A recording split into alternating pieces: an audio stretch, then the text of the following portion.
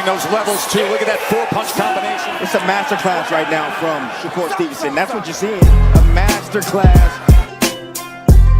And Shakur meets him with a straight left hand. Oh, and there's a knockdown scored with the left hand.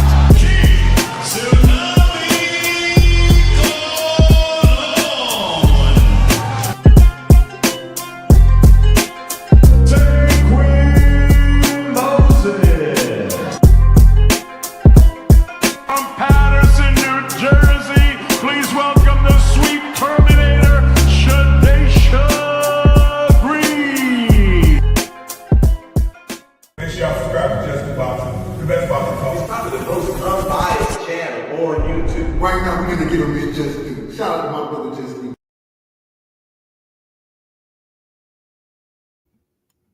What's good? What's good? Salute to the family. How y'all feeling on this good Monday? We back to build on this boxing and give it its just due. How we always do. How y'all feeling, man? We here earlier today. We had to pop on early today, man. Y'all know how we do. We do what we do over here. Well, I wanted to have a good conversation today, man. I just wanted to say this, right? For starters, to get this out the way. This is my little disclaimer, right? You know, I don't know why most people get up here and talk boxing. I don't know what motivates them to get up here and do it and and talk about the sport.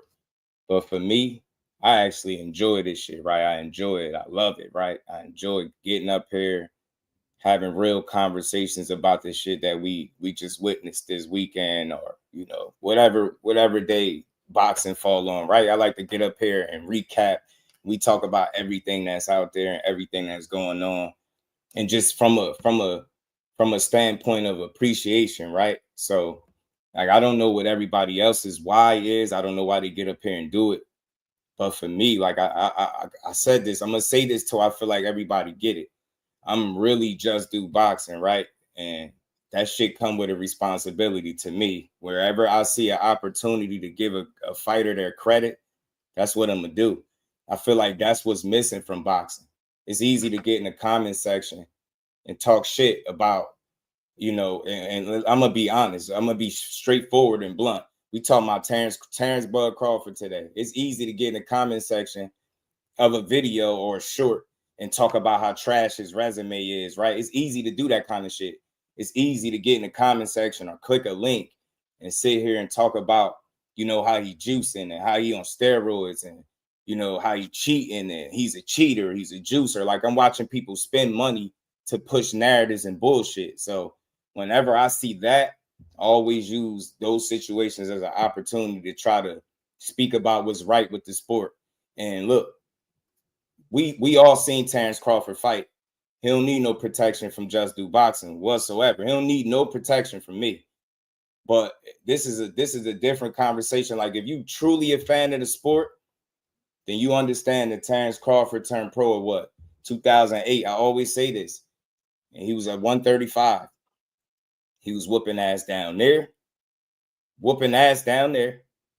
went to 140. He whooped ass there. He went to 147. He knocked everybody out up there. He fought at 54. He beat Madrimov up. That's 4 divisions, y'all. He about to try to conquer a 5th division, or, at least the king of the division, and Canelo Alvarez in his 5th division, bro. This man is closer to 40 than he is 30. And I'm going somewhere with this. Instead of us, if you really say you rock with boxing, if you really rock with the sport, you ain't got no hate for none of these dudes. If these guys ain't did nothing to you personally, you don't get up online and you push baseless, senseless narratives where you, with no proof, no evidence, no way to back the claim, no way, shape, or form, you just get up there and do it with no responsibility to it. And for me, I think it's nasty work. I think this man is about to be in what would be his 5th weight class, bro. And he started at 35. Instead of downplaying the journey that he traveled to get here, you appreciate it because you fucking understand how difficult it is to exist in boxing, especially at this level that he's been performing at. Let's stop acting like Terence Crawford is just some shit that you see every day, because that's bullshit. That's a lie. That's just not a dime a dozen type of fighter. You don't just, he's not a guy that you just see every day. It's not a million of them coming up. Cut the shit, man. That's a special fucking talent, bro. It is. And I can confidently say that with the body of work that he's put out through the multitude of weight classes. Never mind the accolades. We ain't even get there. This is somebody that wasn't no big, highly touted Olympian. You talking about getting the shit out the mud? He's the prime example of that shit. You talking about a guy that grew up with his mom paying people to try to whoop his ass. Like, we could all relate to shit like that. And this is the guy that you decide to wake up and just accuse of something because of what? Some of y'all still got PTSD because he beat your favorite fighter. Yeah, I'm calling y'all out. It's still some of y'all out there. Y'all bogus. Y'all bogus. And then some of y'all are y'all made whatever negotiations between him and Errol Spence personal. That's them men's business. They negotiated. Y'all missing it. They went through all that grueling negotiations, whether you agree with it or not, to give us one of the best fights that we thought boxing had to offer us. But yet and still, we still missed the mark and not focused on the fight. We focused on all the shit that didn't matter, that they the ones that had to go through to get the fight over the hump. So I'm for me today, y'all, this is my little disclaimer. I'm only saying this shit once. Y'all already know my style. I don't do personals. I don't do like smear campaigns. I don't got no personal. I don't push agendas and false narratives, right? I don't have nothing against nobody that does content, but I have something against the narrative that somehow Terence Crawford is a dirty fighter. I can't take it no more, bro. They fucking the sport up for me, man. They ruining the sport that I show y'all every day with the content that I put out, that I love this shit, right? I show, you can hear it in the way that I give it up, the way that I give everybody their credit. People call that shit being nice. It's not being nice, it's being real. When we be speaking about these elite level talents, we talking about some of the best fighters that boxing has to offer, bro. And I think people are missing it when it comes to Terence Bud Crawford, because you got some kind of personal that you shouldn't even have with a fighter that 9 times out of 10 you've never even met in your life. Let's just get a man his just due. Yes, pun intended. Let's give Terence Bud Crawford his just due. Yes, it's okay to say, man, maybe I don't like the way he moved, even though that shouldn't even be a real factor. But how about how he fight? I'm tired of hearing about how he move. I know how he move in that ring, and he one of the coldest that boxing got to offer. Like I said, this is not no run-of-the-mill type of fighter. He's not somebody that you just see every day in boxing. It's not a million Terence Bud Crawfords in the sport. And I'm just here to appreciate that, man, and give him his proper credit. And I think, respectfully to anybody, if you truly enjoy boxing, then you don't push a narrative that could be detrimental to somebody's reputation. Like, one thing that we've heard consistently through the sport, as it pertains to Bud Crawford, is he's what? One of the hardest workers in the sport. That's shit that you can go and ask people to prove. You can validate that. You can reach out to boxers and ask them, man, what you think about Bud Crawford, or what's your experience or your personal. You get what I'm saying? And these people got real experiences that they can share with you that'll let you know what kind of fighter he is, as opposed to these people running around here with this wild ass, bogus ass smear campaign. I'm speaking to all people that love the sport of boxing right now. If that sport is something that you love, even if you don't, he ain't your cup of tea for whatever reason, as it pertains to the sport, he's participated at the highest level. He's been doing that shit for years, year after year after year. Weight class. When are y'all gonna realize it? Y'all keep talking about resume this. I don't want to hear that shit. When he is in the ring, he beating ass. It ain't too many of them people that y'all said he didn't fight that I would have had beating him, respectfully. That dude is special, man. And it's okay to say that if you really enjoy sport over boxer. I enjoy what he put out. I appreciate that shit, because he a big part of the reason why I'm able to come up here and talk about this shit. He a prime example of how you do it the right way, bro. You get what I'm saying? His name ain't in the media for the wrong shit. He lived the right kind of lifestyle, the fighter's lifestyle. He's dedicated his life to the sport. Who do people think they are to make wild ass claims that he juicing with no kind of evidence? Never tested it positive for no kind of drug. He fought. What is he? 41-0. All of those opponents, none of them opponents got out the ring. None of them guys at welterweight that he knocked out got out the ring and said, you know what? I think that dude Crawford on some shit, man. It was unnatural. No, they all respect it. They say that dude is cold. He one of the best in the game. You got guys like Usyk that people are putting in the conversation, right? For being a pound for pound great heavyweight. I ain't even about to get into that. It's another conversation for another day. But people are putting Alexander Usyk in the conversation for one of the, pound for pound great heavyweights, right? Despite all the talent that came before him. But even that guy today will tell you Terence Crawford is the #1 fighter. He'll tell you that. You done heard it from Floyd. You done heard it from so many different top-level, world-class, accomplished fighters. They all say the same shit. Terence Crawford is the man. He's a pound for pound great. He's a generational talent. It's okay to say that, y'all. I'm here to tell y'all. If you really love boxing, that's what he do. He doing that shit at the highest level. Even if you be like, bro, I don't like his personality. Even if you being sensitive, cool. But when it comes to competition in the ring, competition and putting it all on the line and raising your level and beating ass and consistency, that's what he exemplifies, all of that shit at the highest level. And people are missing it because you got some type of personal opinion that you shouldn't even have about the man. You're more concerned with shit that you shouldn't even worry about, as opposed to the shit that he's showing you inside the ring. After all, we said we like boxing, right? We said we here for boxing. We love the sport. We like not the boxers, right? We're not boxer fans. We boxing fans. Well, as it pertains to the sport of boxing, that's one of the most talented guys that the sport has seen in this era. Yes, it is him. It's him. It's okay to say it. Do y'all remember how we all looked at Errol Spence and we all still love him?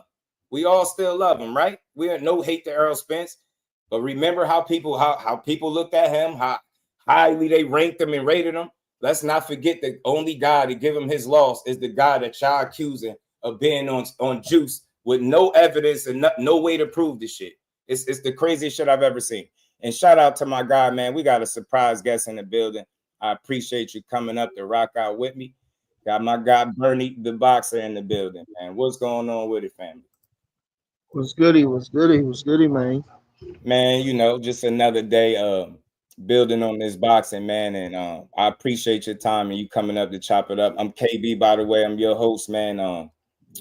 What I wanted to do is have a real conversation with somebody that knows about Crawford. Like I told you before you came up here, not somebody that's guessing and speculating, somebody that can give, a firsthand, example of what kind of fighter this guy is, because you know him as the fighter, the father, the competitor. You know this man through and through.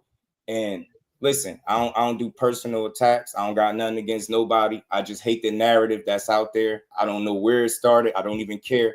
I just don't rock with it. And I feel like you got information or examples that you could highlight that maybe give a better example, kind of reintroduce who Bud Crawford is as a fighter, as a competitor. And I just wanted to ask you, man, I wanted to start with that, man. Can you tell us, for the people that may not know, man, might be your first time hearing from you or hearing you speak, what kind of competitor is Bud Crawford? Well, Crawford is a competitor of substance. A fella that just want to win without any doubt or without any controversy or without any help. He's the type of guy that just wants to stand alone in everything. So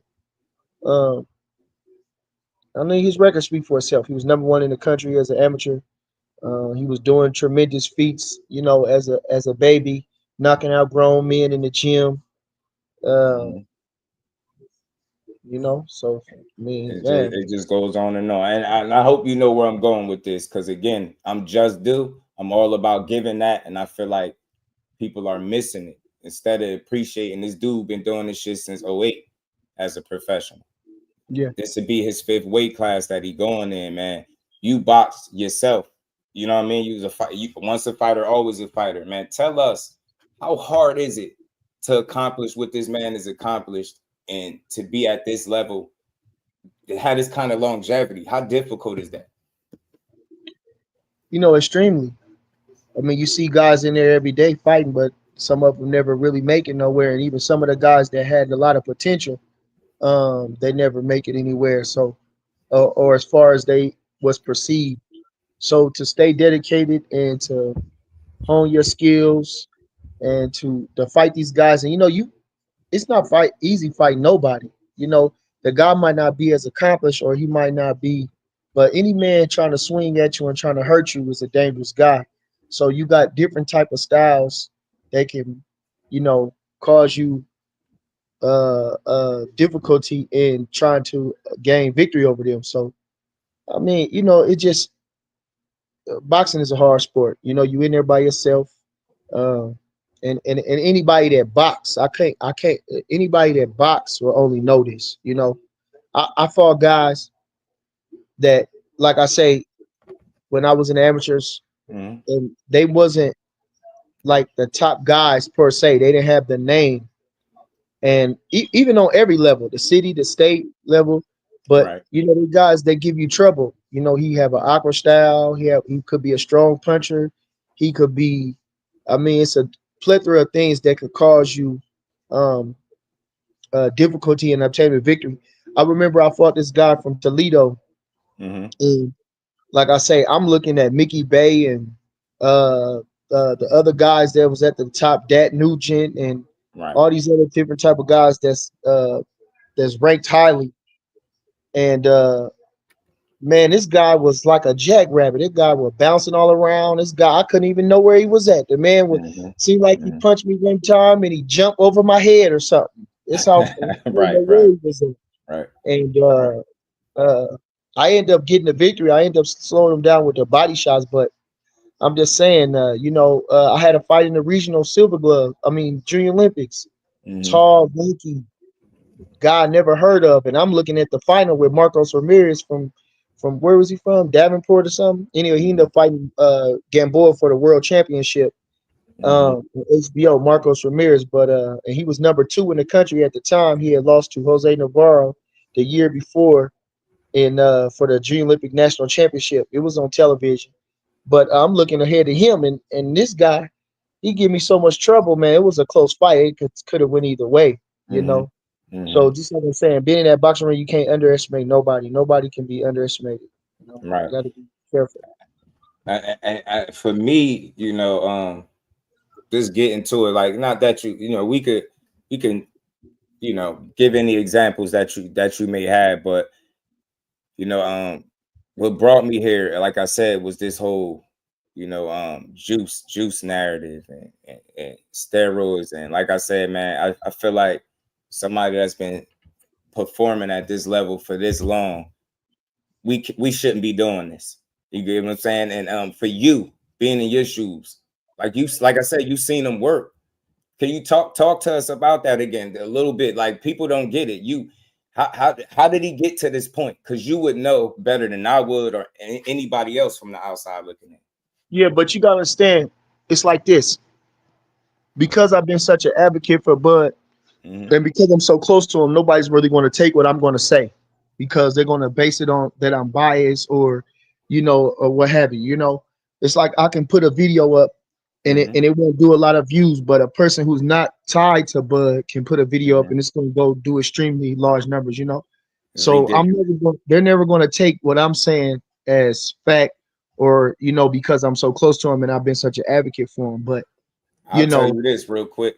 I will, because I think logically, we have an outside, from the looking in perspective. You got the inside. So you yeah, would be more equipped to know these things than somebody else from the outside looking in. That's how a yeah, logical person should think. Over yeah. here, we gonna respect where you coming from. We here to hear what you got to say. Yeah, So but we gonna you hear know, you out. it's like I'm saying though. Since I came to the forefront, and trying to get the others to respect Bud or to see his greatness or whatever, I get a lot of backlash. So again, Yeah. people that don't want to see or hate the truth are always going to try to, diminish what I'm saying or diminish Bud's accomplishments, and but I think the thing about it was, you saying about the juicing, you seen athletes juice, and it's been even the most celebrated athletes have been linked with juicing. And you know, when when you have a guy who, but I don't understand how Bud can rub anybody the wrong way. You know, um, I can see I don't even see what would make him even believe that he is juicing.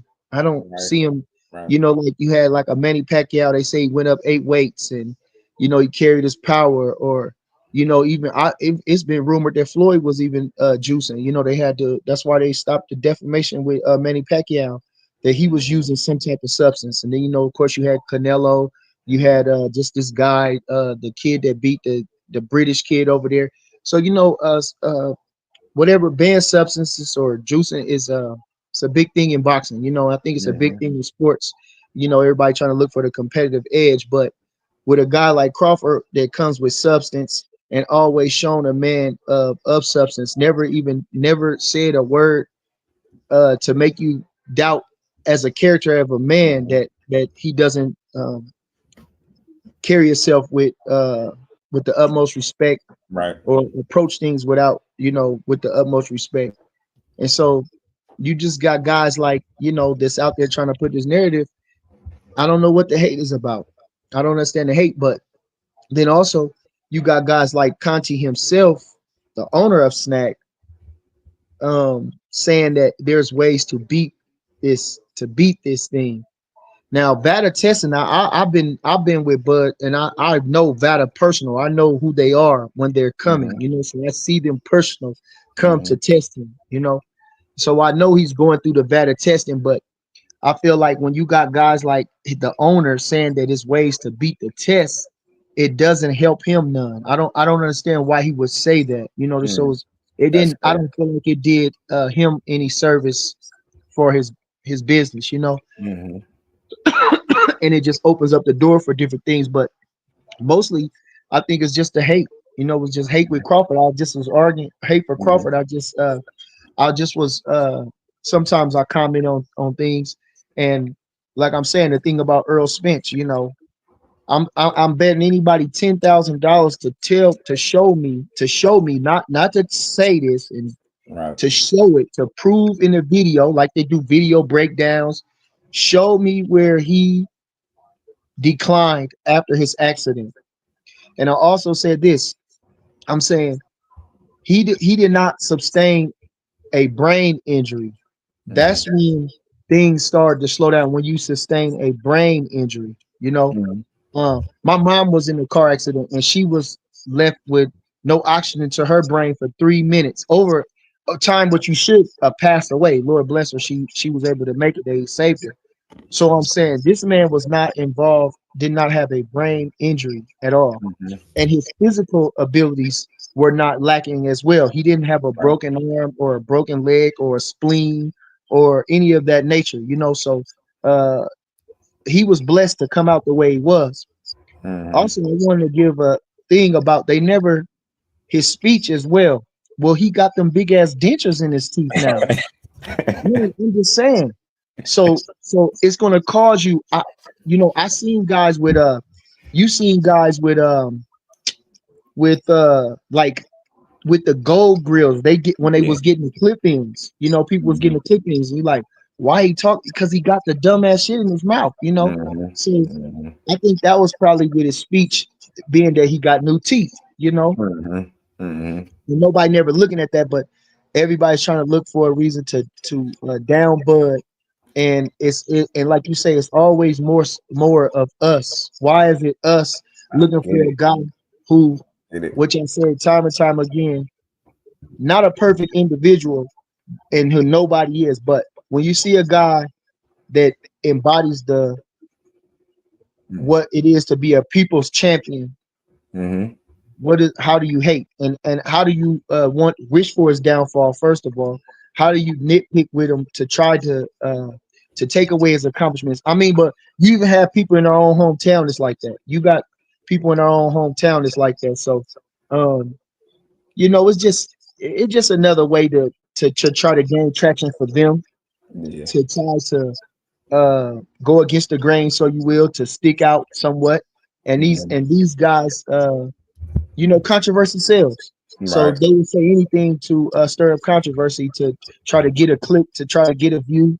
And I think Mhm. that's what it's all about. It's really all about Yeah. clicks and views. That's terrible. It's nasty work for me because over here it's integrity over views.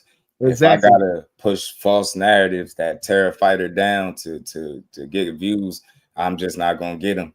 Yeah. And I just like I said, man, this shit is all about boxing for me, and just giving the sport is the credit and the support it deserves. It's easy to be a critic, but it take a different type of supporter to highlight the shit that got this guy to this level. And like I said, for you, hearing this juicy shit, you knowing and seeing the work firsthand through the years, through the weight classes, and he going on 5. How frustrating is that? Just knowing that this shit is from hard work, dedication, consistency, and living right, making the right choices.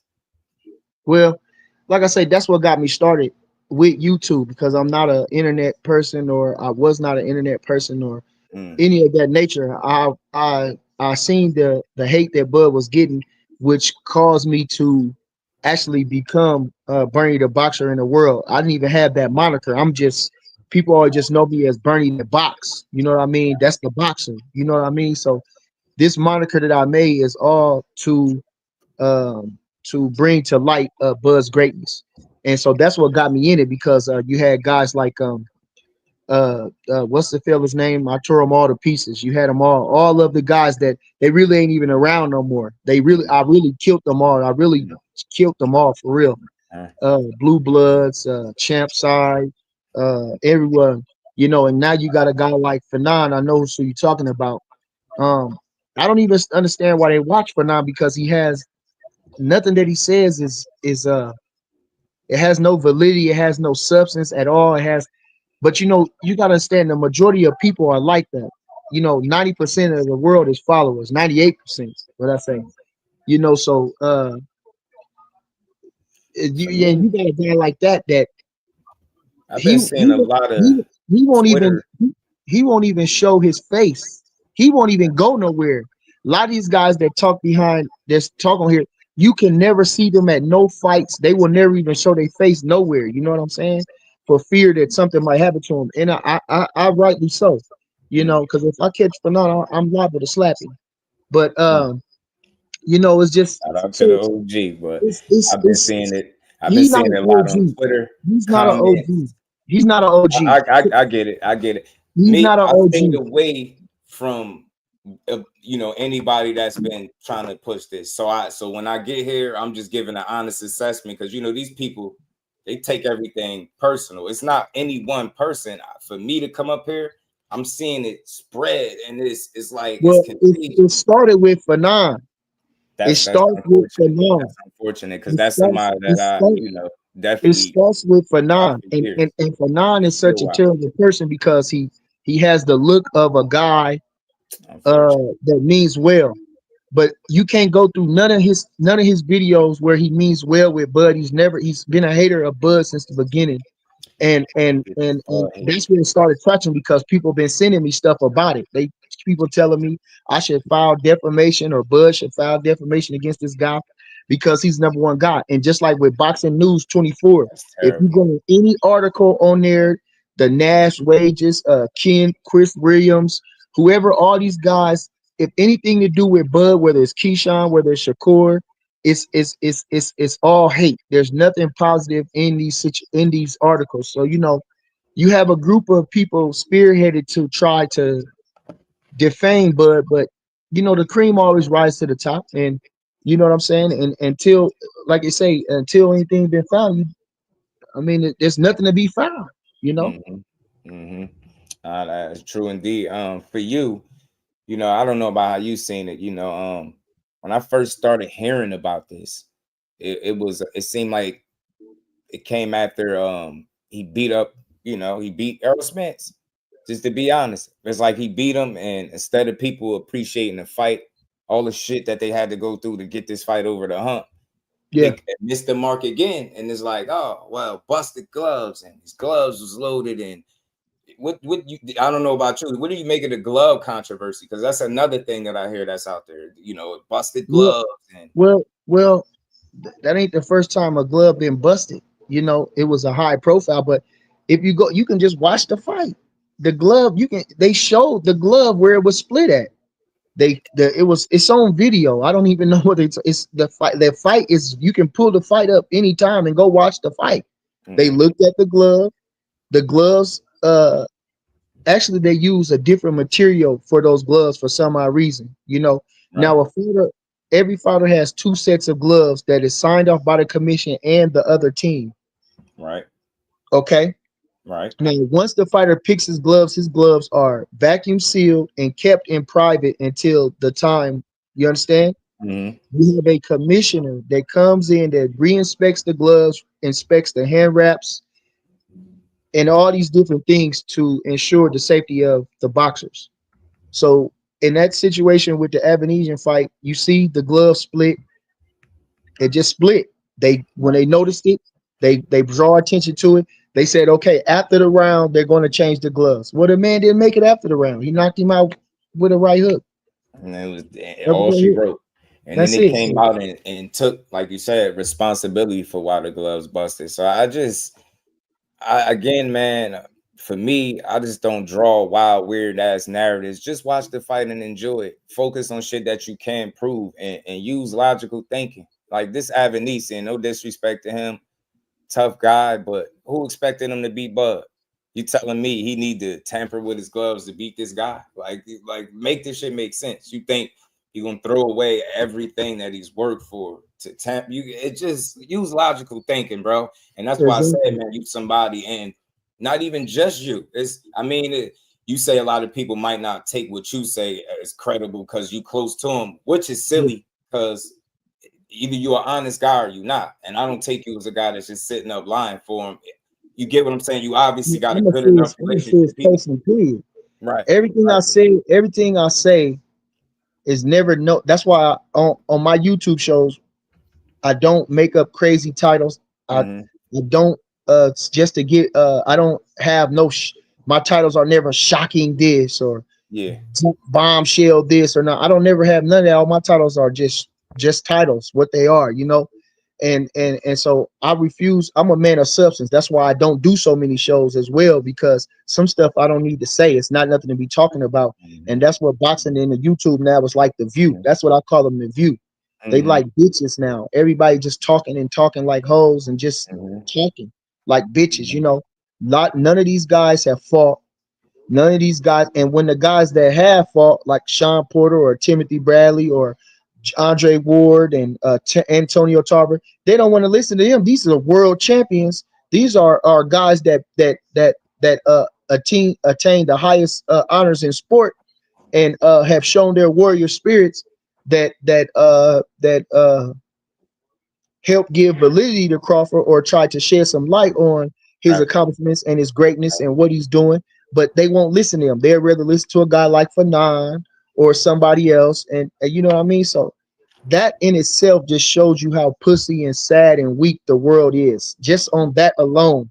If you can't listen to a guy like Antonio Tarver, Andre Ward, all these guys with integrity, Timothy Bradley. I know they hate Timothy Bradley, but he was a warrior.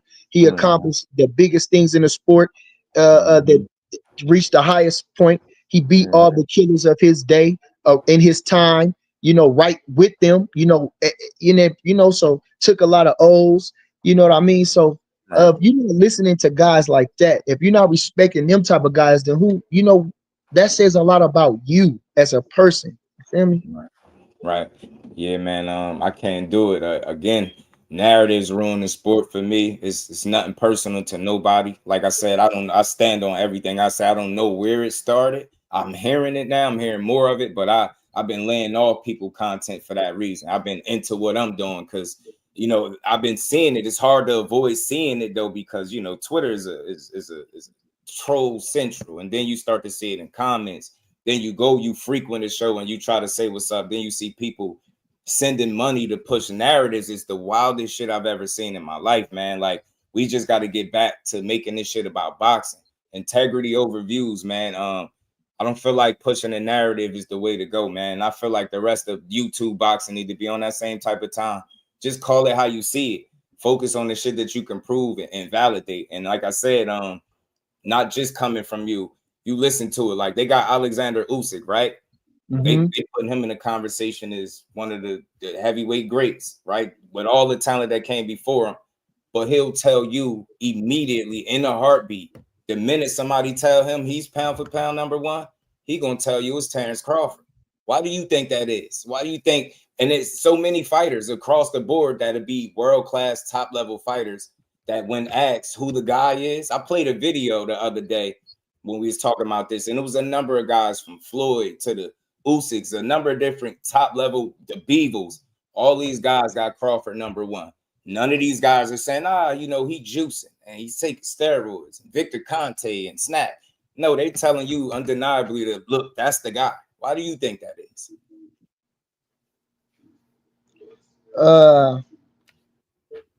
Well, like I said, I was just talking to a guy. I was just I see a lot of debates going on. It's been a lot of debates. It's always we're debating. Can you see me? Yeah, I can see you good. You all good. Okay, because I'm trying to read the comments. I'm reading the comments as well. It's been a lot of debates, but like I say, you can't have a guy like Usyk over any other guys for real, because he only had 20 fights, 20 something fights. He 5 of them did, was heavyweights fights. and I give him a lot of credit for what he's doing. But to try to put him over Ali is insane. To just from the top to the bottom, from everything. He was a gold medalist, but He wouldn't even agree with that. That's the as thing about it. yeah, You gotta love him. Like I said, they tell him he number one. He gonna say no. Terence Crawford is number one. That's the guy that's number one. He gonna yeah, tell you what it is. And I feel like they're saying that shit for a reason. Real recognize real. These are guys that are within the sport. And like I said before, you've never heard his name connected to no foul activity. So why yeah, do it now? He about to yeah. make, probably, we not in his pockets, but he about to go make some real money, but taking on the challenge in the 5th weight class. Why can't we look at that as special? Because that's what that is. To do what he doing and to get here at this level, that shit is nothing short of special. It's not regular. And I'm going to say it. For me, as a fight fan, that shit is not regular. Well, no, and again, we were just talking about, Bud has been kept out and been held down since the beginning, since he came out, of the amateurs. Um, they've been trying to keep him down forever. Like I say, he didn't get the Pacquiao fight. He was looking at when he first came on the scene, when he beat Gamboa. Well, that was like the HBO, like his debut on no, it wasn't his debut on HBO, but once he became a champion and he had that sensational fight with Gamboa, and he cleaned out the division. AB had moved up to 140, 47 or something like that, and he was the true champion. He beat Ray Beltran, who was the #1 contender, who a lot of people thought beat Ricky Burns. So he gave him a shot after he beat Gamboa, which they threw him Gamboa, who was a sensational fighter at the time and one of the most avoided fighters at the time. Mikey Garcia chose not to fight him. He was one of the most feared guys, undefeated guys, short in stature, but a solid guy, bulky. Once he made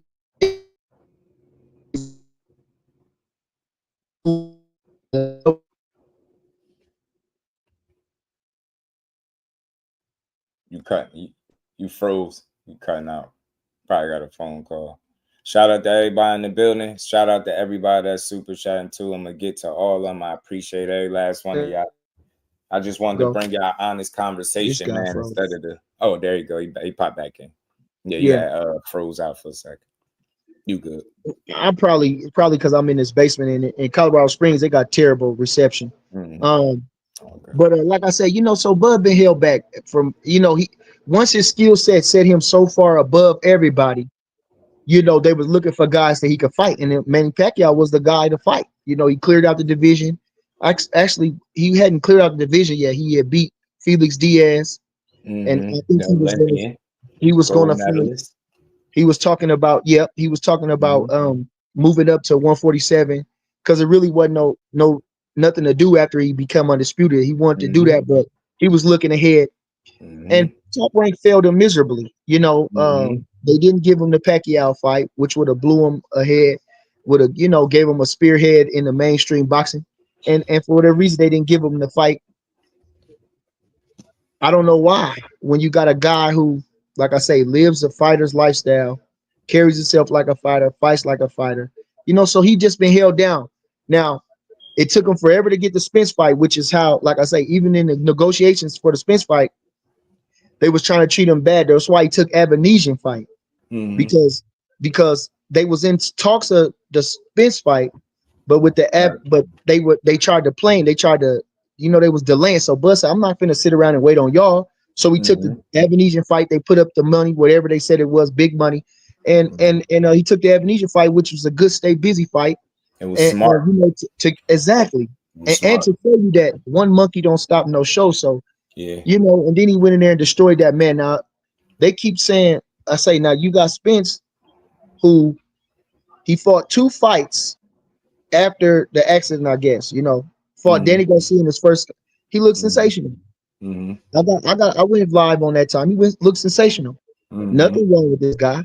He beats Ugas. He got buzzed against Ugas.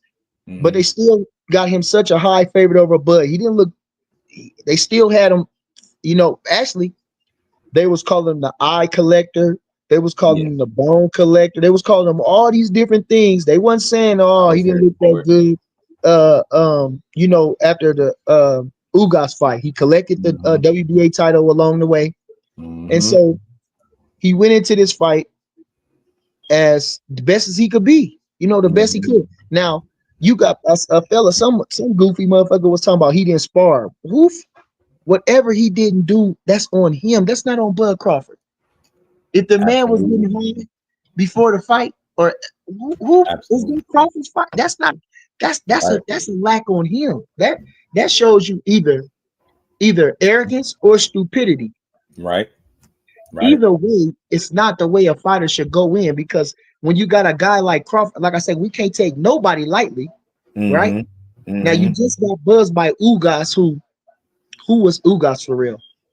He did do he's not a puncher. He's not a known puncher or anything like that.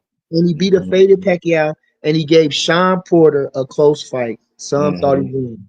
So this is his claim to fame. He had an amateur victory over Bud, which the Cubans know. Okay, he had an amateur victory over Bud. Okay. So I'm saying, okay, I'm not. What Errol Spence did was good work. I'm not knocking that. What he did, but we're talking about going into this fight. So how can you, a guy that Crawford has been looking indestructible, how could you go in there and take him lightly, even though he did get buzzed by Mean Machine? Okay, he's a human being. He did get buzzed by Mean Machine, who was a strong power puncher anyway. Like I say, Ugas wasn't a power puncher. So okay, so that actually speaks more volumes to that anyway. You can see that when you fighting a power puncher and you're standing and trading with a power puncher, as opposed to a guy that's not a power puncher. So I mean, it just the hate. That's why I'm not as vehement as I was, because I feel like my job has done. I done my job. I brought the messages to Crawford to understand how great he is. I everybody. I done shut down all these channels with my voice, and so I think I've done everything on the internet. And I think Crawford backed up my words, in the ring. So I mean, you right, man. But over here, we appreciate truth and real conversation. And that's what you've been able to provide, man. Because again, it's nothing personal, man. This shit is about boxing for me. And I feel like if I'm watching one of the most talented guys, make a hell of a run, it shouldn't be soiled with ignorance, man. And that gotta be some type of hate. I don't like to, deem everybody as a hater, but if you push a narrative that you can't back by any claim and it's just baseless, yes, what we doing? And, yes. and this is, I'm speaking to the people that y'all say y'all love boxing, right? It's more of y'all about boxing, right? Who's been doing it at a higher level, more consistently? He closer to 40 than he is to 30, and he's still doing this shit. While Canelo tried to take his little lap around the block, he done ran into one. And I ain't saying it because you hear, they know it. I've been saying it the entire time. We get how it's an uphill battle and it's supposed to be a tough fight. But I said this before, and I'm gonna say it again. I think Terence Crawford is the most talented guy that Canelo Alvarez is going to be in the ring with since Floyd Mayweather. And you know what? I feel even better today because Canelo Alvarez backed my claim. And he even went even farther because they asked him, stay silent if, say a name and, if they better than Crawford. He stayed silent the entire time. So he feel like Crawford is the best guy he's getting in the ring with too. So that's what I think. What's your thoughts on the fight, though? Are you excited for it, man? Or I'm excited. You know what he's capable of, man. You know what he's capable of. How excited are you for this fight? I'm excited about the fight, and I want to say on that because a lot of people are saying that. But if you dial all those guys out that they said him to stay silent about, again, right? We talking about all around skill set. We wasn't talking about popularity and like I said, Crawford didn't get those names in that welterweight division because he was feared. So to bolden his claim and to double stamp it or triple stamp it, he didn't really get that, But like I say, he beat the guy that got a chance to do all that, and he dominated him in fashion, and he dominated Sean Porter, who gave all those guys trouble. So the two main guys that stuck out of all those guys, he beat the stew out of them. So that's so I thought I was the only one that say that. and then oh man, like I'm saying, when we talking about Pacquiao, who was a one-dimensional guy, sensational talent, but he refused to get in there with Bud Crawford. Nobody never crucifies him about that. Never. Yeah, it's a narrative. They got a narrative for that. Bud Crawford, I'm saying, even with himself, his trainer told him not to take the fight. Even with himself, they still won't even ask him why you never fight Bud Crawford. They will never ask him that. They're scared to ask him that. And Oscar De La Hoya, I don't know why. Oscar De La Hoya was a well-rounded fighter too, but they give a lot of credit for Crawford because he's a switch hitter, which you got to. It's two different. You fighting four different guys in there, damn near. But you talk about making adjustments on the fly. When you talk about giving different looks, that's Crawford. So also we was just talking about accolades of and he got the accolades to prove it. He's running through these guys that's supposed to be champions. They were champions, but he beating them easy. So he beat them, now they garbage. So the fight, this fight is a harder fight because the guy's a bigger guy. He's a puncher. He's a well-rounded guy. He's got tons of experience. But this is the Crawford way. Nothing never come easy to Crawford. Now, like I'm saying, even the Pacquiao fight wasn't going to be an easy fight, but at least he was a smaller guy. At least he was, a guy, he had took some losses. He had been busted up a little bit.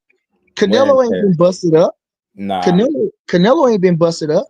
Canelo, his losses, they've been decision losses, and he hasn't taken no brutal punishment in any of these fights. The fact that he's a throwback fighter and staying busy and staying sharp is a testament to him. Staying in the gym and solidifying his legacy and living his boxing life, which he say no boxing, no life. So this fight right here, at the same time too, I know, like I say, people wanted to see Benavidez, right? But we haven't had a super fight since Floyd and and Pacquiao. Yeah. So we didn't went from 15 years with not a super fight. You couldn't get Tank in there with Lomachenko. You can't get Shakur. You can't get Tank in there with Shakur. Any other super fight that has materialized or looked on the horizon, it Mm-hmm. wouldn't come to fruition because they pussies now in boxing. Mm-hmm. Now, you got a guy like this, Crawford, still got a lot left, still got something to prove, still, and shout out to the Sheik for making the fight. You got, like I said, down at Canelo. Mm-hmm. They said it's about Joe Louis. He's going on. He went on the Bum of the Month tour. Well, that's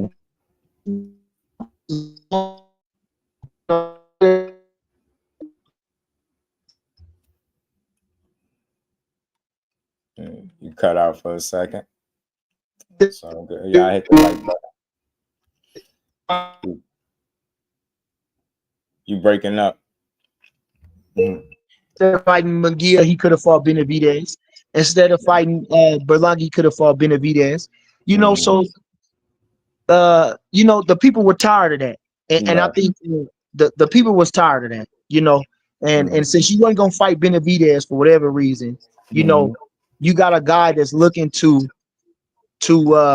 embrace challenges, and so now we're going to get a guy. We're going to get him against his hard punching, pound for pound champion, long reigning champion, in Canelo Alvarez. So it's Right. the Bud Crawford way, and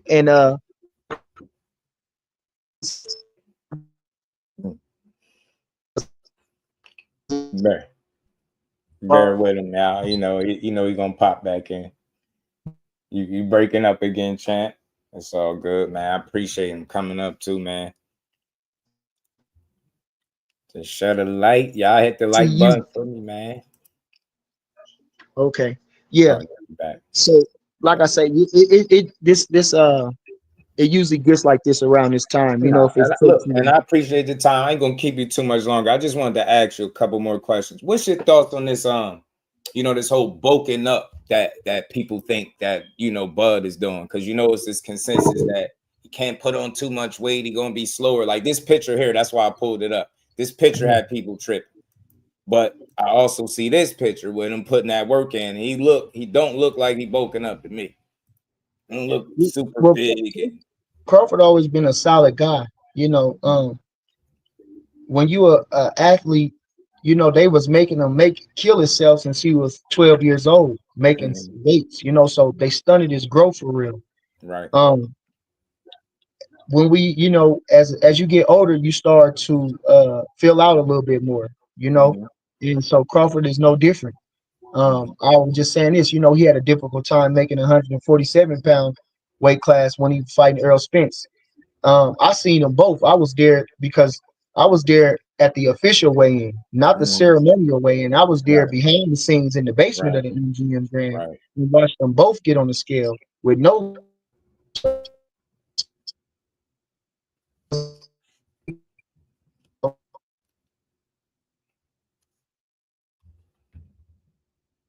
Yeah, pop back in. Y'all already know the like button.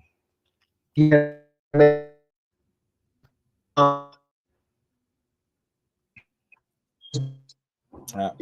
Traveling the world, enjoying the fruits of his labor,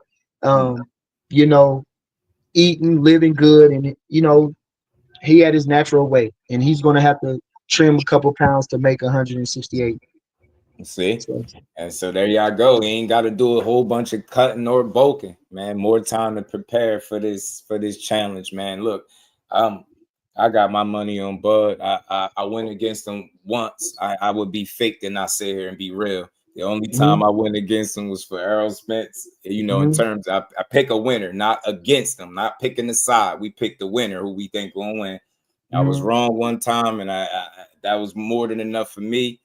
I probably won't be going against him no more. So look, if it's anybody that I think could beat Canelo, I think it's Crawford. I think, like I said earlier, the most talented guy he's going to share the ring with since Floyd. And I think it's going to show. I think people putting a lot, on the weight. I know weight classes matter. I heard Crawford say out his own mouth, but I believe in his ability to prepare. I believe in Bomac. too, as a trainer, and what they got over there is special. So I can't wait to see this fight, and I hope a lot of people get proven wrong, man, because I'm gonna be here for it. Well, you got to understand this about Crawford. He always give everybody their flowers. He never diminishes a fighter. He never diminishes a fighter. And he just got mad at me the other day for diminishing fighters, for talking stuff about fighters. So we have various arguments about That's those real. things. But Crawford, like I say, speaks like a gentleman. He knows how hard it is to get in the ring and accomplish anything in boxing, and so he always gives him their credit. So when he said weight classes, he wanted to be a diplomatic in that sense, which is true. But Crawford's never one to brag or boast. He does all his talking in the ring. So something about his competitive spirit, the challenge, sparked him, and he's ready and for the task. I don't think he was really looking at Canelo Alvarez, but when people mentioned it, when they started to put it in existence, Bill Haney. he started to think about He'll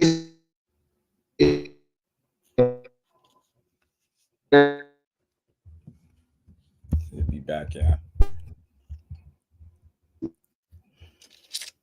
Hit the like button, family. Hit the like button, yeah. His connection going out. It's all good. He'll pop back in. I appreciate the time as always, too, man. Oh, there you go. Pop back in. You good. Yeah. Okay. Man.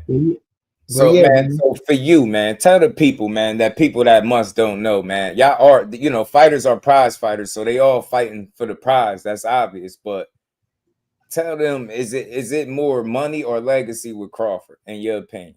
Is it more about the big bad that comes with fighting Canelo, or is it I think I could beat that guy? For me, I think it's both, because it's supposed to be both naturally, but I think the competitor in him feels like and wants to put his skills to the test. I think he feel like he can beat him. Well, definitely. He wouldn't be getting in there. Like, that's what I'm saying. He just not fighting for money. No. This dude been fighting to be great. That's what Mikey Garcia did when he fought Earl Spence instead of fighting Lomachenko. That's what a lot of these guys do. Talk about to get in for the money. But like I say, Crawford is a throwback fighter, one of substance. Now, the money, I'm gonna tell you personally, he called me maybe about a week after the Spence fight, and he said it just like it sounded almost like when they said about Sugar Ray Leonard against Marvin Hagler. He said, I can beat him. I said, who? He said, Canelo. I said, yeah. He said, man, I watched him. I dreamed about it. I can beat this guy. He never mentioned one time about $1.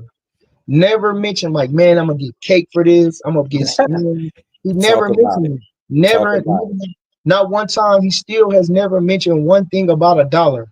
Not one time since this. He never mentioned that how much he's gonna get paid. Exactly. He never mentioned that I can't wait to get paid. He never mentioned one thing about $1. And this is thing too that Crawford is a very and he's very cautious with his money, and he I watched the interview with him here talking about it. He attributes that to me, when I say about being cheap. So he watches his money. He's made plenty of money. God bless him in the sport. He's made some great investments, and he's set for life at this point without Canelo. So this is just going to be icing on the cake, or however you want to say it, because this guy don't need $1. He's already set. He has everything any man can want twice.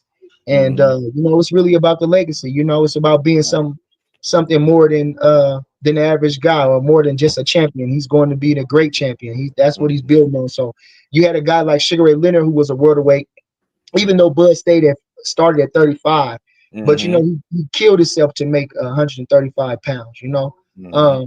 But he was an amateur at 32, which makes smart sense. But what I'm saying is that when he's a welterweight. Sugar Ray Leonard was a welterweight, and he fought for the light heavyweight championship. Actually, he was light heavyweight champ. He beat Donnie Lalonde for the WBC championship at the same time. So these are the classes that we're going in. Sugar Ray Leonard is a revered champion, a legendary champion, and he's done legendary things in the sport.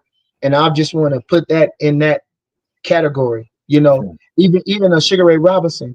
I think it's only a few handful of welterweights that moved up to fight in that category. 68, 75. Sugar Ray Robinson, when he fought Joey Maximum, even though he lost the title because of heat exhaustion, when he fought Joey Maximum, he was 157. When he fought Joey Maximum, he was 157, I think, and a half.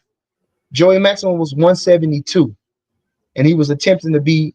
There wasn't a super middleweight division when Sugar Ray Robinson was fighting, so he never fought in a middle like a junior division. He went from welterweight to middleweight, from 47 to 60, from 60 to 75.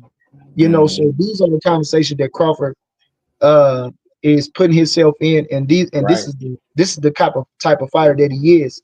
So these are the milestones that he's trying to reach, and I salute him. And I feel like everybody. I love Canelo Alvarez. We are big fans of Canelo Alvarez, but when you got a guy, it's not no death to Canelo, but why not life to Bud? You understand? Why not reach out and see him do something great? You know what I'm saying? Because it's not like he's fighting. Let me say, when Sugar Ray Leonard was fighting Donnie Lalonde, nobody knew Donnie Lalonde. You understand? And they put the politics of the day, I feel like, wanted to enhance Sugar Ray Leonard's legacy by surpassing Tommy Hearns, who was a 5-weight world champion. So they wanted him to equal Tommy Hearns. That's why he fought for 2 championships, the WBO super middleweight title and the light heavyweight championship on the line to try to equal Tommy Hearns. Crawford is not getting that. He's not getting a gimme guy trying to enhance his legacy in a 5th weight class, undisputed. He's fighting the guy of all guys, so why not try to uplift him and want to see something as spectacular as that? Yeah, like I said, man, it's easy to criticize. That shit don't really take much to do that, but I see it no coincidence that the fighters that shared this ring or shared the ring, whether they shared the ring with Bud or fighters of yesteryear, as I call them, they all respect what he doing. They all respect the work.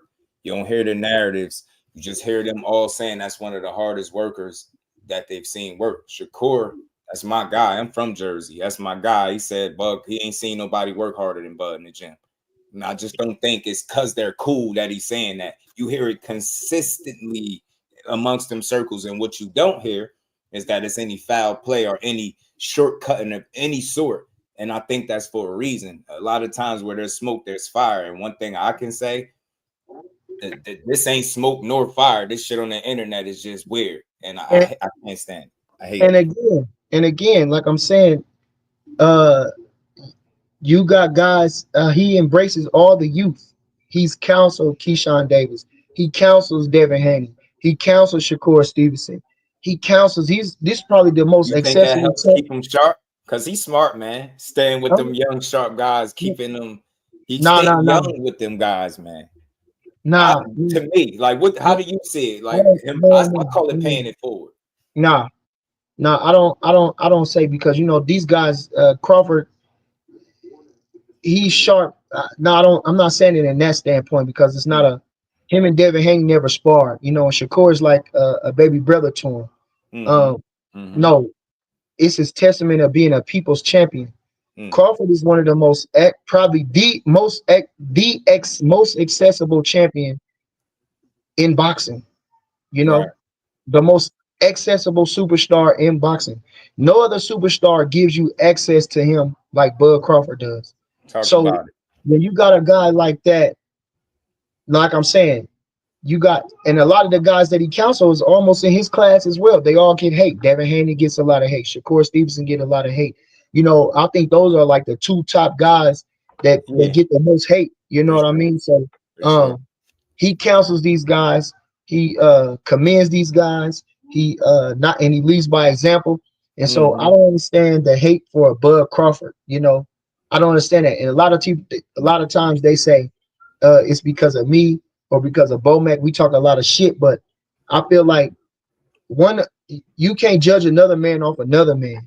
You Right. understand? Right. You that's just weak in itself. You know, you got to Don't judge a talk shit man in boxing though. by his own, by his own. And when I talk about when I'm saying it, everything I say is based off of I have a reason to why I'm saying that. You know, I don't just spout off at the People mouth. like me, we I always understand give that. an example, or I always give a reason why I'm saying what I'm saying. You know, and again, I always give flowers too. I always Right. tell them, give a lot of tremendous respect to. I give both points, you know. Right. But like I say, to not root for Bud Crawford, you got to have something missing inside yourself. I mean, if it's all about the sport, it's hard to not root for that talent. You get what I'm saying? A lot of these people haven't met him to be speaking from a personal standpoint. So I never buy into that or subscribe to the personal energy. Like, you don't know him from that standpoint. Like, the times I've seen him out, seen him at fights, you can tell with the energy, just be chilling and supporting his people. Get what I'm saying? Called him a couple times at the Prudential, at Shakur fights. He of the people, taking pictures, chilling. You get what I'm saying? That's a genuine person. You can see that. So it's like, that's all. He don't need no protection. He could fight his ass off. You know that better than me. So he don't need me to come, protect him. But this shit is about the sport, and he representing it at the highest level. That's all. So I just wanted to shed a light on that, man. And let it be known, B&B, we rock with them. But Crawford, the Just Do Boxing platform, rocks with the entire camp, man. We can't wait to September to see what's going to happen. Man, I Yeah, want to ask you, what happened September, man? How's the story going to read September 13th? I can't say. You got to wait and see. Just like Crawford was saying, you never know how the fight going to unfold. But I like it. like he said, them belts is coming home, and we will get our hand raised. He will be victorious. I So like that's the one thing that we can damn near guarantee, that our hand will get raised. His hand will get raised. So um, it. Right. And so I seen somebody ask something about Lester Martinez. Any we update or fighting any too. news? We fighting him Billy on the co-main. Oh shit.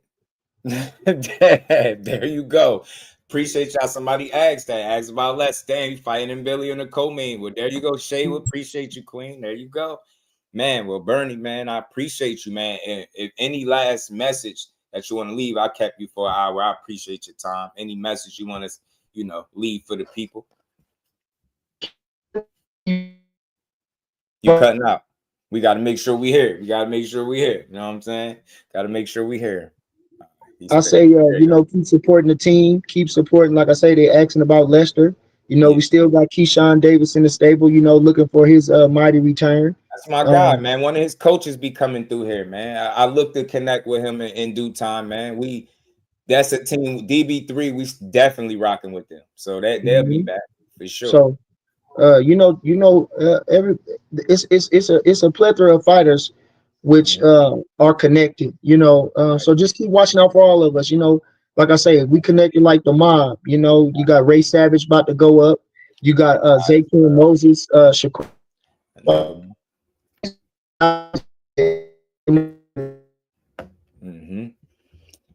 Got a real stable of talent over there.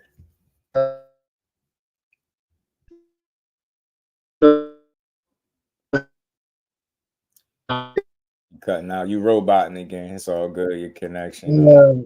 Anyway, just keep watching for us, man. Like I say, keep supporting the team, and that's all I can say. Man, we appreciate you. Hey, Bernie, man, I appreciate your time, bro. I will be in touch. We will continue to support. And, man, tell Crawford, man, take them bells back to Omaha, man. Take the bells back to Omaha. And then, after y'all win, we need another one of those Bomac moments after he won, he beat Spence. That energy is unmatched, man. I need to see that, man. Like, we need to see that from Bomac. Don't nobody be happier than Bomac to see his fighter do his thing, man. I love seeing it, bro. So we salute y'all, we rock with y'all, and look, we gonna keep supporting. I appreciate you, man. Much love, bro. Love. All right. Shout out to everybody. Hit that like button for your boy, man. A shout out to Bernie, man. I appreciate him coming up and just give me his time to speak on behalf of, I think one of the best talents in boxing. And then I told y'all, I gave my disclaimer, because I already know this was a touchy subject. So I'm never personal. It's never about any one person. I feel like it's a lot of people that pretend to be hardcore boxing fans, and in reality, they pick a handful of guys that they like, and then they selectively tear down the opposition of those fighters. And I think that's not real. That's not what boxing need. Boxing need more people that support it. Like, we already have enough critics. We need more supporters for real. So that's my message. That's what I'm pushing. Listen, I talk my shit over here too, but I stand on everything I say, and nowhere in my content can you find me tearing down the sport on any given fighter. It don't matter who it is. And when I see it being done, it's just disappointing, because I'm like, damn, at what point do we sit back and just enjoy the sport and what these guys are able to do at the highest level? If a guy hasn't given me a reason to suspect him of cheating, I'm not about to make that shit up for no good reason. So, through about 5 weight classes, man, that shit is impressive. It's special. Bud Crawford is not a run-of-the-mill type of guy. He's not a fighter that you see every single day.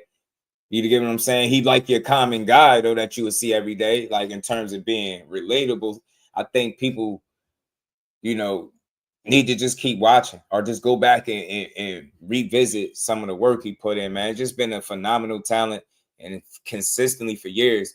You can't have the kind of longevity that he's had in the sport if you're not doing the right things and making the right decisions.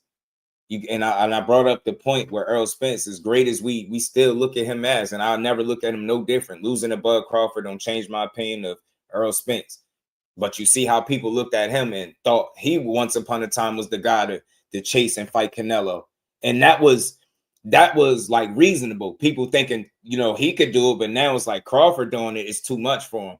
Nah, man, I just believe when you cut from a cloth, you cut from that cloth. And I don't mean he has to win, but don't tell me that a Terence Bud Crawford with the kind of resume, with the skill set, hell with a resume, with the skill set, with the mentality, a guy that prepares, that got a kind of coach and trainer in Bomac and had that kind of success. Don't tell me that dude don't got a chance to win every single fight he's ever going to be in.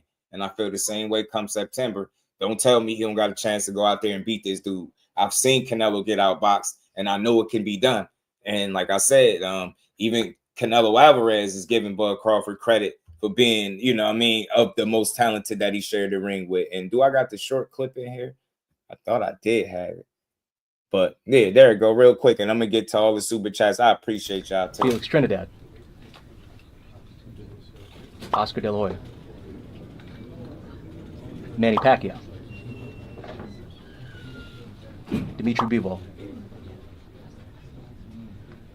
Artur Beterbiev. Bernard Hopkins. Floyd Mayweather. Damn, you don't think none of them? Look, they don't think none of them is better than Crawford. You get me? So he think Crawford the best guy since that he stepped in the ring with. And we gonna see if he was just saying that. But I believe it's some truth to it. He might believe that right now because he know Crawford is one of them guys. Shout out to my homie Big Dog Willie. Said Jusdueboxing, they take the juice. It's too far. Yeah, I'm seeing it on all platforms. That's why I said I had to bury the hatchet. I'll leave it alone after today. Like I don't care. Like people gonna do what they're gonna do regardless, but they're gonna keep missing it when it comes to Bud. Shout out to Oster 40. Bud been disrespected, disregarded in the mix of all. He went 2-time undisputed, 12, 13 title defense fights. Shot. Bud is the epitome of a champion. That's all facts, bro. That's all facts. He really is. And this ain't no protection agency. This ain't none of that. But this is just for real boxing fans. In boxing, everything ain't for everybody. So every conversation ain't gonna be for everybody. But this one is for the people that respect the talent that Bud Crawford is and just want to see if he gonna win or lose, do his thing, and move on. Right? The ones that just gonna respect him as what for what he's put in, for the work that he's put in, not for some random ass shit that you may think because he knows somebody that was once linked to steroids or whatever the case. I get it, the Victor Conte shit, but people got to let that go. Like, if you don't know what his connection is with him, if you don't know what his dealings is with him, if you don't know if he's doing something that's considered to be foul or underhanded, then you just got to let it go. Because other than that, it seems very hateful and it seems like you got an agenda. That's for anybody that's doing that. If you can't back something, why would you be willing to push it? That's all. Like I've seen people in my comments about it. Like they like, ah, he's a juicer. He's this, he's that. His resume is trash. It's like, bro, that's y'all toxic as hell. All y'all do is tear down boxing. You know what I mean? And then go jock ride your favorite fighter. That's what people do. Shout out to those. Appreciate you, bro. The Butchery said, what you think about Ortiz and Thurman in talks? I don't know if that was for me or for Bernie, but shout out to the Butcher. Appreciate you, bro. We're gonna talk about that too. I just wanted to get through that, and I think that conversation for him, it did it, man. You know, I put Snac versus Clenbuterol because obviously, you know, Terence Crawford had the Snac shirt on, and you know, people been going Snac crazy, but all I'm saying is Snac is under heavy scrutiny for being foul. And the Snac guys ain't the guys that's popping dirty. And then the reason for it, people are saying is because, you know, the Snac guys got undetectable steroids and this and that. And I'm just not buying it, y'all. I'm not. It's far too many Snac fighters. Everybody is not on the Snac regimen. Some of these guys are wearing the shirts, probably getting paid a couple hours to do it. I ain't even got to get into it. At the end of the day, there's been far too many Snac fighters that haven't tested positive, that have lost. Caleb Plant will be one of the ones that come to mind, recent memory. He just lost to a guy that everybody was saying he beat up on in sparring, right? Snac athlete, Clarissa Shields, they try to play with her name. You seen Shakur with a Snac shirt on saying he's Snac strong. Boo Boo Andre. I mean, you name it, Sean Porter. It's a number of these guys, but there's so many scenarios and situations where these Snac athletes are getting beat just like anybody else, but people are taking and running with it. You know what I mean? So I just ain't for it. I get everybody's suspicion against a guy, you know, for a guy that was heavily involved in just, you know, cheating, right? Straight up and down. But just because, you know somebody that's into something don't mean you into it too. I could understand why people would be suspicious. That's one thing. But to then let your suspicion override your logic and what you can actually prove, and then you're willing to say, like, yo, you're doing this, and I know you're doing it because you get me, it's a slippery slope. So I just wanted to give Terence Crawford his just due, because that's what I do over here at Jusdueboxing. But we're gonna talk about that Ortiz joint too. But earned his other things was yeah, man. You know what I'm saying? He earned it, bro. Out the mud, man. Shout out to Osa 40. Appreciate that support. Shout out to the homie Al Booger, man. I appreciate all y'all. And we ain't never got to box again. Well. I already been getting these back, but now it's time for you to get your just due. Which was good. So I never talk about that, man. It's sad, really. People don't love the sport like they say they do. That's what I be saying, Shaywood. And I said earlier, I gave my disclaimer. Don't take nothing I say personal. Don't take this conversation personal. You can go cry in the car because I know how messy YouTube is, but don't play no. I'm saying it. I'm saying it. I'm letting this be known right now. I don't want to have nobody playing with my name the next day. We had an honest conversation. I wanted that man to come up here and speak some real truths about Bud Crawford. And my thing is this. I feel like conversations between me and somebody like Bernie need to take place, because if people could spend ample amount of time dragging them and tearing them down for some shit you think, I can have somebody come up here and talk to him about shit that he know, not what he think, you know, as well as what he may think when it comes to certain situations. But for the most part, you know, a lot of, you know, his answers are the things that he's able to speak on about Bud Crawford come from experience, not just from outside looking in and guessing. You've seen this guy put that work in. You've seen him kill it in the gym. You've seen him beat ass in the gym. You've seen him knock out bigger people in the gym. You've seen him beat ass consistently for years. You've seen him do it in the ring, outside the ring. You've seen him wrestle people down in the gym, wrestle the wrestlers. You get what I'm saying? You've seen him do all of this different shit, be physical with guys, just be a freak athlete and be the constant competitor. This is what you've seen with him. That's why I like what he say. He say, man, he's a man of substance. I like that. That's real. I mean, always be a man of substance. And people got to start thinking, man, integrity is everything, bro. And I think you lose it. I don't give a damn about no likes, no clicks, no views. That's not, we all here for that to a degree. But that's not the driving force. My love for the sport is the driving force of what gets me to come up here every day, y'all. You know what I'm saying? That's what makes me want to come up here. I mean, I actually give a damn about the shit that I be talking about, and we be having fun doing it, man. Shout out to Sonny. What's good with it? Shay with a clean. Oster says Snac black fighters only. And you get what I'm saying? And Caleb Plant, though Caleb, even though he invited to the cookout, but he a Snac athlete, and he ain't, you know, he ain't dirty. You know what I'm saying? We just gotta stop dragging these guys. So look, man, let's talk. Let's talk. We're gonna keep talking, man. We ain't going nowhere yet. We're gonna keep building for a little bit. Team Slide, what it do, fam? Shout out to everybody in the building. Hit that like button, sub to the channel if you new. We're gonna keep building. Shout out to Bernie the Boxer coming up with that, just to chop it up with us and talk some real boxing, man. So look, at the end of the day, Crawford's a clean athlete until proven otherwise, man. I think that's how everybody else should approach it, but I'm only me, and I'm only speaking for myself, man. Clean athlete. We know Canelo has some Clenbuterol issues. It is what it is. At the end of the day, he got a job to do. And September 13th, that's what he's trying to do. 2 cents was good, family. He's going to try to go out there and dethrone Canelo Alvarez. And shout out to Bernie for the exclusive. He said, man, not one time did he mention money or a dollar, how much money he going to make. He's just strictly talking about the win. I think the conversations like that are really telling. And I think it speaks volumes as to what kind of fighter he is, man. He, money come with this shit. But he like, yo, I can beat that dude. And he said he even called him and told him, man, I could beat him, man. I like to talk. Love to talk, man. Love the energy, man. And I just can't wait to see it fight, man. So shout out to Terence, Bud, Crawford, Bomac, and the whole BNB. Keyshawn, the whole DB3. I'm rocking with him. I think many of y'all still rocking with him. And we're going to keep building. Shout out to LetsBuild the plug because my guy dropped he let me know that 52,000 tickets was sold for Canelo Alvarez and Terence Crawford. I forgot to ask Bernie about that because they selling some tickets right now. And this is 5 weeks to go. Shout out to the plug, my guy. SP, what it do, homie? So I think that's good. Greg, what's good with it, bro? Max amount, a lot in the system. So yeah, man, I know Canelo, right? They done mastered the perfect amount. That's what I be feeling, but it is what it is. Shit ain't gonna be enough. I'm rocking with Crawford. That's what I'm saying. Hey, Al Booger.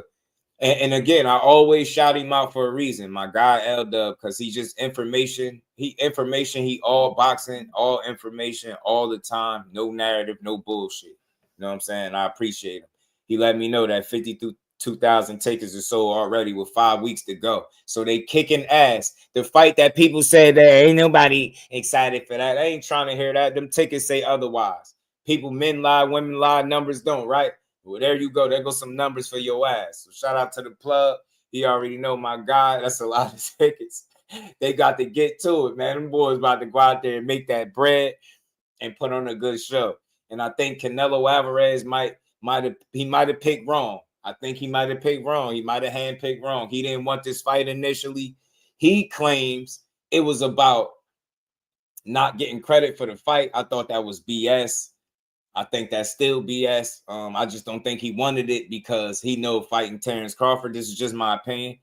Terence Crawford is going to be a guy that's not just going to be glad to share the ring with you. Terence Crawford is not going to be standing in front of you looking like, oh, shit, this is Canelo.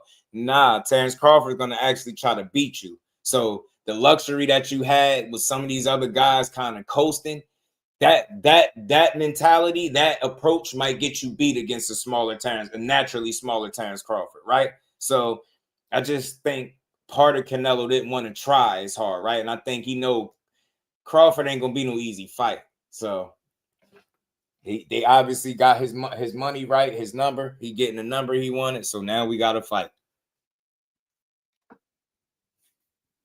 Can't wait to see it, y'all. Can't wait to see it. But let's keep building, man. Let's keep building. So y'all wanted to talk about the Ortiz and Thurman situation, and Ortiz and Thurman, and then I heard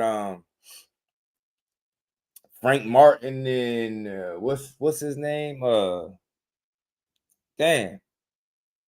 Keep Thurman and Ortiz, and then said Barboza. Frank Martin and Arnold Barboza, right?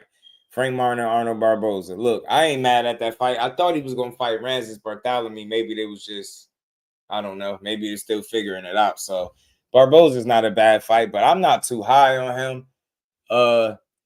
he gonna lose to Frank Martin, to me, in my opinion, for the same reasons or similar reason that I thought he was gonna lose to T.O. His athleticism. I think Frank Martin is an athletic guy. He got the muscles, but going up a weight class should help him. Hopefully, he's talking like he ready to put some belt to ass. Just don't think Barboza can beat athletic guys, athletically gifted guys. I just think he gonna always struggle with them kind of guys. Even if this is Frank Martin first fight at 40, it don't matter to me. I don't lean towards Barboza. Like Canelo even said, starting to look a little worried. You get closer to September, who you worried for, SP? But yeah, Barboza should be a cool fight. I think Frank Martin to win. Shout out to the Omi champ side, man. He interviewed Frank Martin. Frank Martin gave his thoughts about Keyshawn. I had to play it because he was talking some talk, man. Shout out to the champ. I kind of saw your comments, but a lot of people may have not. What you thought about Keyshawn? We all saw you check his temperature during Spence Crawford fight week. You know, you wanted to know what was up. What's going on with that fight? You still want that one? Fuck that nigga. I'll put his dick in the dirt. If he want to touch down, he want to fuck with me. Tell him I said, come on, bring it on. You know what I'm saying? I got smoke. You know what I'm saying? I'll smoke his ass out. I got two more for you. Who you got in that Spence Crawford? I mean, not Spence Crawford. Crawford Canelo. Who you got in that fight? Man, it's a good fight, bro. You know what I'm saying? I don't really want to speak on that fight. It's one of them fights that, like, I know it's a good fight. It could go 50, it's a 50-50 fight for me. He going up in weight. You know, Terence going to be great, bro. But at the end of the day, he got the skill to do it. He got the skill to go do some shit that other motherfuckers can't do. You know, he just got that. You know, everybody got a little something in them, bro, that everybody don't got in them. He got it in him, you know. So it's one of them things I don't really want to speak on, bro. Like, I fuck with Canelo, and then I like Terence style. I like how he fight and stuff like that. So I don't even want to speak on how that fight gonna go, bro. I'm gonna close with this. How was the love out there on the court, man? We at the Dallas Wings game, you know, just popping up. How was the love, man? You get a lot of love from the people. It was love, bro. You know what I'm saying? This what I need to do more of. Oh yeah. You know, even when it comes to the fights, bro, y'all finna see my face a whole lot more. Yeah. You know, I gotta attend certain events and this and that. You know, just so people know I'm there. Everybody been talking about Frank Martin been missing. Frank Martin been in the mix. I've been grinding. I've been working. I be doing shit that nobody know about. Okay. You know, but I just do me. I don't know if you remember this. I interviewed you after the Tank fight in the MGM. You said something like, man, I think I might have lost some fans. And when I posted that, people was like, nah, man, you gained fans from that fight. You know what I mean? Because you showed your heart. And a lot of people scared to challenge themselves. So, you know, you always going to have, just like Earl, you got people waiting on y'all, man, to pop out. You know, you be posting on your story and stuff. But you got a built-in fan base now. For the fans, bro, who been waiting on me, dog, I really appreciate y'all. Hey, I'm sorry for the wait. You know what I'm saying? I know y'all been waiting. It's like an album. When the album finna drop, everybody like, damn, when the nigga gonna drop? Hey, look, we finna drop soon. You know what I'm saying? I don't know the exact date, bro. It's business. Y'all gotta understand, like, it ain't just like me getting on some shit and being like, all right, I want to fight this date or I want to fight this month. That's not how we go. You know what I'm saying? So I'm hoping that this shit finna drop soon. If I can fight in September or if I can fight in October, y'all, I've been working my ass off. You know what I'm saying? I ain't just been partying and just fucking around, y'all. I'm working. So if they drop something for me in September or October, I'm going to be ready, and I'm going to be ready to give y'all a show. You know what I'm saying? I'm going to be ready to give y'all some shit that y'all ain't even seen yet. You know, I took an L back then. Just watch how I bounce back from that bitch like a 4.5 heart. You Champ side checking out with Frank Martin. Appreciate it. Man, shout out to Champ side. He always get them exclusives with the fighters, man. That man be putting in work, and I respect it, man. I respect the grind, respect the work, man. He working. And shout out to Frank, man. He said put Key. He said put Key in the dirt, man. Look, I ain't here to take up for Key. I love that talk. Y'all know Keyshawn my guy, but Frank Martin said exactly what a fighter's supposed to say. He been working. He said he'd smoke him out. I love all of the talk. The great thing about it is they had a little interaction, a little back and forth. You know what I mean? Got a little heated, you know what I mean? A little confrontation that they had, but cooler heads prevailed. They walked away, and you know, now they find themselves, well, I don't know where Keyshawn is going to end up as. He going to come back at 35, I don't know, or 140, but they were saying 140. So the good thing is if he truly go to 140, then he has Frank Martin right there as a potential opponent. So Frank, you have been missing. You've been out the loop a little bit since the Tank fight, but we get it. That is business. I'm glad he said that. I'm glad he said he about to make himself readily available and you know, make sure that he be at some of these events because he got to be, and the love is still there. You know what I mean? I'm glad that, you know, he didn't lose fans how he thought he did when he lost the fight, because that's not real. And I'm gonna say this: I can't tell you what kind of fight fan to be, but there's nothing real about trading or abandoning shit. If you rock with a fighter and the first time he take a loss, now you don't rock with him. You never really did. It's easy to rock with a winner. Everybody love a winner. But can you rock with a fighter when he take a loss, when he take 2 losses in a row, and you waiting to see if he gonna lose that third time and retire or bounce back, right? Take a different type of supporter, man. I say this and I mean this, man. Boxing losses are a part of the game. We shouldn't you know, demonize and scrutinize and be overly critical of these guys that take losses. Nobody should knock Frank Martin, and most people didn't. I like that reaction. Most people didn't knock him for going out there getting knocked out by Tank because it's Tank. But we got to give a lot of other guys that same respect. Going out there against any of these dudes, man, every fight is tough. You get what I'm saying? All these guys is dangerous if you think about it. You know what I'm saying? Anybody got an opportunity with a pair of gloves on and 2 hands, 2 fists to hurt you. So, I mean, losing shouldn't be the end of the road for these guys, and I hope to see more of Frank Martin. You know what I'm saying? Shout out to my guy, Ant McQueen. So I didn't understand Barboza's game plan versus Teal. Me neither. As he boxed on the back for the majority of the fight. Teal, yeah, noted for his struggles in pursuit. Why not? Yo, in facts, bro, he was pussyfooting. Ant. He was, bro. He gonna get him if he get his mind right. Yeah, PBC need him, champs. I've been on Demon Time. Yeah. Oh yeah. Yeah, man, I've been hearing about it. Like I said, man, I just been trying to stay out of the way. I know when to tap out, like when not to, you know, tune in. I know when to kind of, you know, just do what I'm doing. You know what I'm saying? But I've been hearing, man. Listen, I feel like in this YouTube space, man, we share the same space. So why not all give respect where it's due? That's all I can say. Respect the man as the man that they show you that they are. You know what I mean? If a person give you a reason not to respect them, and I guess do what you do. But for me, nothing is ever personal. I'm all about building. I don't want to tear down nobody, name, platform, talking points, none of that.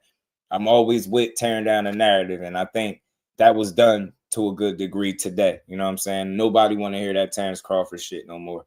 That shit should be dead. Nobody want to hear that no more, bro. Like nobody, I'm tired. Nobody want to hear Victor Conte. No, just shut up. Just shut up, man. That dude has been doing it the right way. You haven't had one fighter get out the ring and say anything remotely suspect about Terence Crawford. You haven't had any sparring partner, anybody from any walk of life. You only have it on YouTube, Twitter, Instagram. That's not a coincidence, man. That's math. People are from the outside looking in with a very limited scope on what you feel like is true and not true. And then you're allowing your disdain for a fighter to push a narrative that you shouldn't be willing to push. That's with all due respect to anybody that's doing that. But Crawford is a generational talent. I think he should be appreciated like that. That's just my opinion. Win, lose, or draw, we should all be able to say, man, he had one of the best runs and most successful careers in the sport. Been one of the pound-for-pound best fighters for years on end. That's all I'm saying, y'all. If this shit is really about boxing, then let's keep it about boxing and not nothing personal. You know what I'm saying? You don't see fighters getting on their platforms, making it personal. And I'm telling y'all, when they start doing that and calling out people by name, like that shit get messy. I'm not a fan of it. I'm not a fan of the back and forth and you this, and it's not my thing, man. I'm not an internet guy. I don't play the internet games. I just like to have good conversations that people that love boxing could appreciate. You know what I'm saying? And have some fun that way. Shout out to my homie, man, the big homie, the Podfather, Hardcore Boxing News, my guy, Jay. What up with the big homie? Appreciate the support, man. He says, salute, man. Salute to the big homie. I hope all is well with you too, man. I'll be calling you, checking on you real soon. Shout out to the homie, the big homie, man. Manuel Pettigrew, man. Shout out to my homie. He be shooting the cash apps and I don't even be live, man. Shout out to him, man.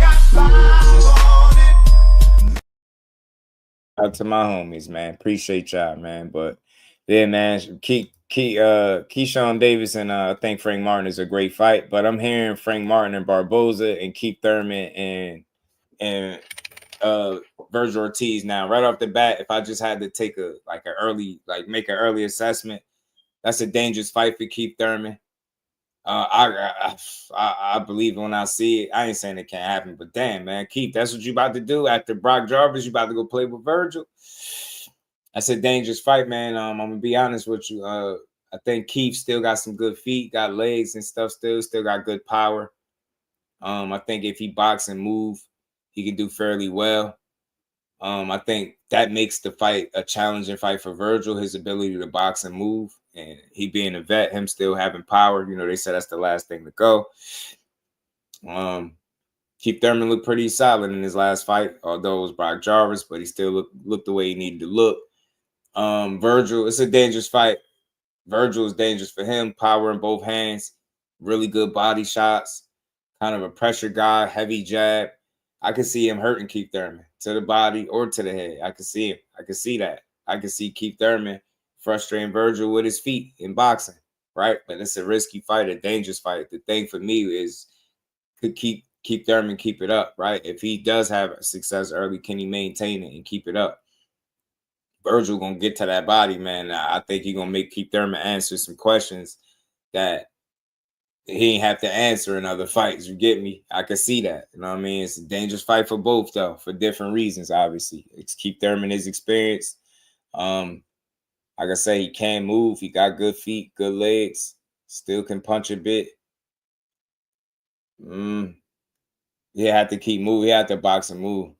Yeah, it's a dangerous fight for both, I believe. Yeah, just get back in there. That's a fact. That's a fact. Virgil get to the body, keep cook. Yeah, he gonna be in trouble, man. I can see Keith winning if he can box, teach like what you saying. If he can box and move, I know that's how you see it, right? He frustrating Virgil, being elusive in spots, just not being a stationary target. I could see that being a problem for him. You know what I'm saying? I could really see that being a problem for him. I really could. I could see that being a problem. You know what I mean? But at the same time, Virgil is very persistent and he hard-headed. Like he's stubborn. He gonna keep going. You seen even when he got knocked down twice against Boychuk, he kept fighting. Virgil don't got no off button. So once he on, it's on with Virgil. Virgil's just gonna keep coming. You know what I'm saying? Right, T. I'm what you teach. Yeah, Virgil. Virgil could the pressure and the punching power, the body shots, him being young, that could create a challenge for Thurman, who's an older guy, newer to the division, a lot more inactive in recent years than Virgil. Keith Thurman still got some questions that people have about him, right? Which is understandable, fair to a certain degree. You got the questions about him, I understand that, but it's a matter of what could he do? Could he figure it out? You know what I'm saying? Could Keith Thurman figure it out? Could the wily vet beat the young, hungry champ? And that's the thing, bro. If that fight gets made, bro, if Virgil and Keith Thurman get made, they gotta put some respect on Virgil. I'm not trying to hear shit. I get it. Keith Thurman is this, but that's a one-loss Keith Thurman. He only lost to Manny. Bro, Virgil Ortiz got a damn good resume. He fight Virgil Ortiz. I mean, he fight Keith Thurman next. Yeah, that punch resistance gonna get ghetto fab. That shit gonna get tested against Virgil, I think. Booger, my dog. Appreciate you gifting the membership too. Much love to my dog. Appreciate that. Yeah, it's a dangerous fight for both. I think I'll lean toward being a little more dangerous for Keith just because of the inactivity, being newer to the division than obviously Virgil is. Having that one fight against Brock Jarvis, that's not going to prepare you for no Virgil. So that'll be interesting. But like I said, I do see an area or avenues of success for Keith if he can be consistent in box, because that's be his method. If he can catch Virgil, you know what I mean, with some, get his attention and box him. But Virgil gonna bring constant pressure, a heavy jab, good body shots, and you know he's gonna try to knock you out when he get the opportunity. So yeah, it's a good test, man. Good style matchup too. Good style matchup. You got a boxer, puncher, and I feel like Keith Thurman with good feet, with a guy that likes to bring good pressure and be on the front foot. And Virgil don't like to spend a lot of time on that back foot. He fight coming forward. That's the only thing he know. That's why he got dropped twice against Boychuk, coming forward, in my opinion. And he's susceptible to counters and getting caught in between his shots because he be putting so much in his shots that he be open for counters and shit. He be open for counters. So we'll see, man. We'll see. I hope we get that fight. I do. Personally though, if I could pick, I would like to see Xander and Virgil right now because Virgil got a much better resume than Xander, and Xander is a champion. But if you know boxing how I know, they're not about to throw him in there with no damn Virgil Ortiz next after fighting on no Jorge Perez Garcia. That's not gonna happen. Jorge Perez was able to land on Xander pretty cleanly, flush at times. I didn't like the way Xander responded when he got hit flush. If Virgil is able to consistently hit you flush, you might be in trouble. You might, you're gonna be in trouble. It ain't gonna be no Mike. So Xander was doing some clinching and holding, grabbing and holding when Garcia was catching him with them shots. So I know if it's Virgil Ortiz on the other end of that, he gonna be in some trouble. The problem with Xander is the lack of creativity at times is going to cost him to get somebody that can fight like a Virgil Ortiz. Virgil Ortiz really can fight. People don't give him enough credit for it. He can box. He'll figure you out. And he's very headstrong and he's stubborn as shit. The same shit that makes him successful can hurt him at times too. But he's the kind of guy you're going to have to beat his ass. Xander ain't got that kind of punching power to me. He was able to weather them knockdowns from Boychuk and keep pushing, bro. Like, I just don't think Xander would be able to hurt Virgil much. I could be wrong, but I think Virgil would be able to manage his power for some reason. I think clip him. I'm telling you, I really do. I think he clips him at some point and possibly could stop him. That's why I don't think they would make something like that now. Cuzzo, shout out to my Cuzzo Ashley's corner. How you feeling? Don't work too hard over there. Nah, Bob ain't doing that. Not right now, anyway. I just don't see it. And then look, it might make sense to get him like a voluntary title defense or like some shit like that, right? You are trying to still allow him to grow.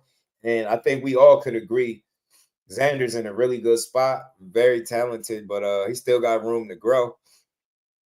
I think this Virgil fight, if it was to happen next, it'd be a little premature for him. I do think it'd be premature. You think it would look a lot like the Jorge fight? Look like by terms of that means of holding. Yeah, that holding. I just thought it was a little excessive. I understood it, but it still was a little excessive.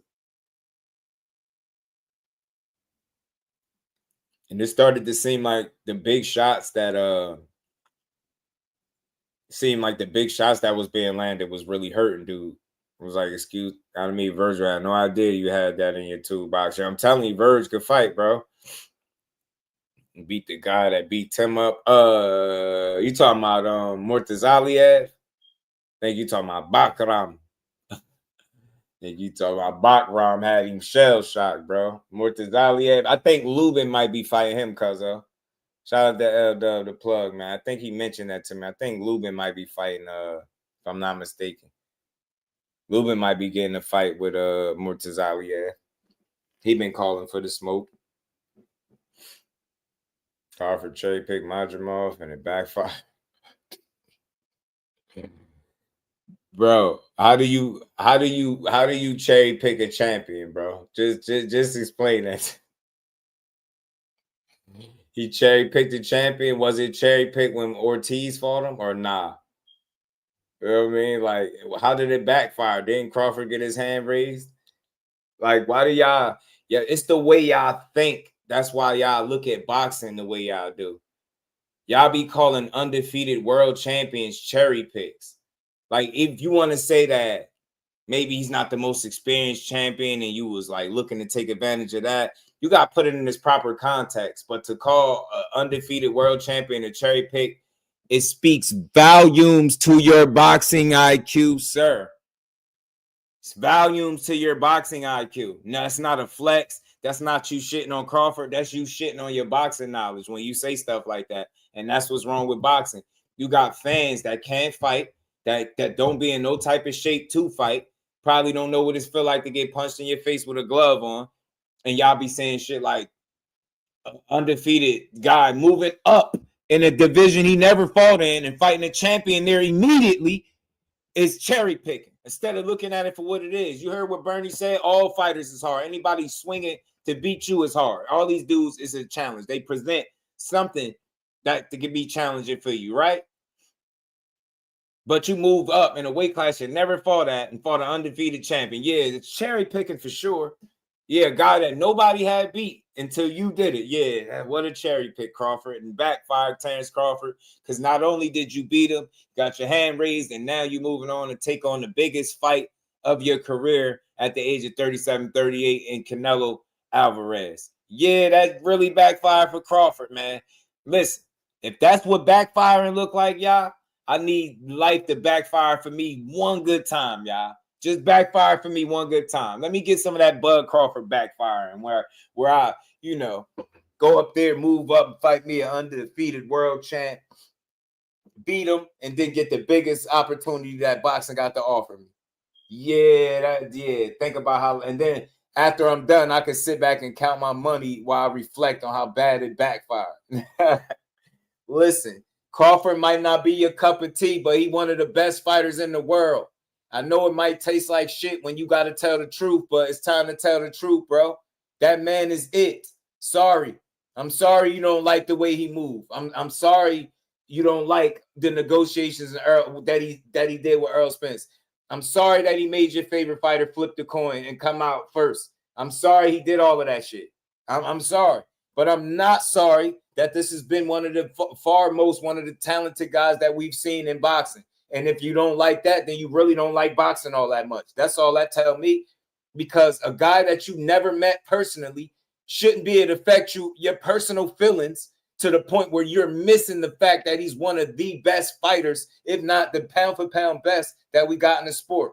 And no, I know y'all out there, I love Inoue too, but no way in no world am I putting him over Terence Bud Crawford.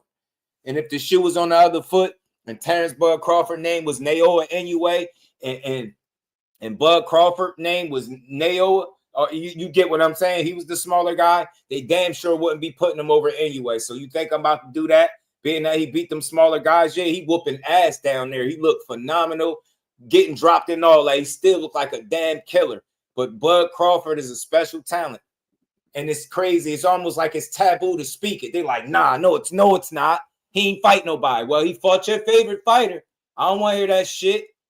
You telling me if your favorite fighter, and I respectfully, your favorite fighter is Earl Spence, or if that's one of your favorite fighters, I know how you talked about him all the way up until you lose. You don't get to write Terence Bud Crawford off and he beat that guy. You don't get to do that. That's weird. If Earl Spence is cold, Terence Crawford was better than him. So what that make Bud? And it's okay to say that. It's people that have a tough time admitting that Terence Crawford is just better than Earl Spence. That's okay.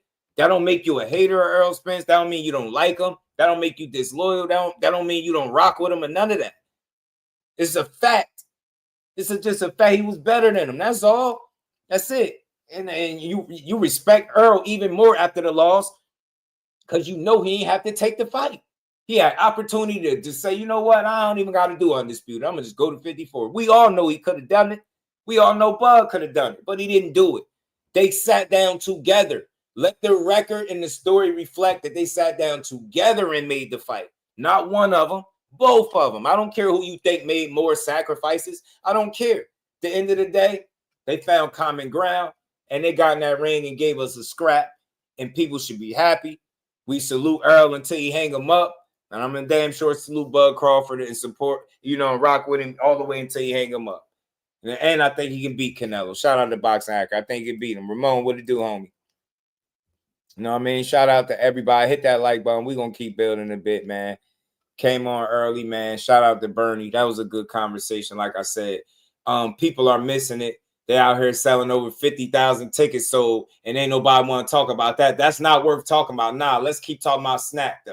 Yeah, let's beat it. Let's keep beating the dead horse and talk about how none of these snack fighters popping dirty because they got all the undetectable special steroids and everybody else getting caught. Eddie Reynoso on his 7th fighter. Oscar Valdez, the dude that had phentermine in his system, left Eddie Reynoso. The Juice King left part of the Juice crew departed, bro. The man said, I'm good. I'm good over here. I'm out. Yeah, Oscar Valdez. That one, right? That one right there, bro. Oscar said, I'm out. Why is that not a bigger story than Bud Crawford being on steroids? What the fuck are we doing? This guy, Pop Dirty, had multiple steroids in his system, blamed it on T. That was a lie. They let him fight. He got beat up. They gave him a bullshit gift decision, let him keep his belt, didn't penalize him, and then they gave this little guy a statue. Yeah, they did that. Where's the outrage for that shit? Nah, let's be mad. Let's be mad that we can't figure out why Terence Crawford is still beating ass all the way up as high as 54. And who is he? How dare he challenge the great Canelo Alvarez? Who is he coming from weight from 135 pounds to think he can beat somebody like Canelo? The nerve of this arrogant guy. I hope Canelo knocks him out. That's what y'all saying.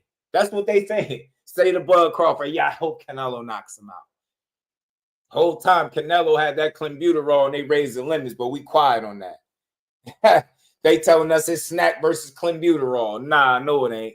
It's about to be that Omaha strong, that Omaha country strong, dark-skinned little black kid from the ghetto that grew up tough with his mom paying people to beat his ass. He about to get in there and cook Canelo. He about to get in there and style on him probably. And y'all gonna be mad talking about, yeah, I know he on steroids now. Victor Conte gonna give him the good snap. You know what I'm saying? Yeah. If he lose, they're going to blame it. They're going to say it was the bad snack. If he win, they're going to say, yeah, it was Victor Conte. Yeah, he whipped up the concoction. That's what they already preparing their excuses already, bro. You telling me that's not sad? That's shitty as hell, bro. They like, yeah, if he win, he Snack strong. If he lose, he got bad snack. Victor Conte failed him. So what the hell happened to Andre when he fought Benavidez? Because he Snack strong. That Snack ran out about 3-4 rounds. And Benavidez commenced to kicking his ass. What happened to his Snack? We seen how good a fight, Caleb Plant gave, Canelo Alvarez. We seen him win his world title. We seen him lose and bounce back. We seen him beat Trevor McCumbee. Then he got in there with Resendez, and all of a sudden his Snack failed him. Now what he got? Bad Snack? So let me get this straight. If you're a Snack athlete, the only time Snack is considered like a bad thing or super negative is if you lose with it or if you win with it. Which one is it? I'm confused. I don't know why we still talking about Snack this and Snack that. Snack, they're cheating. Dudes is home from their computers like, yeah, I know you're cheating. Cocaine under acts. Snack. You got Oscar Valdez, a known cheater, trying to leave. He wrote Eddie Reynoso a letter leaving, bro. He wrote that man a letter, man. He wrote that man a letter, an essay, letting him know, like, yeah, I appreciate everything you did for me. I appreciate you giving me your Kenneth, giving me the number to your Kenneth. You know what I'm saying? But I got caught. Like, come on, man. What we doing, bro? You got a whole juice crew. You had almost a whole card pop positive for steroids, bro. With the exception of a couple of guys on the card. Nobody's talking about that, but we still talking about Snack and Conte. This shit crazy, bro. Stressed out boxing, what it do? Said cocaine counteracts is crazy, bro. So look, man, he the most nefarious character in modern boxing history because he got it. Because the gall to ask for a coin flip. I'm telling you, bro, the gall to ask. How dare you ask for a coin flip? Who the hell are you to think that, you've done anything at welterweight to deserve to come out second? The nerve of you.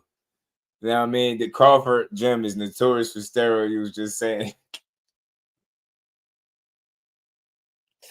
Hey, bro. Hey, yo, watch this. Watch this. Watch this. Hit the like button, y'all, for the real ones that's still rocking with you. Boy, we're going to build for a little bit more. We're going to entertain this, man. Crawford gym is notorious for steroid use. So, okay. With that being said, right? Because this is all about education and conversation and putting out the facts. Because you just saying, what fighters are coming out of Crawford's stable that's popping hot? Because you look, if you're notorious for steroid use, then that means we should be able to look at any of the B&B fighters and say, yo, they pop dirty. So just show me the B&B fighters that's testing positive for steroids. Show me Terence Crawford or anybody connected to him, whether it's Steve Nelson, you know, Bernie the Box, you got the Lester Martinez, you got DB3, right? Keyshawn, you got the Shakur work with him. Show me, name me a fighter that's coming out of that gym that's testing positive for steroids. Because I could have missed it. I don't know everything. But this is your opportunity to teach me as the content creator. Let me know. Because if they notorious for steroids, then that means they got to be notorious for cheaters coming up out of there. Because what we do know, Eddie Reynoso had about 7 Johns, as they say in Philly, 7 terrible Johns out there. So who is amongst Crawford's gym that's popping dirty? I got to know. This is like news to me. I've never heard this before. I've never heard this. Enlighten me, please.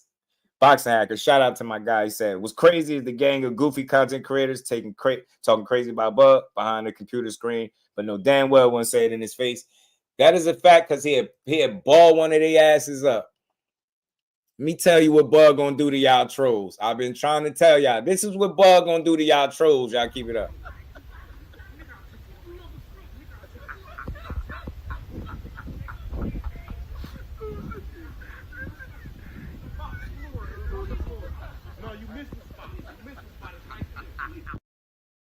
That's what he gonna do. That's what he gonna do to one of y'all trolls. And you know what y'all trolls gonna do? Once he grab you by your braids or whatever kind of hair piece you got going on, and he just drag you by it, you're gonna be sitting here like this. Police!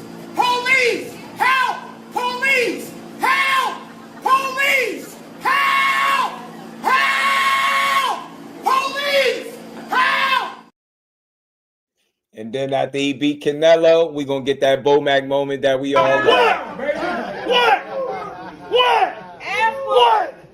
I told you, man. Hell yeah. Man, fuck them motherfuckers, man. Fuck them. They mad. They're gonna... Hey, yo, the worst thing that can happen in YouTube boxing is Bud beat Canelo. I'm telling you right now, I don't care about the same stuff everybody care about. Let Canelo Alvarez lose to Terence Crawford, bro. Y'all gonna want me to delete my channel. I'm telling you, bro.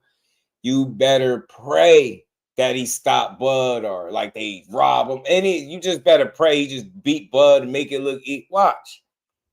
Because if this fight go how I think it could go, bro, I'm telling you, that man get his hand raised, they gonna want me to delete my channel, bro. I'm telling you. Blaze, what it do, homie? How you feeling? Shout out to my dog, Boxing.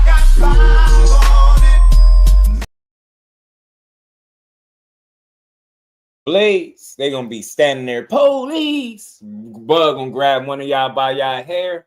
Telling you know a lot of y'all young cats too be talking crazy. I know y'all running around with braids and shit. He gonna grab one of y'all right by y'all joint, yo. I'm telling you. Do you just like he did youngin', bro. I'm telling you, that shit gonna get crazy. He's gonna get wild. Y'all gonna be looking crazy out there. You know what I'm saying? They're gonna be pissed off, yo. I'm like, man, why he do that? Why Bud do that? They'll be pissed off, bro.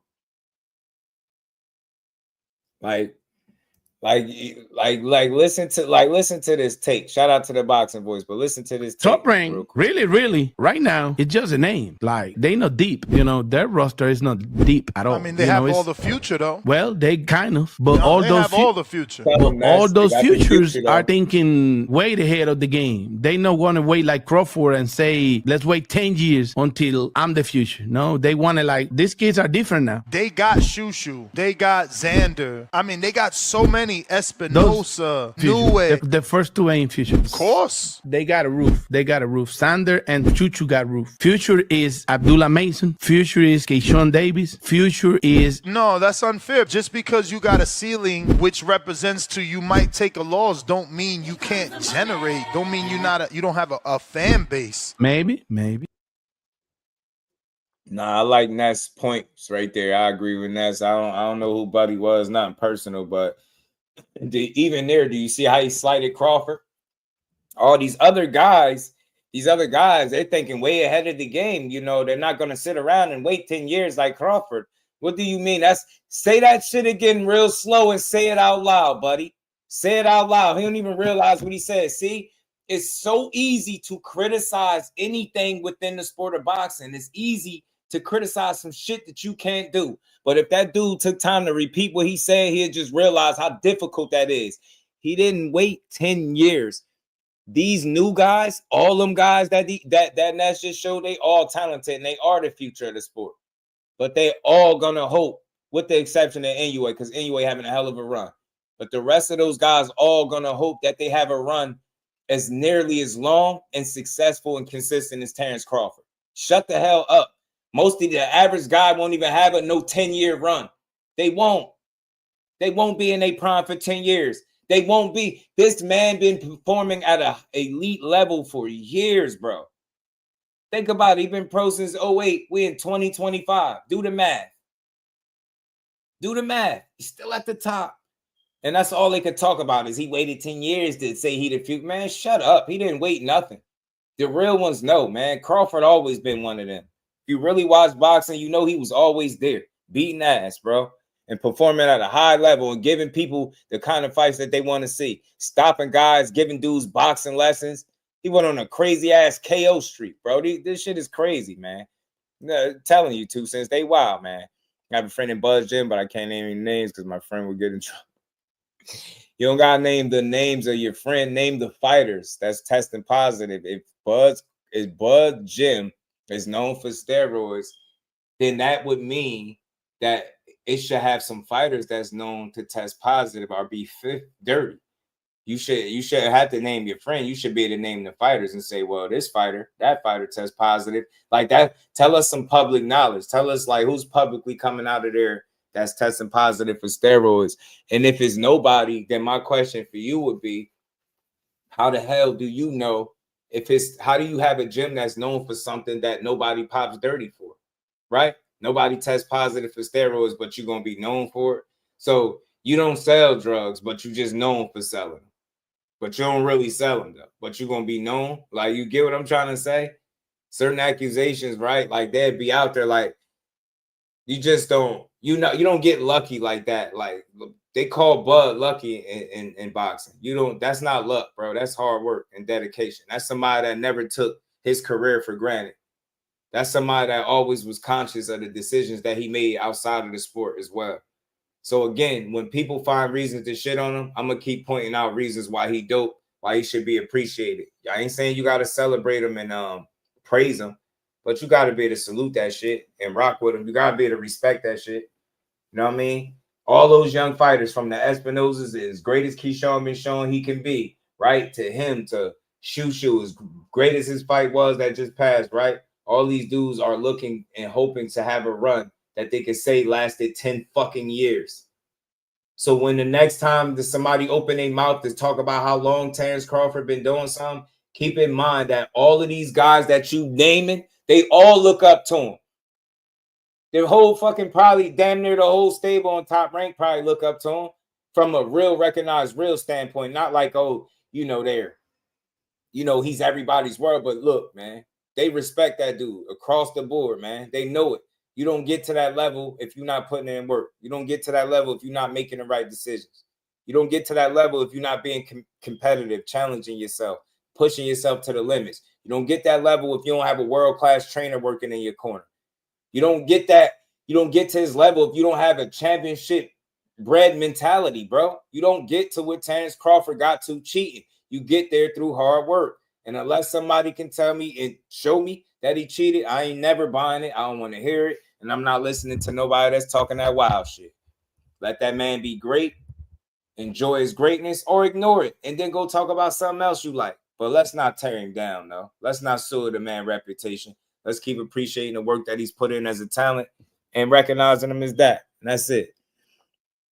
He got no work. He ain't got no bricks. Shit don't make no sense. But he the plug, though. You get me, Ty? What's good with the homie? You get me? You ain't got no bricks, but you the plug, bro. You get me? Terence Crawford ain't got no positive steroid test, but he a steroid cheat. He a juicer. You know what I mean? They talking about busted gloves Everlast come out, they jump all over the gloves. Then they still like, nah, but the other gloves, they was tearing in the Madrimov fighter. Man, knock it off, dude. Knock it off, man. He clean, bro. He clean, and y'all know it. You know what I'm saying? Two great fighters, boxing fans win. Yeah. Nah, but Barry was good with it. That's true. Boxing fans definitely win. But we win even more when we could just appreciate who guys are without shitting on them. Pop a lot, what it do, homie? You get what I'm saying? That black on black be a muck, good man. Anybody want to come up and chop it up for a minute? Yeah, I can, man. Smash the like button. We're gonna build for a little bit more, man. I think we had a good conversation today, man. We had some fights over this weekend. Regis Prograis, he had a slugfest with JoJo Diaz. He did get the win. He got shook up on a few different occasions. I feel like I love Regis personally. He's overachieved. I'm gonna support him if he's in the ring. I'm always support the guy. For me, I think his punch resistance from the guy that I once upon a time that was known to have an iron chin and hard to hurt. I seen him get buzzed on a number of occasions, or his legs didn't look good on a number of different occasions when he was fighting JoJo Diaz. They was fighting up there at welterweight. JoJo Diaz he started at like featherweight. That was the heaviest he's been in his career, and he was able to hurt Regis consistently. I thought that was concerning. I don't call for guys to retire. I don't like to be that guy, but the only thing that has me mainly concerned about Regis is his punch resistance, because that was his calling card once upon a time, and now that seems like he can be hurt a lot easier. You get what I'm saying? And ever since that Zorilla fight where he got knocked down, seemed like that was the writing on the wall. Seemed like shit been a little different. I think the wear and tear of boxing is starting to catch up. I think he mentally still strong. I think offensively he still can be sharp, but he got a ways to go, man. I just don't know if he could recapture that level that he's looking to compete at. He talking about fighting guys like Devin Haney and Ryan Garcia. That shit just wouldn't be a good idea. I just think stylistically, Devin will always beat him. Ryan, I think that's a really dangerous fight, unnecessary fight for him at this point, unless it's a lot of money attached to it. But look, I support him as a fight fan. Whatever you're gonna do, I'm gonna rock with it. But I'm not crazy. I've seen a much better version of Regis, tougher, more durable. He's not that guy anymore. And I feel like for him, like I said, to compete at the highest level, he's gonna need that punch resistance to be intact, and I just don't feel like it is. Appreciate you, Shay. As always, man. Much love. Not even a Knicks side. You know what I'm saying?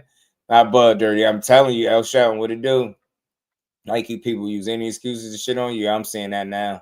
Skills, and I hope he wins, but I honestly can't see how he hurts Canelo. That's the thing, Barry. I get you. It ain't that he gotta hurt Canelo. He just gotta respect him.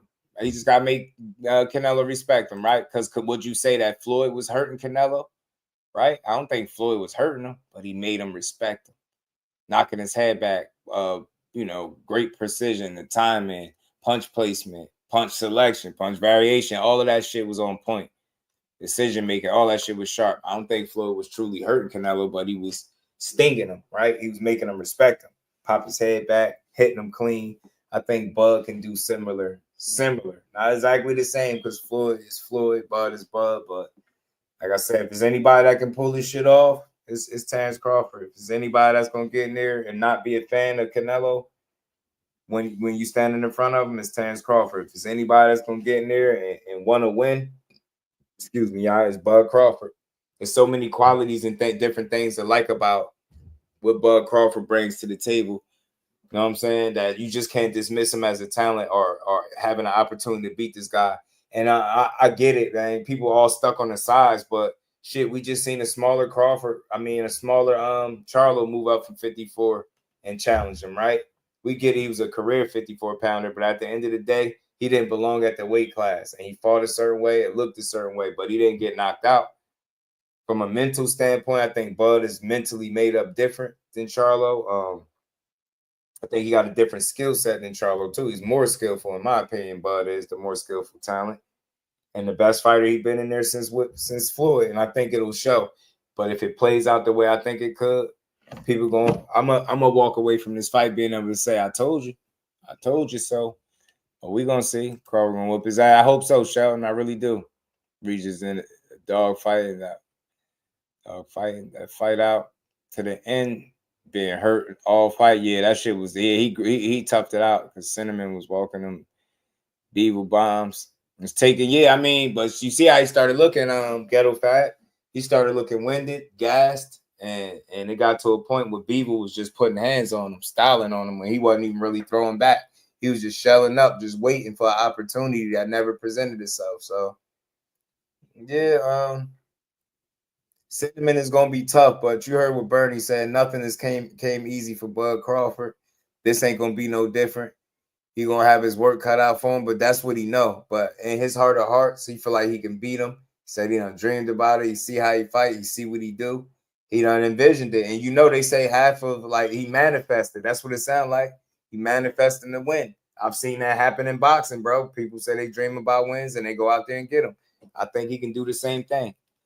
You know what I'm saying? Put on the defense of the exhibition. I think it was a draw, but they both landed 29 punches.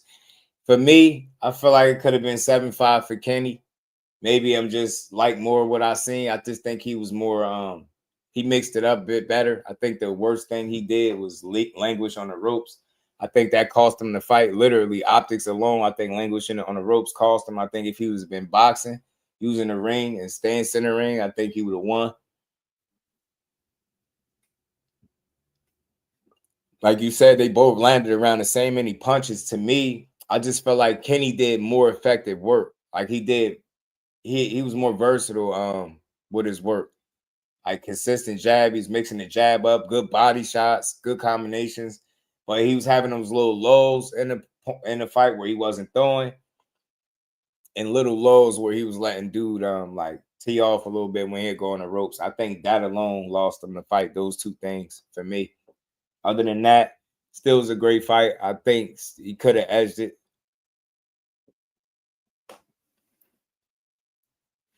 I think he had more consistent offense. Yeah, he's doubling the jab. He was using the jab, going to the body, hooks, mixing it up, changing levels, changing the looks. I think Duarte was coming forward. No, not a lot of jabbing going on. Combinations. He's throwing a lot of combinations. He was landing good combinations because Kenneth Sims was in front of him. I thought he was gonna box him and move a little bit more and kind of limit, you know what I mean? Limit Duarte. Celestial Being, what it do? He said big fight next month. Who fighting? So yeah, man, he mixed it up well, but he just linked too much languishing on the ropes, and he had those little lows where he was just letting dude get off, and I think that really impacted the judges' scorecards for real. But great fight for Kenny. I will watch that one again, and I will watch Kenny Sims any day of the week. Any day of the week. When everybody retires, content creators are going to have to get a 9 to 5. I'm telling you, pop a lot. Like, that's the way it's been, bro. It's been crazy. And I just want to say, like, I gave my disclaimer, so I ain't going to keep saying it. Never nothing personal with me and nobody, but damn it, man.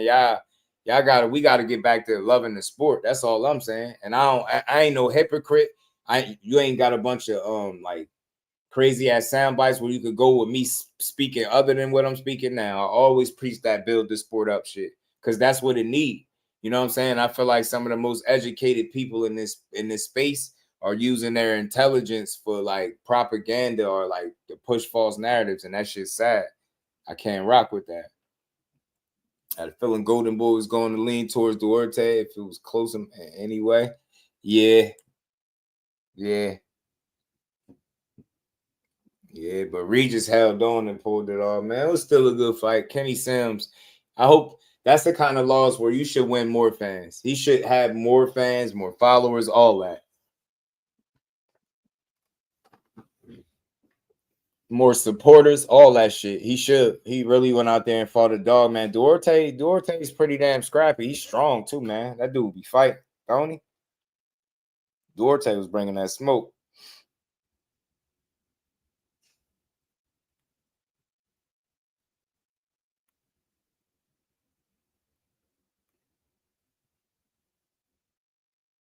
Man, so shout out to everybody, man.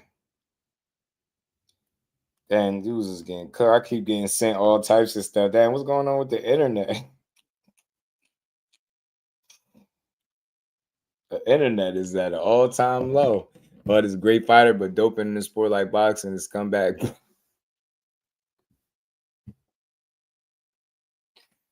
Nah, bro. Accusing a fighter of doping with no evidence, fam, is scumbag behavior, bro.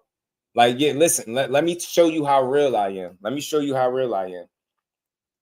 Yes, I agree. That's scumbag behavior, yo, doping in the sport of boxing. If you doping, that's scumbag behavior. But what about accusing somebody of doping with no evidence of it, bro? Nah, that's not proof enough, bro. That's not proof enough. That's not proof enough, bro. That you are exactly the way you think is what's wrong with boxing for real. Like you really running with that. That shit's sad, bro. Do you even know what his relation to Victor Conte is? What's his relationship with Victor Conte? How do you and what do you know of that? Like, what I want to talk about what you know, not what you think, what you know. That's crazy. That's accusing Bud of juicing is scumbag behavior in the sport of boxing, bro. We can't. That's why I came here early today. I don't care about no fucking views, no likes. I'm gonna stop saying hit the like button. I'm gonna just say you already know by now to hit the like button if you want to hit it. But I just don't care. When I really sit back and see what boxing been on lately, it ain't really been on boxing. That's what I'll tell you that. So, nah, man, we got to do better. I get it. If you said you suspicious because of the relationship with Victor Conte, look what Bernie just came up here and said. He don't think Victor Conte coming out and saying you know how to beat Tess is good for your business. He said that. He said he don't see how that's good for his business. Why would he come out and say that? But he ain't sitting here like, yeah, well, just because, Bud know him, so he cheat, gotta be cheat. He's doping. Doping where? What evidence? Where did you get this from? Where could I go and find out the information that y'all got for those that saying Bud is doping? Where could I find that at? Where could I find it at? I like to be informed. I like to be in the know so I can educate the people. Where could I go to prove that Bud Crawford is on something? Not guess, not some accusation, not some baseless shit. Y'all out here playing with this man's reputation. Y'all out here playing with this man's reputation and everything he worked and built. He got family out here, but y'all like, yeah, he doping just because I said so. What about his people that guy? He got kids. What if they hear that shit? Y'all up here talking about they daddy is a juicer or he's doping. Think about that. Y'all sad, man. That shit's sad, bro. Shit's sad. And you ain't gonna be able to understand where I'm coming from till it's your favorite fighter that's under the microscope and facing the same type of scrutiny for being accused of cheating some shit that he never did. It's wild, bro. And I'm telling you now, I'm gonna do this for any fighter that I see fit that's being undeservingly dragged through the media, bro. That's not real boxing supporter behavior, bro. We don't need them kind of fans in the sport. Take your ass to MMA, where they all probably or not MMA. Take your ass to the WWE, where they probably allowing each other the juice. Go watch the WWE. This shit ain't that, bro. You playing with somebody's livelihood, man. Every time these guys step in the square circle, they could lose their life. So you telling me one of the most talented fighters in the world, he gonna have an unfair advantage and I'm rocking with it? I'm not. If Bud Crawford was on anything, man, it would be no way in hell none of these dudes would beat him. And they can't beat him fair and square, let alone cheating. Y'all bugging. What performances should I go fucking look at that's telling me Bud is looking abnormal and he ain't been performing at that level? So don't try to say he's been doing it his whole career because that's weird as hell. So go play with the WWE. If you've been watching him since 135, you knew he'd been one of them chosen ones. You kind of knew it. And if you ain't know it early, after he beat Gamboa ass, the way he beat Gamboa ass, you knew Terence Crawford was one of them ones. If you didn't, then you was fucking blind. Come on, man. He been one of the dudes. He been the guy. He been one of them. Who did you have beating him at them weight classes at the time? Who would have beaten him? Come on, man. Yeah, come on, man. Man, this dude would have had a chance and a really good opportunity to beat anybody, Pacquiao included. Pacquiao included, man. Come on, man. We gotta stop, man. This dude, we talking about a real athlete, man. Y'all can't find a boxer in boxing that's willing to back up y'all claims. Y'all don't think that's a little strange? Y'all don't think it's a little strange that some of the best fighters in the world in multiple weight classes are telling you Terence Bud Crawford is the #1 pound-for-pound fighter in the world? Y'all don't, not the #1 cheater in the world. You got fighters that'll come out and tell you Canelo is cheating. You got fighters that'll come out and tell you they still think he on something still to this day. But you haven't had one fighter. Show me the fighter, at least one. Show me the one fighter that'll come out and be like, yo, I think Bud is on something. Show me the fighter. You can't find one. They all say that dude worked hard as hell. He a true competitor, man. He don't like to lose at nothing. This is what you know about him. This is shit that you can prove. And how could you prove it? By asking the people that got personal experience with him that actually know him. Not some fight fan that's on the internet with people trying to impress a certain audience, so they're going to lie and say he on steroids, and they know it. Look how long ago I gave bro the floor and the opportunity to tell me who's the fighters from Bud Crawford's gym that's dirty. Name me the fighters. Name me a fighter that's telling you that about Bud. He's just saying he can't say his friend this, but he calling him a scumbag behavior for juicing, but he don't think he a scumbag for not having no proof. That's how down bad y'all are. Y'all act like Bud Crawford hit your girl or something, man. You act like he slept with your woman or something. Seriously, bro. The hate y'all got for Bud Crawford need to be fucking studied. I never thought I'd be having this conversation because I really thought all of y'all liked boxing and it was about boxing. And the minute he beat Errol Spence, y'all moved that shit to something personal attacks.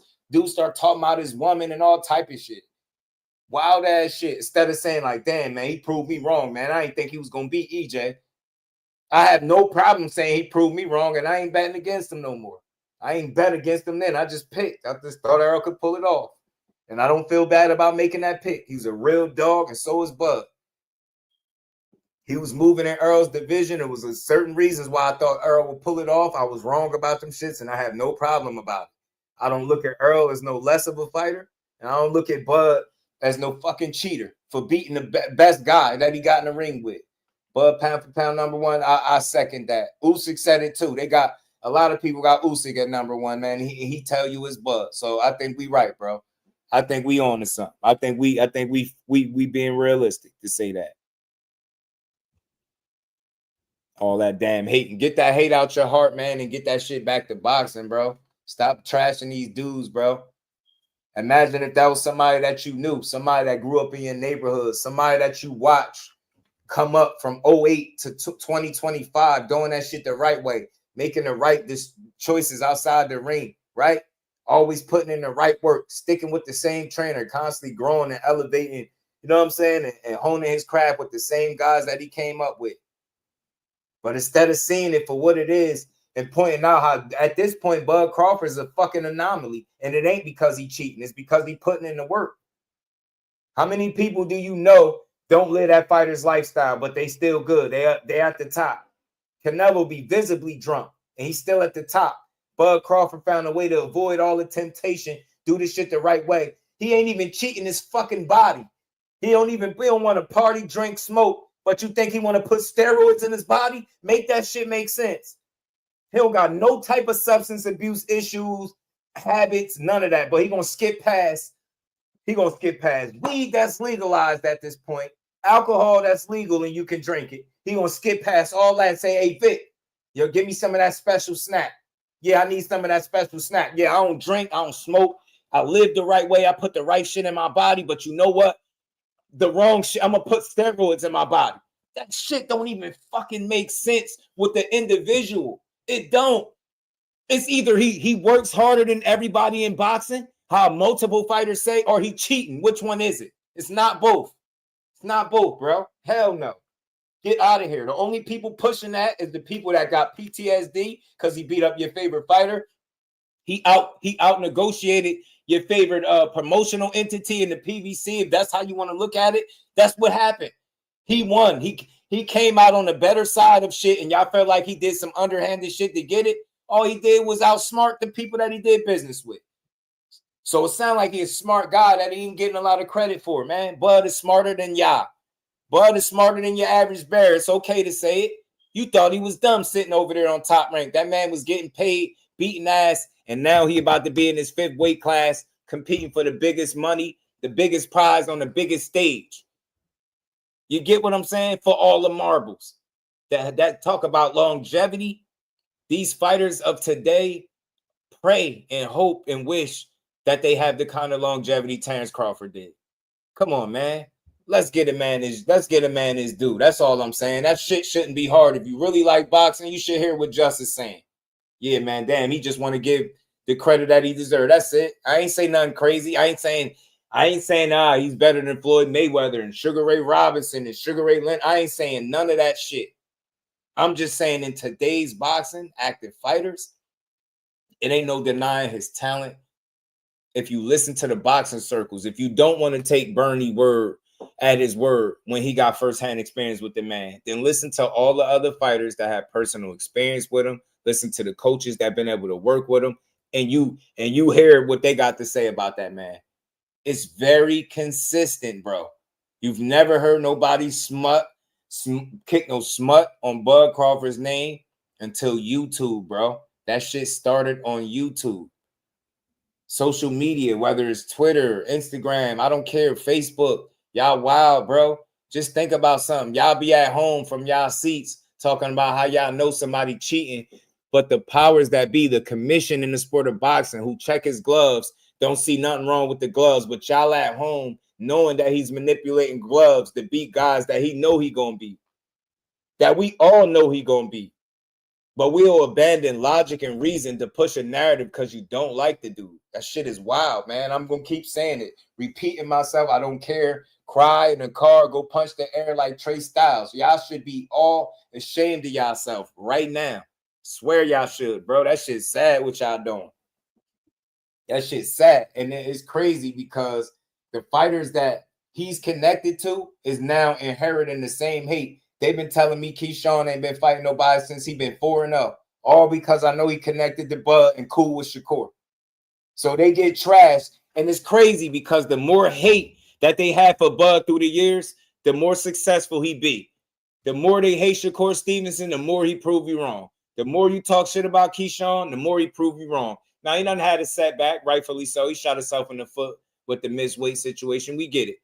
But don't give him some time, man. Get his foot back in the game. He's going to be right back where he need to be and proving people wrong again. That's a real good talent. All he got to do is focus, man. So what he do after he win? 168 defense, go back down. What's his next biggest fight? It's up to him. Do you go back down after being up and being down once upon a time? Or do you ride off into the sunset because there's no bigger challenge for you out there than Canelo? I think that's the biggest challenge. I mean, missing me with the Benavidez talk. I know some people like, why don't we fight Beaver or Benavidez? That's stupid. Nah, Canelo, I get the Canelo fight because in terms of size and stature, he's not the physical specimen that those other guys are. So that's something more, I think, up his alley. Not saying he couldn't challenge those other guys, but I don't think he doing this. I think retirement into the sunset would be good. It seems to fuel, but I like it too though, because I know he get fueled by this shit. He doing it the right way. You right, Shay. What he do? Yeah, I think so too. Popular, you got to give it up, bro. Give it up, man. You know what I mean? Give it up for that man. Get that man his just due, man. He gonna keep doing it the right way, and I'm gonna keep rocking with him, man. But shout out to everybody, man. Hit that like button, man, and you know we gonna keep building on this, man, because I feel like we got to talk about it. Boxing most hated is more than just Bud. You got Bud, you got Devin, you got Shakur, you got Keyshawn. You got some hated. You got some real hated fighters, bro. It's got some, and I don't understand it because I feel like I look at boxing different. These young men trying to figure it out. You think I'm about to get mad at him because he talks shit about a fighter that I like? I don't give a damn. That's the sport. They supposed to talk shit. They supposed to, one up each other. There's supposed to be some posturing going on, some shit talking. But most importantly, if they're winning fights every time they're in the ring, that's what matters more than anything else. And I think a lot of these fighters that we shit on are some of the most winning fighters in the entire sport. So I don't get it. So again, shout out to Bud Crawford. Shout out to the Bernie, the boxers of the world that you know, I know he's taken a lot of shots and shells and slugs over the years for being a spokesman for Terence Crawford, but I just want to let it be known and let the record reflect. I respect anybody that gives me their time and gives me the honest truth from how they see it. That's all I could ever ask you as a man. I can't ask you to get up here and tell me all the shit I want to hear, but I could always ask you to tell me the truth. And from your perspective, and he was able to do that. I think it was a solid ass conversation. And again, he was able to hit on a lot of different points, and I'm glad he came. But shout out to everybody. I understand your Victor Conte suspicion, but don't allow your suspicion to run wild and allow your imagination to run wild. Don't allow you thinking a certain way to be the way you believe that it is now. Like, you can think a certain way all you want, but once you start putting that shit out into the air, you it's nasty work. It's nasty work. Yeah, so I'm saying it. Never mind what he's saying, fam. I'm saying it. Y'all could be suspicious of Conte, but you don't get to paint him as a, see, this right here, Gervonta exposer. With a name like that, you already suspect. So how is he a juice monster? Where is he juicing at? Well, like, who did he juice? What fights was he dirty? What PDs was ever caught in his system? What drug test did he fail? What fighters said they suspect him of being dirty? Like, where you get your information? Just let me know. Now watch this, y'all. Wow, we about to get another one because this is back-to-back guys. They're probably the same person, these two. They're probably the same person, bro. All right, boxing star. So where your facts at? Because you said he clearly on something. So where your facts at? If you don't got no facts, you getting blocked for saying facts over fanboys. And you indicating that I'm a fanboy and you never hear, so I know you a fanboy. So you got about 30 seconds to let me know what your facts are on Bud Crawford. You get what I'm saying? I'm really about to start getting rid of y'all. And you too, Gervonta exposer. You know what I mean? Because y'all about to get sent to the shadow realm in a minute. I'm about to let my guy Tay send y'all to the shadow realm.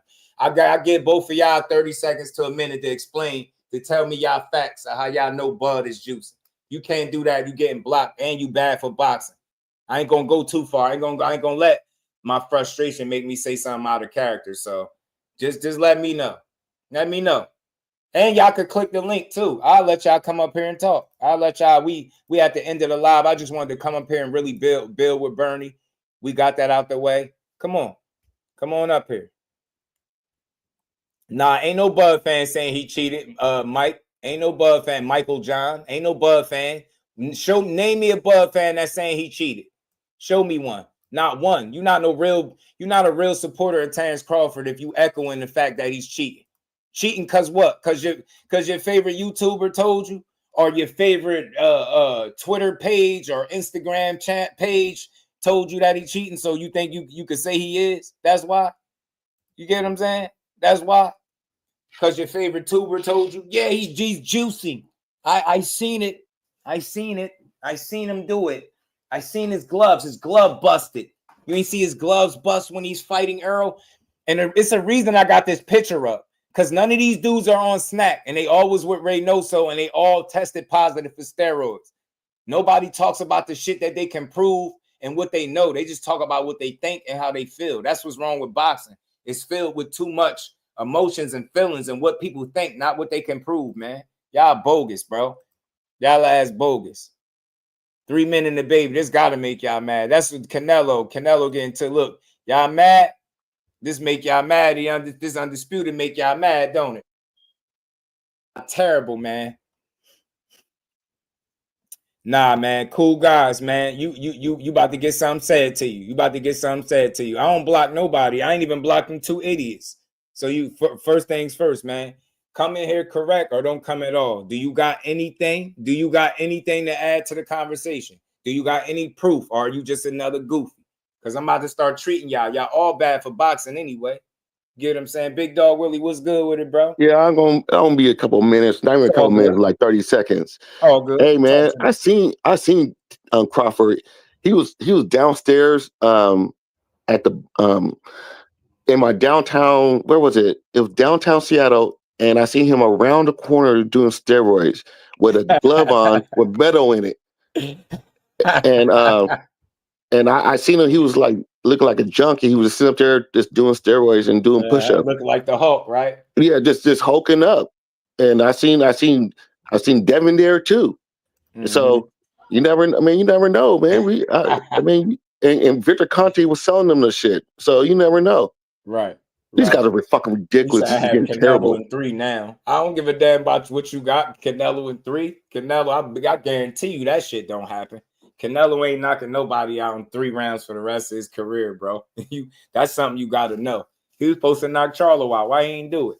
You know what I'm saying? Yeah, I want to get off here. Go 12 with Berlanga, who got smashed by Shiraz. That should tell you something, man.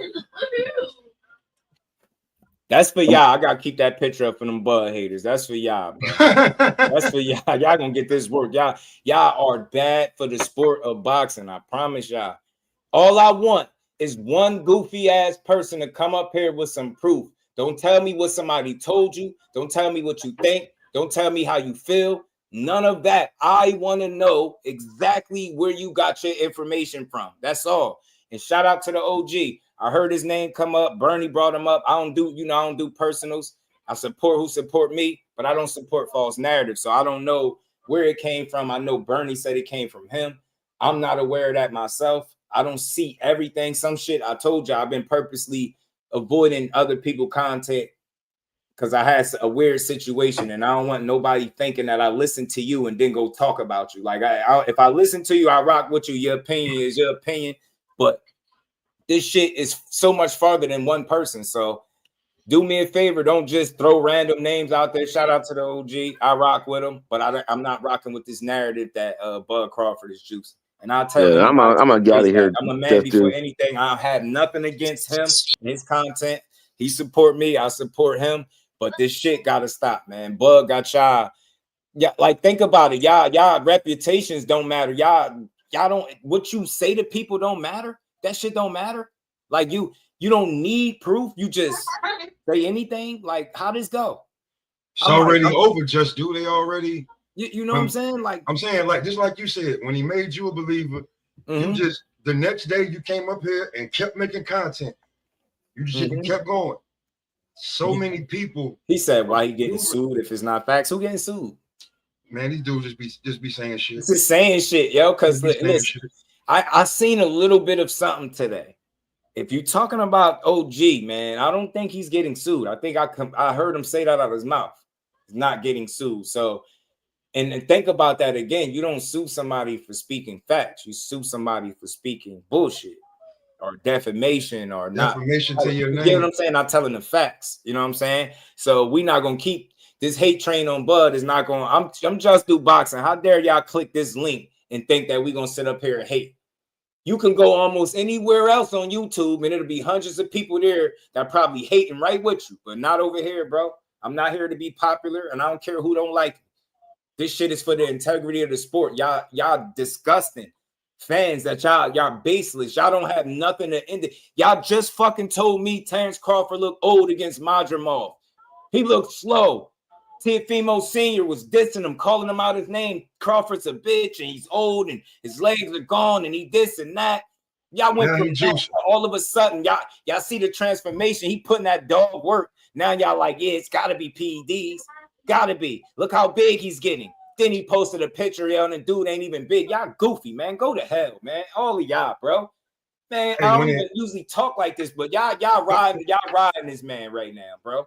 This shit ain't real. It's bro. been years since I heard you speak like this. Just do it. Been about 3-4 years. You get me? He's clearly cheating. He's clearly cheating. He ripped the gloves, even though Everlast came out and said it was on them. They still saying it's Bud. You can't make this shit up.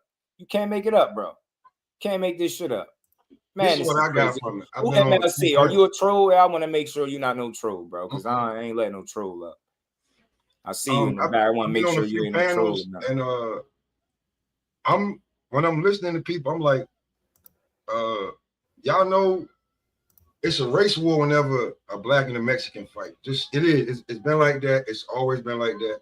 I don't think black people got the memo. Shout out y'all. We supposed to be supporting Bud. Like when Obama's first run. That's we dragging him. You know what I'm saying? I can't find too many Spanish channels talking about some hey, what about those 7 guys in the camp that's been called juicing? Talk about it, bro. Talk about it. They don't talk about that, but you got black people being like, I don't know. Let me explain something to y'all, because me and Just Do go back. When I did a little 6 months, came back, Just Do was blowing the fuck up, right? Right. But in that time, I went from 170 to 215 on a lifting water bucket and peanut butter diet. So gaining weight when you have the best instruments and all the people ain't that hard, especially when you took a whole year off. Right. I took a year off for this fight. If I can gain almost 70 pounds in 6 months, I'm doing it the jail way. Right. If he got everything that he's supposed to have and he's doing it properly, what's the problem? MLC, I'm gonna tell you one time and one time only. When you talk to me, you gotta talk like you know you're talking to another man. I ain't your kid and none of that. I kick out anybody I think is a troll. I'm on different type of time. Y'all ain't got the nice Just Do no more. Y'all ran all over that dude. So I'm letting you know, when you click my link, be prepared to build. Don't troll. Don't do nothing weird. Show your face. If you can't do that, then I don't know you. So you know, I'm kicking you out because I don't know you. I told you to turn the camera on. I see you playing, showing the top of your forehead. The last time I did that, I had a dude come up here and put some pornography on my shit. I had to delete my stream. So that's why I kick people out. I learned the game, bro. B-Dog, what it do? So all of y'all bogus, bro. Y'all need to put some respect on Bud Crawford name. I can tell that y'all never been punched in y'all face before. I can tell that y'all don't know how hard it is to perform at the level that he's at, because you wouldn't talk crazy like that. You wouldn't be saying weird ass shit. You get what I'm saying? You wouldn't be accusing them of some shit that you can't prove. And again, anybody that come up here, if that's the side of the coin you on, talk with some sense. Don't come up here trying to argue. Don't come up here. You're not going to overtalk. That's not going to happen. But if you are on the side that Terence Crawford is juicing, you better have some facts or you getting the hell up out of here. Look at that comment at the bottom. Look at that comment at the bottom. So you can hear me? Yeah, I can hear you. Okay, yeah, I'm not on here to, troll you or nothing. The only thing so far I probably argue with you about is like the boot situation or something like that. But other than that, what situation? Say it again. Like boots. But boots. Yeah, just some. It was another video, another live stream. Boots. Nah, it's all good. I want you to know something. With me, it's not about me being right and you being wrong. It's about if you could understand the point that I'm making. A lot of people think boxing is about agreeing and disagreeing. It's not, because most of the time we speaking on what we think and how we see it. So it's no right or wrong answer 9 times out of 10. I just be wanting to know how somebody think without having to, I disagree with this and that. It's too argumentative, man. I take the stress out of the boxing conversation. And again, today, they've been running Bud name into the dirt, bro. And I feel like if you really love boxing more than any individual fighter, you can understand where I'm coming from in my position today. People are making it personal. I don't give a fuck what platforms it's coming from. I don't respect none of it. So I ain't singling out nobody for a reason. Yeah, I could say names, but that's not why I'm here. I'm not here to be messy, but I'm here to speak real. I thought y'all like real boxing conversations and information that you can use, like real breakdowns, like honest conversation. If you're going to throw an accusation, that's how many years of work? That's 08 to 2025. Think about how many years of hard work that is, bro. And we getting up online with no reason at all. We don't got the performances to back it up. We don't got the fighters whispering amongst the circles about them. They all say that's one of the hardest workers they ever seen. So I'm trying to figure out how these YouTube and Twitter and Instagram people are seeing something that nobody else in the entirety of the sport is able to see. Nobody else is saying this shit. It started on social media, and that shit is fake. Social media is not real, and y'all don't represent the real boxing space, bro. Because I go to the fights. I'll be in the mix. I'm not worried about nobody seeing me, doing nothing to me, because I don't get up here every day with venom to tear down all the hard work that these fighters put in, and then you in the next breath you're gonna say how much you love this shit. No, you don't. You love having an opinion on this shit. You love seeing how you can manipulate the people in your chat to think crazy like you. I'm seeing people take their influence and they running that shit into the ground on some different stuff. That's why I said I tuned out a lot of people because I can't. Y'all not gonna make me hate boxing because y'all don't like yourselves or y'all don't like Bud Crawford because he beat one of your favorite fighters up. You get what I'm saying? Or some shit like that, or out negotiated your favorite fighter. So what? Earl Spence like he hurt? Hell no. That man sitting around, he flexing, he in push-up contest, man. He soccer with the kids, bro, chilling.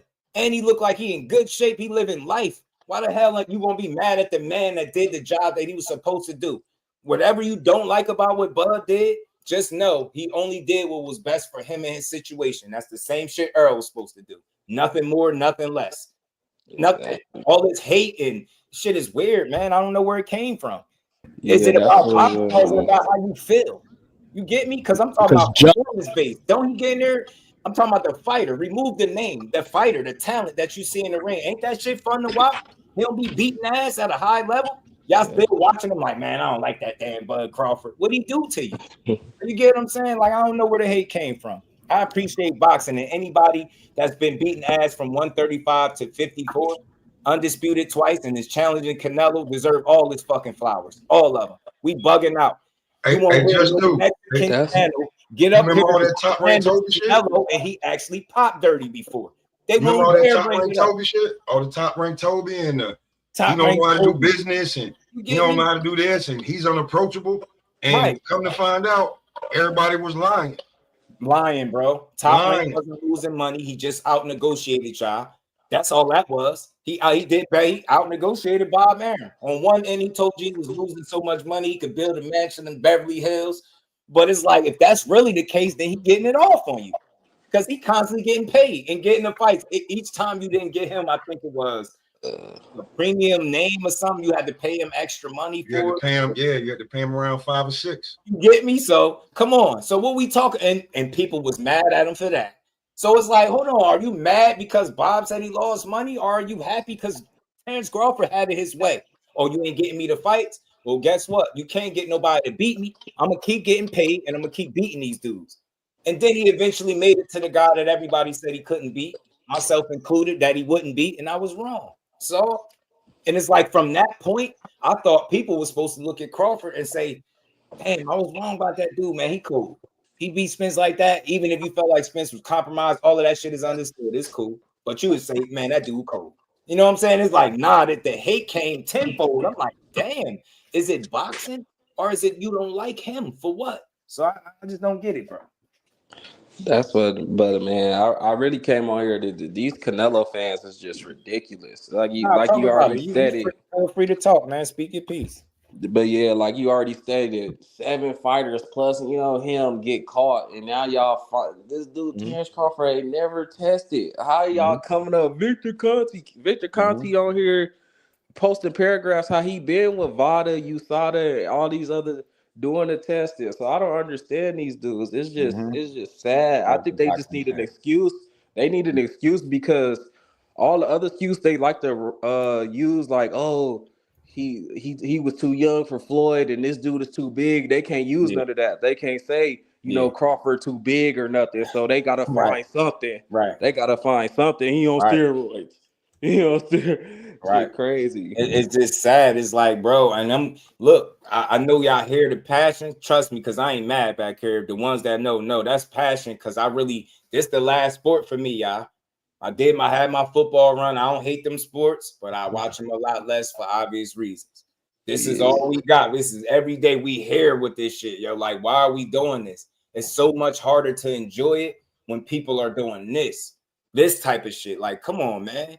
And I ain't gonna lie. I put myself out there. They had me. I will go back and do my own research, and I will show you a live where I had Terence Crawford fucked up too. I did. They had me for a minute too. I remember it. They had me. I had to catch myself, and I remember the moment in which I did. And I'm like, hold on, the fuck they got me tripping. I'm out here. I'm almost talking like y'all. I'm sounding like y'all. I'm like, hold on, bro. We missing about 4 it. years ago. It was about 4 years ago when they had. It's about 4 years ago. Right. I'm like, yo, he don't want this fight, man. They almost had me sold. They was talking this shit so much. I had to remove myself from all conversation and then look at the fighter, pay attention to the landscape, see how shit moved. Even to this day, bro, the guy that they told you he was scared to fight, they had to negotiate with each other to make the fight. The other people's favorite fighter was being told not to take the fight. That's the conversation that makes y'all uncomfortable. The rematch, oh, guess why that didn't happen? That wasn't because of Crawford. Y'all want to blame him, but it's not. See what I'm saying? Those are uncomfortable. That's the shit. That's why y'all mad. He only did what he was supposed to do, bro. It was either him or Spence, bro. There was going to be no other way. That fight never was going to be a draw. It was going to be him or him. You know what I'm saying? EJ or Bud. Either or, bro.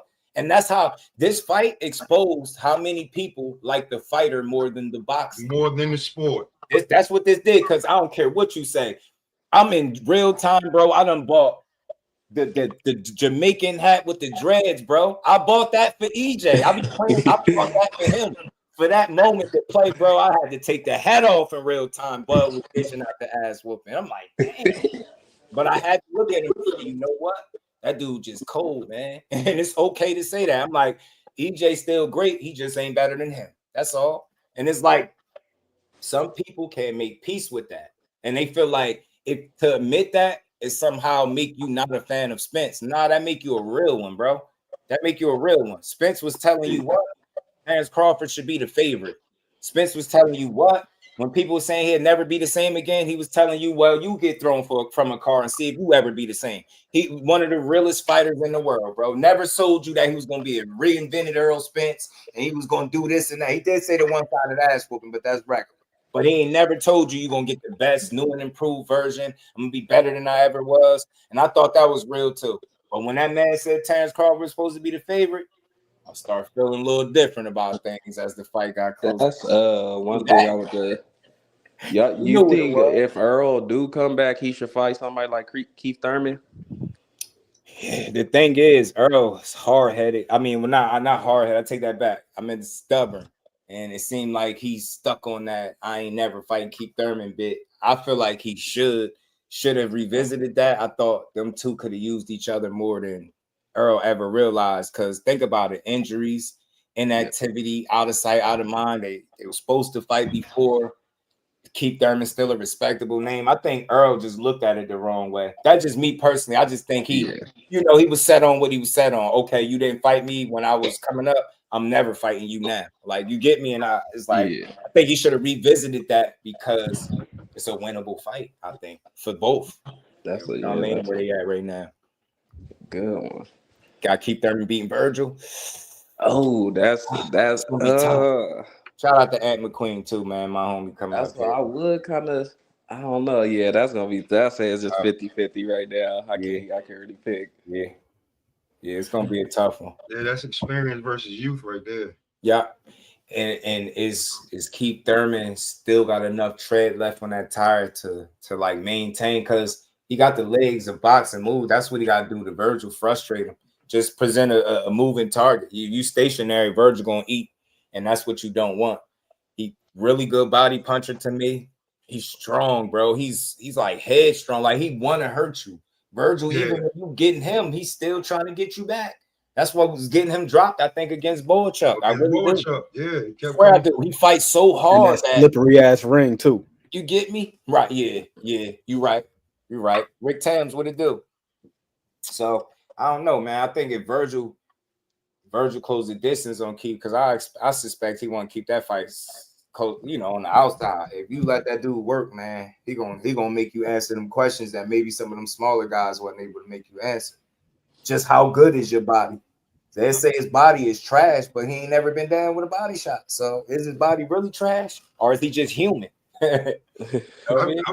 Or is he just smart enough to mask it? The conversation we had a couple days ago, just about guys being able to develop a style to mask whatever deficiency they may have. We would talk about Vladimir Klitschko. Vlad didn't have a great chin, but he won far more than he lost because he had a style that made it difficult to get to the chin. Yeah, what I mean? He built a fortress. He had a whole moat outside the castle. Before you get to the castle, you got a fool up in the tower shooting down at you. You got alligators in the moat. before you get to the castle. You feel me? That Like, 1-2 was a motherfucker. Come on in that here. 1-2 was serious, Smoke. That's a fact. That 1-2 was And serious. he was shooting that bitch from range too. He was like, he was. It wasn't even mid range. It was all the way outside. That jab was firm. Move to It the was side. long. It was strong. You know what I mean? The right hand behind it. It's like you got to walk through some shit to try to get to his chin.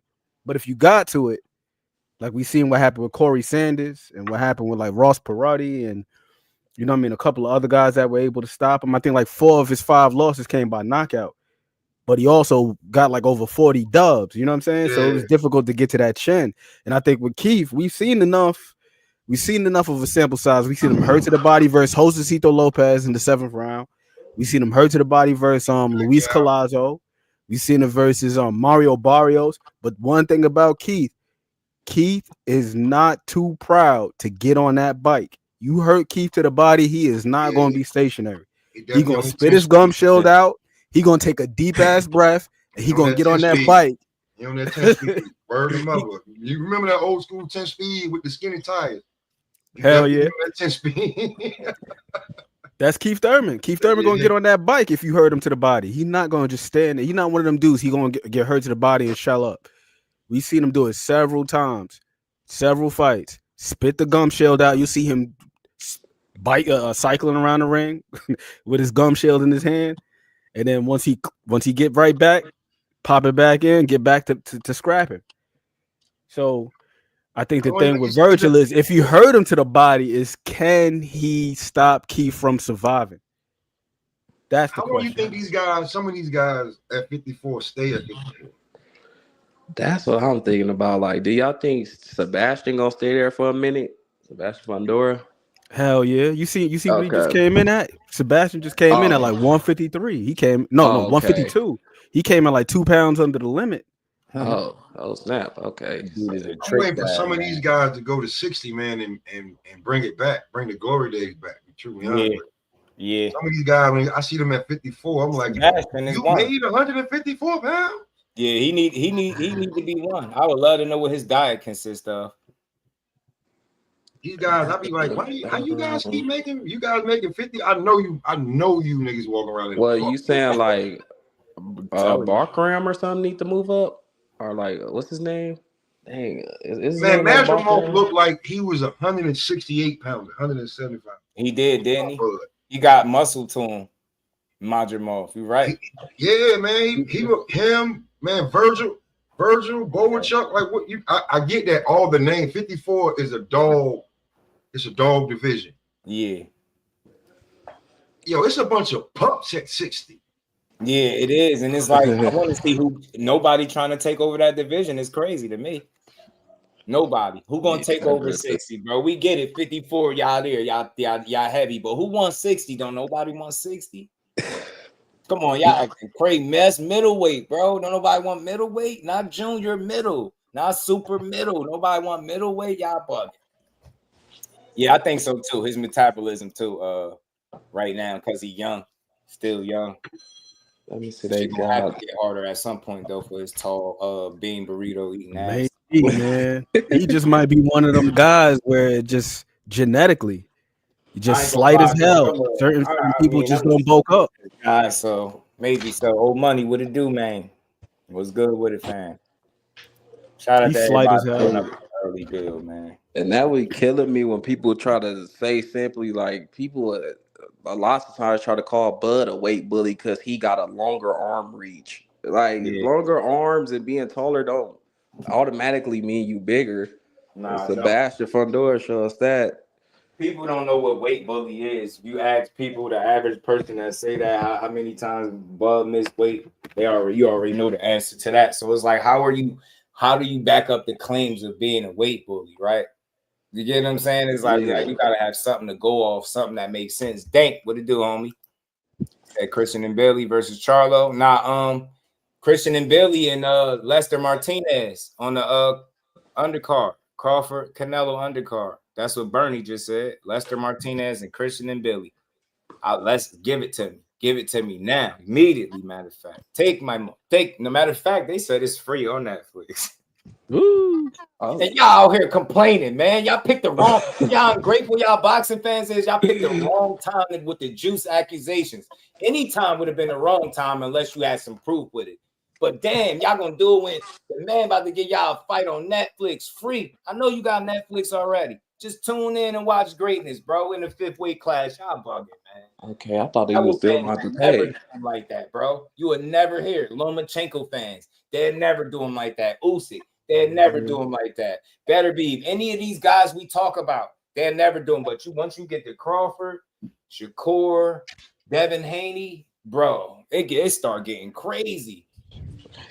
I don't know what y'all hate is with the young Dev. Nothing he do make me mad. I like seeing these dudes live their life and figure it out. You know what I'm saying? Like, you take a loss, they be like, you see, he wasn't that good anyway. Bullshit. That man can fight. He can box his ass off. Don't tell me he can't go. B3. I think he gets hate from his dad antics. I think, but I don't. It's like I'm done. I'm done. I'm done getting mad. Yeah, I can separate the build that Devin do. Like Devin Devin not even on the same time zone when Bill doing shit. Nope. Marquise Taylor versus Yoeli Hernandez at 160 would be dope. And the thing about that, Marquise Taylor will fight him. He'll fight anybody. He really will.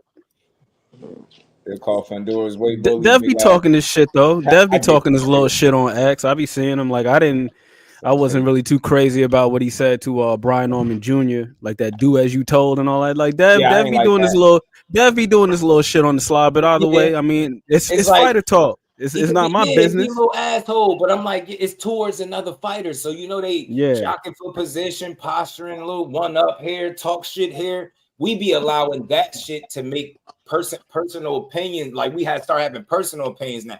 He's this. He's a bitch. I'm like, nah. I'll be real, bro. If that was just something in the same exact situation, and I don't like to do that, so I'll use myself. That was my son.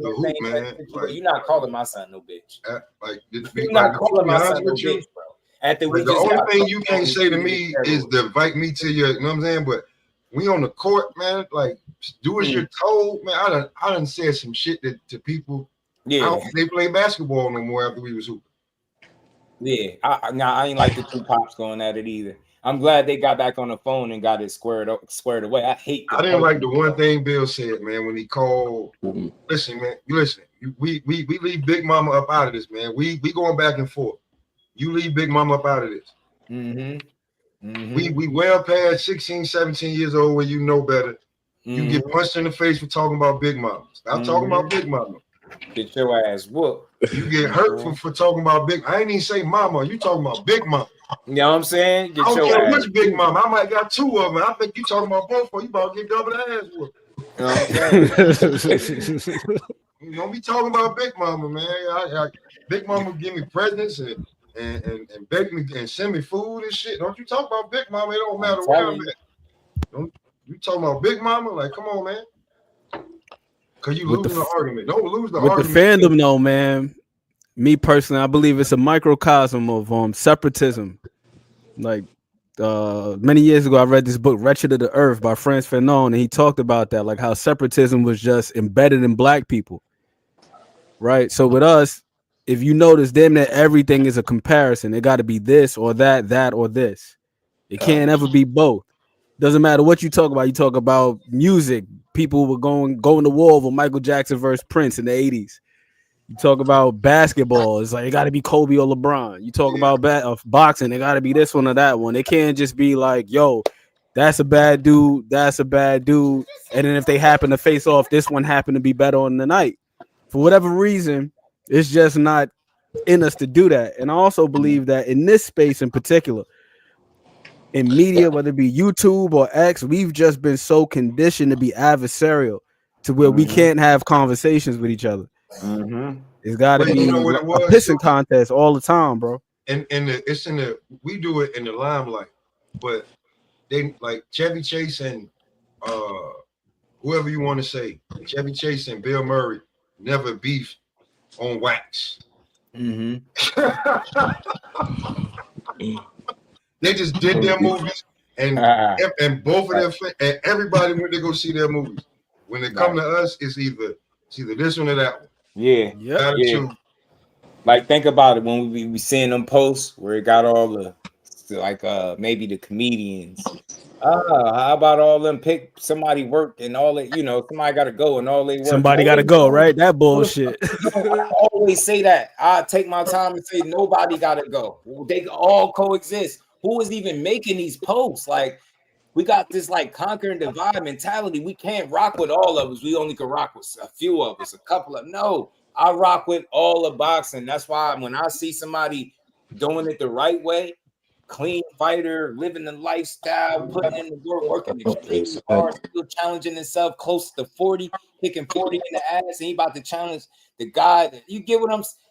Why we missing all the shit that he really proven to us instead of some shit that we can't prove? I'm gonna be That challenging a lot longevity, of man, the credibility. average fighter is going to be praying that they had the kind of longevity Terence Crawford had in the sport and make the kind of money. So for all them people that said he ain't got no fans, he don't make no money, all bullshit. All bullshit. All the narratives y'all pushed for years because y'all didn't like that man. It's weird to me. I'm gonna challenge a lot of channels integrity. Fight's over with. Win or lose, I don't give a fuck. Like when after he puts in that cup and they say he was clean, and then don't be trying to be like no, because you made content and paid a few of your damn bills off talking shit about Bud Crawford with dirt. Wow, yo, it's bad. Unfortunately, Smoke, you know what would have happened if that were to be the case, if he were to lose? Oh, he must have been off his cycle or something like that. Yeah, I'm telling you. That's all that'd have happened. Telling you. Oh, he was off. He got bad Snac this time. What was Snac? Then Snac ain't work this time. Pooh the Kid, my dog. I like to uplift all fighters. That's why I'm just do. Show me a time. I've been challenging people a little bit more and more. Show me a time where I'm not being that. Giving somebody credit. I ain't never up here for hours taking credit from somebody. That's some weird ass shit to do. If you can't box, I don't understand taking credit from one of them guys. If you do this shit too and you like, yo, I'm cold, I know real when I see it, and that dude ain't that good, like how fighters talk about each other, I understand their shit talking, but I don't understand why fans talk like they the fighters. Y'all not in the gym beating ass. Y'all not in there in tip-top shape, whooping ass and schooling dudes and having, and like damn near real fights. But that's not y'all lane. We watch it, but we talk like we can get in there and do what they do. I don't talk like I can get in there. You get me? I try not to. I talk some shit, but it's like when y'all moving like idiots as opposed to anything else. I ain't never trash nobody for their performance. You can do you only can do what you can do on the night. You know what I mean? You go out there and fight, I respect it. I can't listen. OD, man. I never got in there and punched nobody, man. But you don't even know how to move in the ring because it's not just like moving around in the listen, the ring moves and shit like that. You gotta know how to be moving around in that ring, man. Yeah, listen, you ain't never got in that ring. You talking about like there's times when I've been the last time Janibek fought, I was like, oh, this guy should not be in the ring with him. He's not on his level. You can just see it. He's levels above. Right. So, that type of shit I say. I'll be like, yo, he should, I won't be like, who's this bum? Yeah. Like, you know what I'm saying? Right. I won't say that. But now, I'll say that if I see one of these YouTube shits, these dudes hosting a YouTube fight, I'll be like, man, I can do this shit. Right. Reach, what's good with it, bro?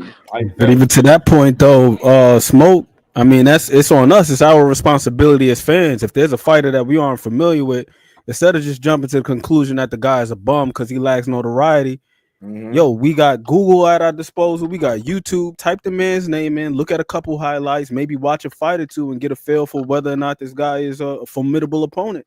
Instead of just saying like, yo, he's a bum ass nigga because nobody ain't ever seen him. He's only a bum ass nigga because your favorite YouTuber said it, and he just diminished this man's whole career sitting there in front of a green screen. And I hope talking about the YouTube, I hope this Anthony Joshua and Jake Paul fight don't happen. I seen Turkey was really willing to make an offer for that. I think Joshua is still my favorite fighter, but I hope he don't do that. You don't think Joshua done, man?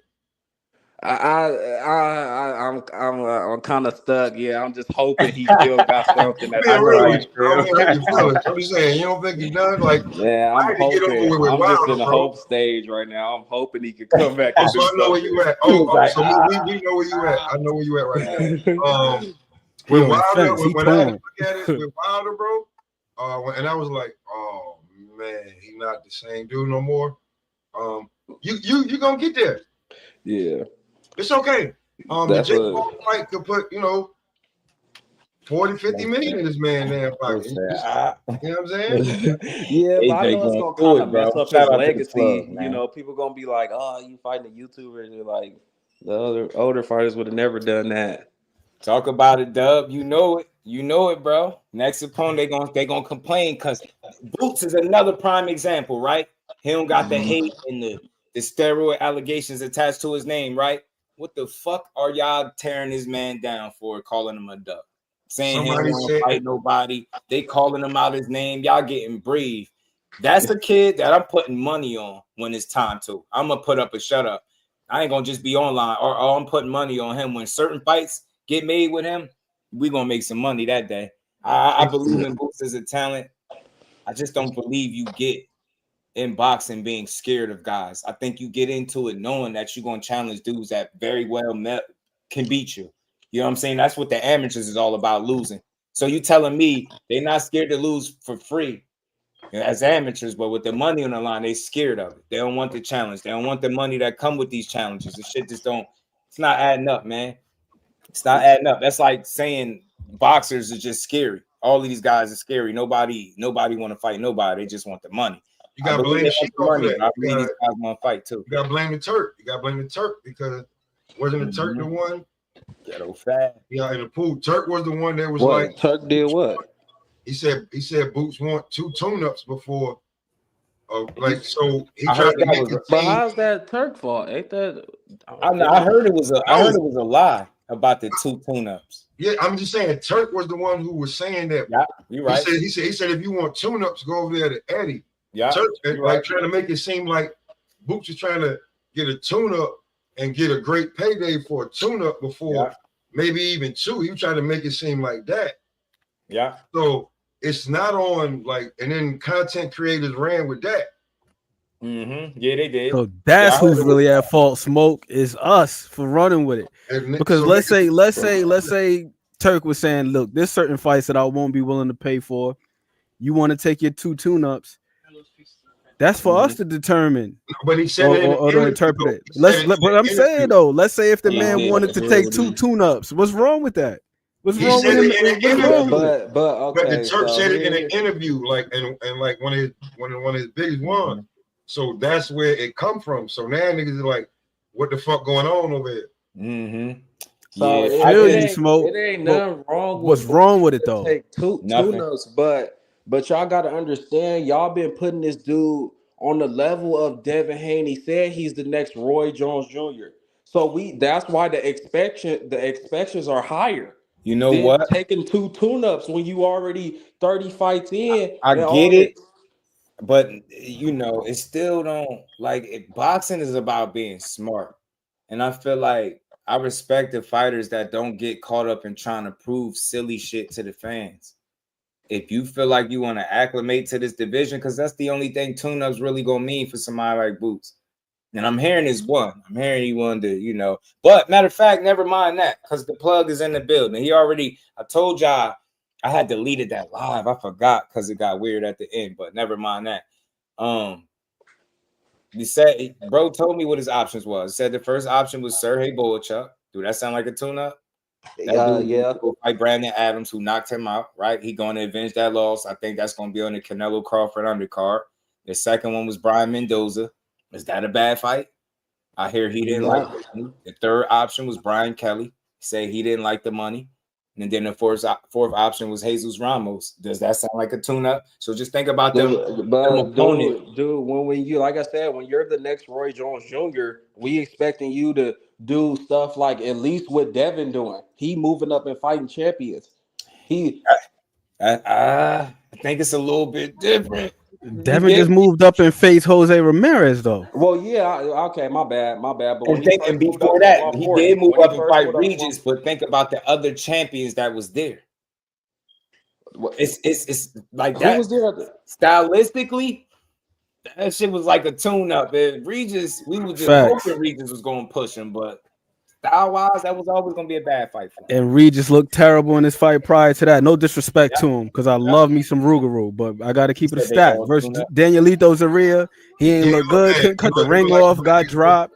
Bullet Truck is not a tune-up. Mendoza is a respectable fight, and so is Jesus Ramos. Josh Kelly is even respectable. His name just don't ring and resonate with people, so they trash it.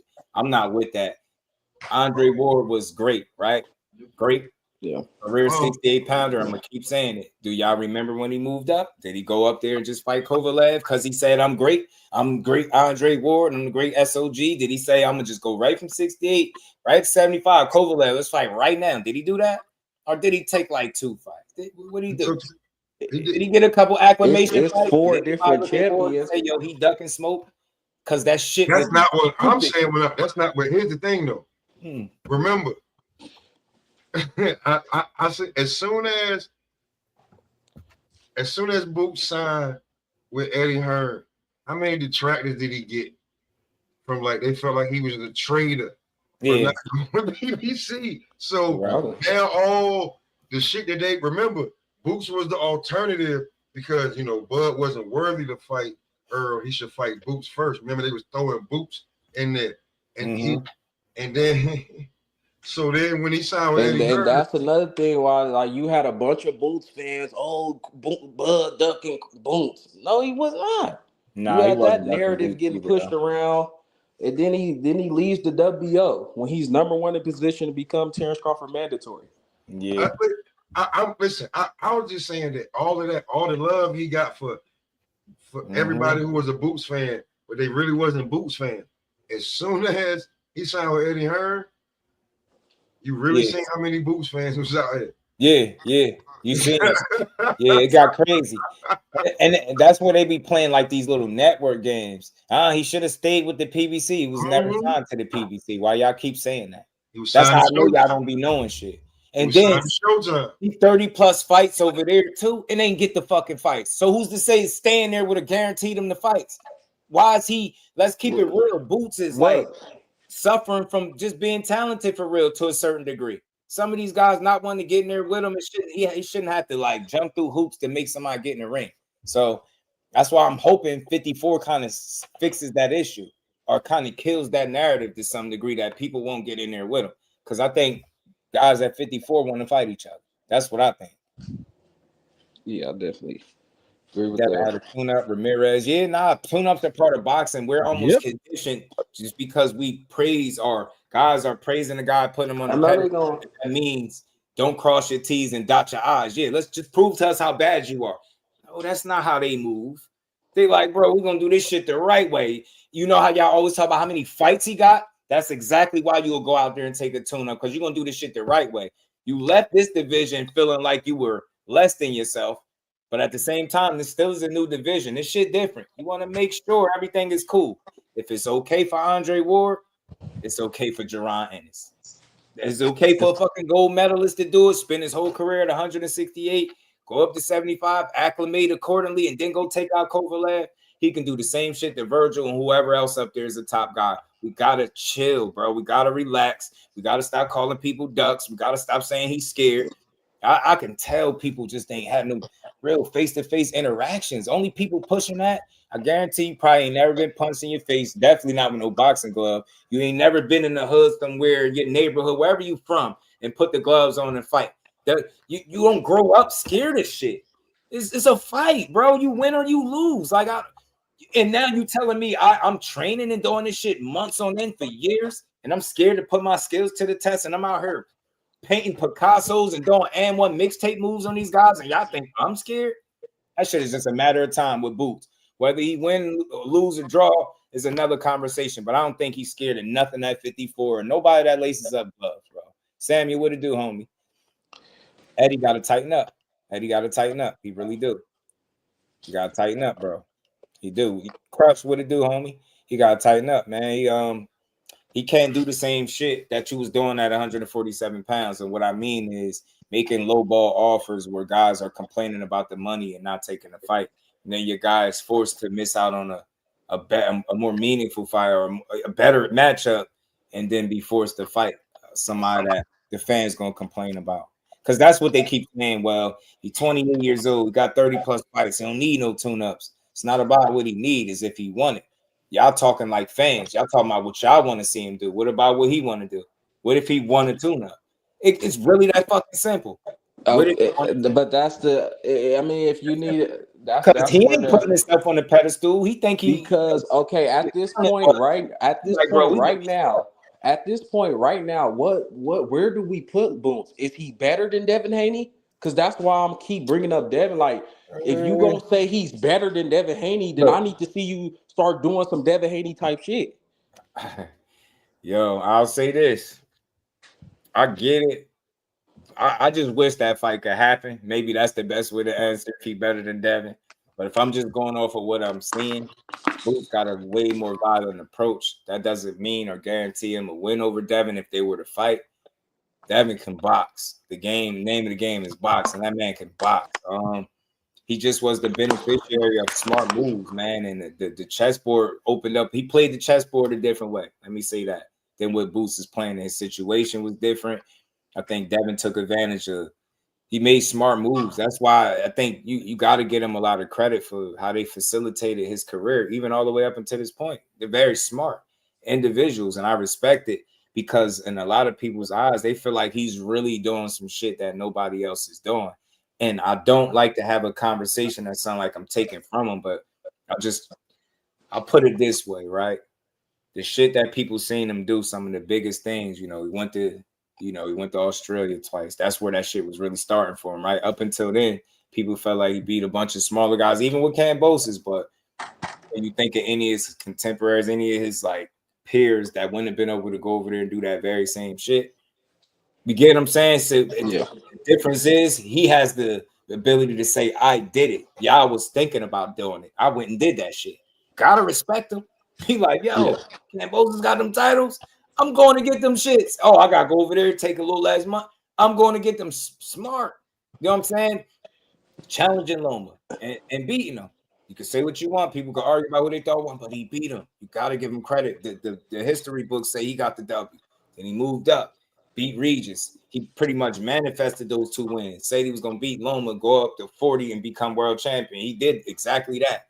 And he ran in the Ryan, silly ass, and that was something different. But Devin, the moves that people would think about taking or maybe not wanting to, he was on that. He see opportunity, and they played the chessboard just a different way. That's why I respect him. People be mad at his dad. Only when he color outside the lines, I don't rock with that shit. Any personal shit, any shitting on the fighters, tearing them down, I'm not into that. But when he talking his little shit, promoting his son, it's cool with me. I don't care. Do it. Because if I had a son that was 26, 27 years old, undisputed 2-division world champion, you wouldn't be able to shut me the fuck up about my son. I'm just being honest. You won't be able to shut me up either. I'm gonna talk my shit until we out of this game, bro. So you just gotta deal with me. Yeah, this is something you gotta deal with. Yeah. You'll be mad at him for talking shit. I'll be laughing. Shout out to the big homie Jay Hardcore. He's seen him in person. Ran into him, and I think that's when Ant McQueen, that's when the figumentation shit came about. But when he said what Bill was saying to him, like, just, yo, I'm out here promoting myself. Like, when there's no cameras and shit on, and that's the core of everything that you are. The whole reason we know who you are is because you want to promote your son. As loud as he is, I don't think he overshadows that. I don't think so, because he got the track record, he got the fights, he got the success to back it up. Like, they've had success with the moves they made, so it's hard to deny them as like a really good tag team, father-son duo. But the minute that it didn't work out with Ryan, you see how people really felt about him. So it's always different. Everybody love a winner. It's hard to knock you. All you've been doing is winning, but the first time you lose, that's when you know how people really feel about you. So people told themselves, this dude was trash. I knew it. He's chinny, he this, he that. Nah, none of that shit don't mean that. It just mean Ryan was better prepared. As crazy as that may seem. Yeah. So let me say I'm a Shakur fan. I'm arguing for Devin right now simply off of his calculates and what he's done. Like we can't just erase that because of the loss though. So when my point is, are we going off the eye test? Because what has Boots done for people to be saying he's better than Devin and he's the next Roy Jones Jr.? I'll say this. I think it is the eye test, bro. I think it is the eye test until it can be validated with performances, with those names that we feel like he need to be in there with. Okay. It's a lot. It's not a lot that Boots can't do in the ring. It's just like, can he do all of those things at a high level against the elite level names? That's the question. But again, it's gonna kind of fall short in terms of accomplishments just a bit, because Devin not only was undisputed, but just think about that. Think about putting the Boots in the ring with anybody that Devin fought. Think about it that way. It might sound crazy, but just look at it that way. And then think about that matchup again. You get me? Think about if he fought. Well, everybody that Devin fought so far is smaller than Boots. JoJo, so on, Regis. You get Jose Ramirez. Think about if Boots fought any of those guys. You get what I'm saying? You probably got him stopping all of them. So yeah, it's gonna always be hard to tell who can beat who. It's gonna always be people's opinion. There's no way to make it a fact unless they fight. But it's just the eye test, bro. If I had to guess, I think it's the eye test. It's what people see that Boots do. Haney is accomplished. There's no denying that. There's no catching up to that, right? Like you're gonna have to accomplish some shit. Now look, you had a couple belts at 47. You're not super far behind. Everybody not gonna be undisputed, but let's see what kind of damage he can do at 54. I think he snatched up a couple titles up here. You revisit that conversation, but it's gonna always be tough to like say who is the better guy. It's what you like, right? I don't got that they fought because I feel like I seen a fight where he didn't have physical advantages and how bad it went for him. I feel like against Boots is a way better version, way more disciplined version of anything Ryan Garcia ever could even think about being. So I'm thinking about it, Boots in there, Devin Haney, seeing Devin Haney in his last fight. Just think about how Boots is looking in his last few performances. Look how Devin Haney looking in his last three. Look at both of their last three, and then you throw them in the ring, and what do you think you get out of that? For me, I think Boots stops him because I don't see a world where he stays away for 12 clean rounds. I think he's going to have to take chances at some point, and I think that's where the opportunity is going to be. I feel like because he has no physical advantage in that fight, I don't see him his IQ being so high that he could just avoid and fight that clean-ass fight. I haven't seen a fight where he don't get hit or make that mistake that he made bending over to the right and getting clipped. Like, there's something that's going to happen because he's going to have to take chances. I don't see him boxing a clean-ass fight like that with Boots. Now, I could be wrong as hell. You know what I'm saying? But for me, I got him beating Boots. Nobody that is not 100% of what they just was. And even at that, I thought that's an interesting fight. It's more of a 50-50 then because Devin Haney really can box and got smart feet and he know how to get out of the way. But I just kind of hate it. Like Jose Ramirez, Devin Haney, that guy that was on a good foot that didn't really want to stand his ground and engage. It's going to be hard to beat a Boots in this because you're not going to provide him with anything that's going to stop him from coming forward. And at some point, he's going to hit you. You're not going to just super elite. Your footwork is not levels above his where you're just going to be able to move and it's going to be easy. I think he's going to have an extremely tough night. You know what I'm saying? With Boots. Like, you got to think, look at his career. And this is all due respect, but he's enjoyed certain physical advantages in his fights. You've seen all of that shit get zapped away with Ryan, and you see how it worked. I think that's going to be like times 2 to me. So it's like, Boots wasn't big for 147. Like, for him to beat Boots, because I don't think he'll sustain like getting punched on over a course of 12 rounds. I couldn't see that. I could be wrong now. I think my point is more about like just like not even about them fighting for real. I'm just talking about career wise. Like if we was to make a list, who's better? People just being fans of Boots and probably slighting Haney when they say that. That's not fair to say because Haney is more accomplished. You get what I'm saying? It's just simple. Okay, yeah. You know what I'm saying? You can't put Boots over him in that regard, but from a potential standpoint, what you think he can do, I get the conversation, but you can't put him over Haney. The harsh reality is, bro, Haney is one of the best fighters in the entire sport and one of the more accomplished and well-paid fighters in all of the sport. You can cry, punch the air, do whatever it is you hating ass people do when the facts get spoke. But that's what it is. You can hate him all you want. He one of the more talked about guys. You could try to say he don't sell, he don't got fans. You gonna talk about him. You get what I'm saying? Like that's the problem. People hate giving him credit, maybe because of some shit his dad said, or maybe something he said on Twitter. I don't be caring about that shit. You know what I mean? He a good kid. At the end of the day, he just trying to figure this shit out. That's how all these dudes. Now, when it comes to Devin Haney, Brian Norman Jr. just is your mark. That's gonna be a great, perfect test for him. Smoke. Oh yeah. And I know something that I can't speak on online. You know what I'm saying? I hate saying that to y'all, but just know when I say that certain conversations are online, certain are off. Just want to be clear on that. That's why I won't just say it. But I know something interesting about them Haneys, and I want to see if it play out at any point during this lead up to this fight, because we're a little ways out. So we got some time. I want to, I got some real direct information, and I'm just gonna sit back and look. I just gotta observe and see how this play out. But if he beat Brian Norman, you have to give him his respect. I don't want to hear definitely. I don't want to hear shit. Now, if he do it in a way that's unpleasing, it's a different conversation. But you got to give him the win. You got to give him the credit for the win. But I'll say this that I can speak on. They say he don't got good feet. His feet are slow. I just want to let it be known, just for anybody that's interested. He's very aware of people talking about his feet. Not that he agreed, but he definitely working on it. It ain't like, oh, he went somewhere and caught an attitude.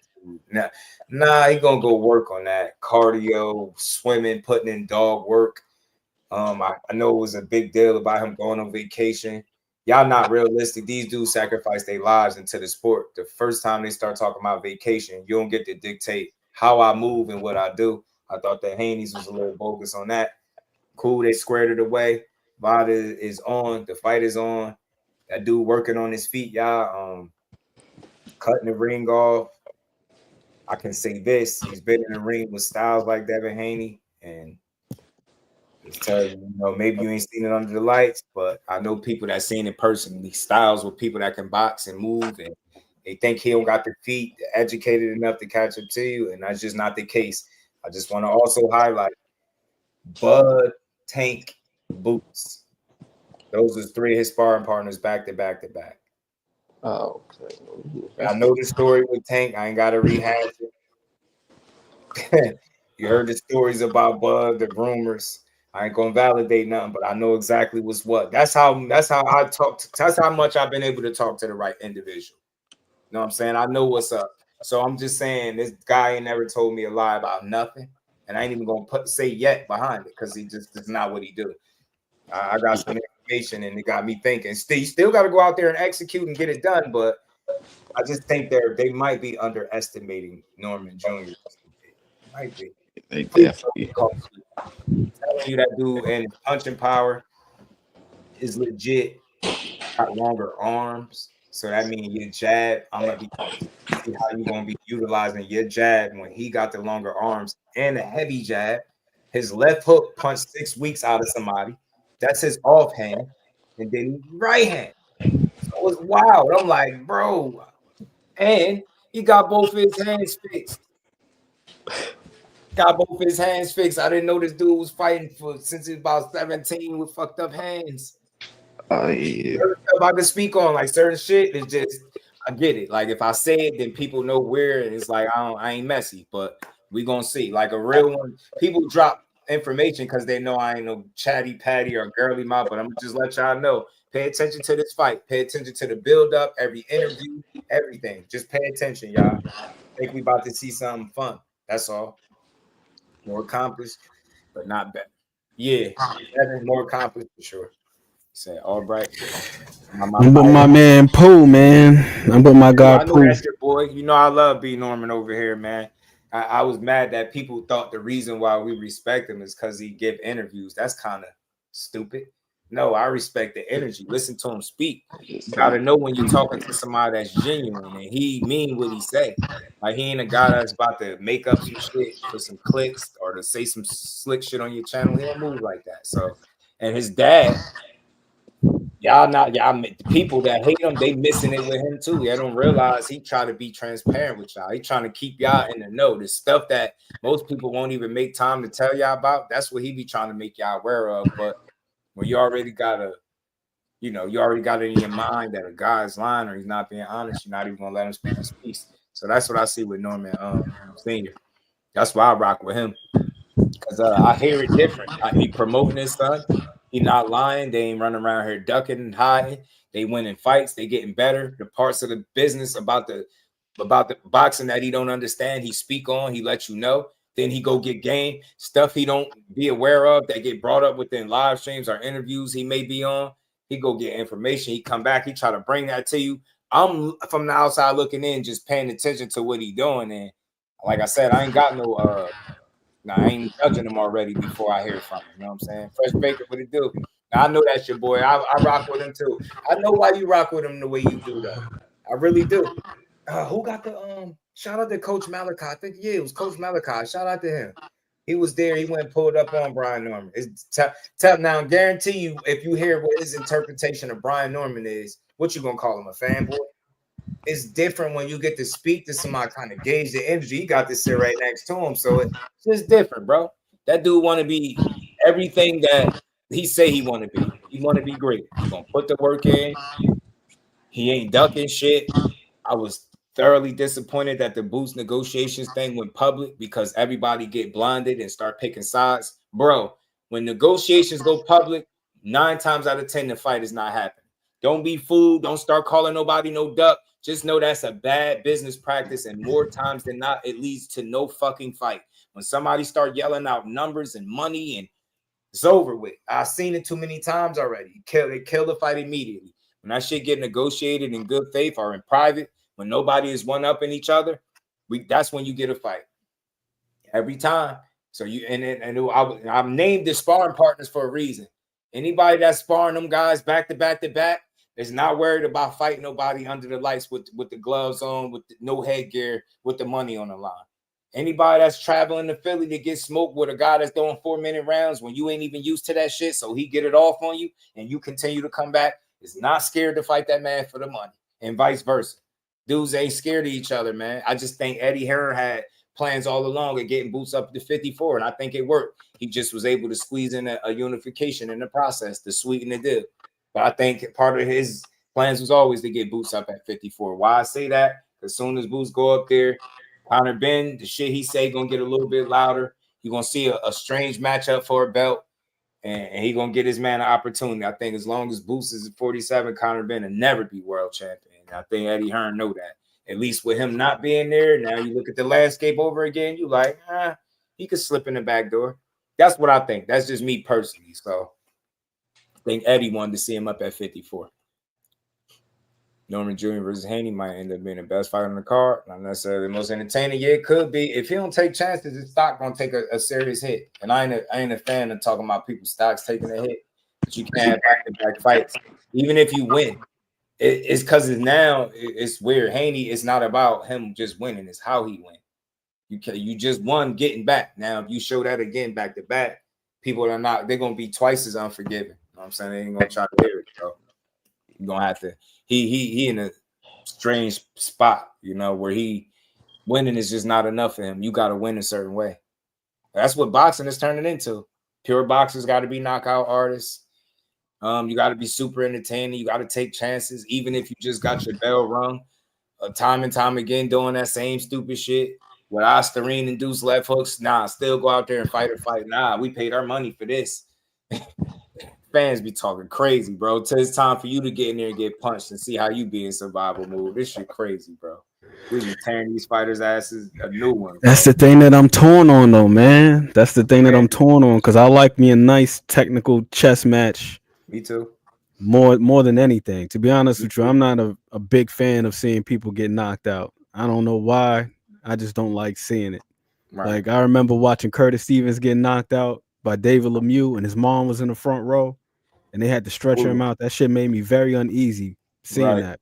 Right. So I like technicality, but I feel like right now, Damon, what's good, homie? Right now, we're seeing quite a few fighters be heavy on either side. Either they're guys who are just excessive movers, or they're guys who just come forward and then they just don't do it with any type of intelligence, and they just trying to press guys out. It feels like gone are the days where you have guys that just a little bit more complete. Like how Andre Ward used to say, "I'm gonna be whatever I need to be on the night." Like if I know you can't fight on the inside or you got power, I'm gonna step inside the power. I'm like how he did to Kovalev. I'm gonna step inside the power. I'm gonna bully you around, push you around. If you a guy that can't keep up with me, then I'm a box from the outside. It just feels like we don't really see too much adaptability from anybody. It's either they're Tom or they're Jerry. That's what it feels like sometimes. Because I do want to see guys make guys miss it and make them pay. Because it is frustrating at times where you'll see a dude hop so far out of range that now he can't even come back with offense. I'm not saying you got to go out there and press and be a swarmer, be a brawler. But if you're dealing with a guy who's got technical deficiencies, he's got horrible feet, and he's wide open, and he's basically begging to get counted, begging to get hit. That's what I like about Terence Crawford. I feel like he's got a nice blend of boxing. You know what I'm saying? All around boxing, not just staying on the outside. Let me boom, pop you, and then I'm just move. It's like moving with a purpose. I'm gonna make you commit to something. I'm gonna drill you with something. Right. Jordan was good, homie. Nah, Dub, you right. John David Jackson. That's why I love that Antonio Moran performance from Dev, man. We were watching that the other day on the channel, Just, and Dev, to me, that is one of my favorite performances from him because he was transitioning beautifully from offense to defense, defense to offense, not just hit and don't get hit, but don't get hit and hit. You know what I'm saying? Like I just thought it was just a magnificent performance, and he did it from all three phases. He was on the inside, he was at mid-range, he was on the outside, and he was moving, he was moving. You know what else was impressive after seeing Regis and JoJo? And seeing JoJo, who's a damn featherweight, fought at a career high welterweight, hurting Regis like that over and over. And remember how we was talking about how he was walking in on Devin? I get it. They was totally different weight class, but he was walking straight in, cleaning them with them same hooks that he was hitting Regis with.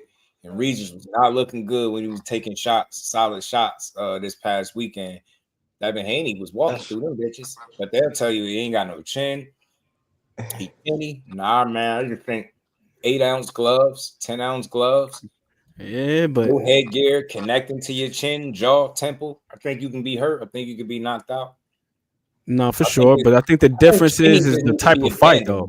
At this point, almost, because there's some occasions, there's some instances where I get it, but overall, bro, is the human face meant to be punched on? No. All right, no, because we act like we are. Somebody like, yeah, you got a granite chin. What the fuck is a granite chin? Because ain't nobody, you get me? And what determines that some people just could take a shot, bro?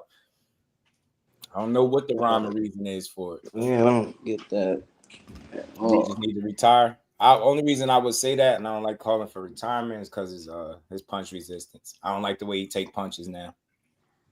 I don't like it. If Regis got an iron chin, and that, I mean, I was just talking about this, but he was known to have a pretty damn solid chin. That used to be his calling card. It's not no more. That takes him. He's so far removed from what he was without that being the case to me. Yep. That makes him who he is. That's like half of who he is. He's tough as shit. He a tough and shaped street fighter.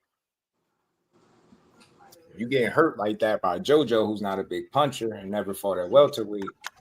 I don't know. And he's small, like at the welterweight division. Now them other dudes are small. What welterweight you gonna be? Ryan? Devin? Nah. That shit gonna be bad. Both of them fights gonna be bad. That's more reflective of where Regis is right now, physically. You know, because I could only imagine, and I've heard some things. You know, I'm pretty sure you have too about the way things have gone over the past 2 years or so for him in sparring. It hasn't been good. So we seeing it play out live. To your point, a guy who shot that he would have walked through 5-6 years ago now got his legs al dente every time a clean shot connects. I was So like, that's what? never good. Yeah, I was like, yo, scary. That's very concerning if you Regis. And if you've been watching them, and you know, I know what you're saying, and you know, my guy been watching them closely, and they've been getting, put down in the gym by people that would never knock them down. So yeah, now that shit bleeding over into the performances. And you know what's scary about Regis?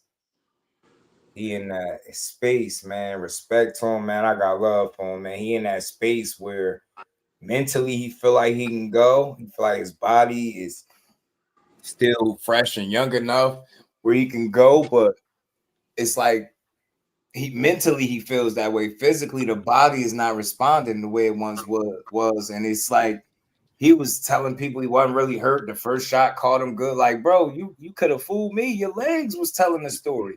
I was like, bro, you not hurt, then what the hell is that? Maybe the body and the mind are not on the same accord, bro. They not on the same accord. You get me? Like, bro, like, all right. I hear sometimes they say punches don't hurt. All right, well, maybe that punch didn't hurt, but was you out of it, bro? Was your legs do a little dance? Because they don't just do that for no reason. You know what I'm saying? So tough. So listen, I'm pretty easy going, man. It almost sounds like he in denial.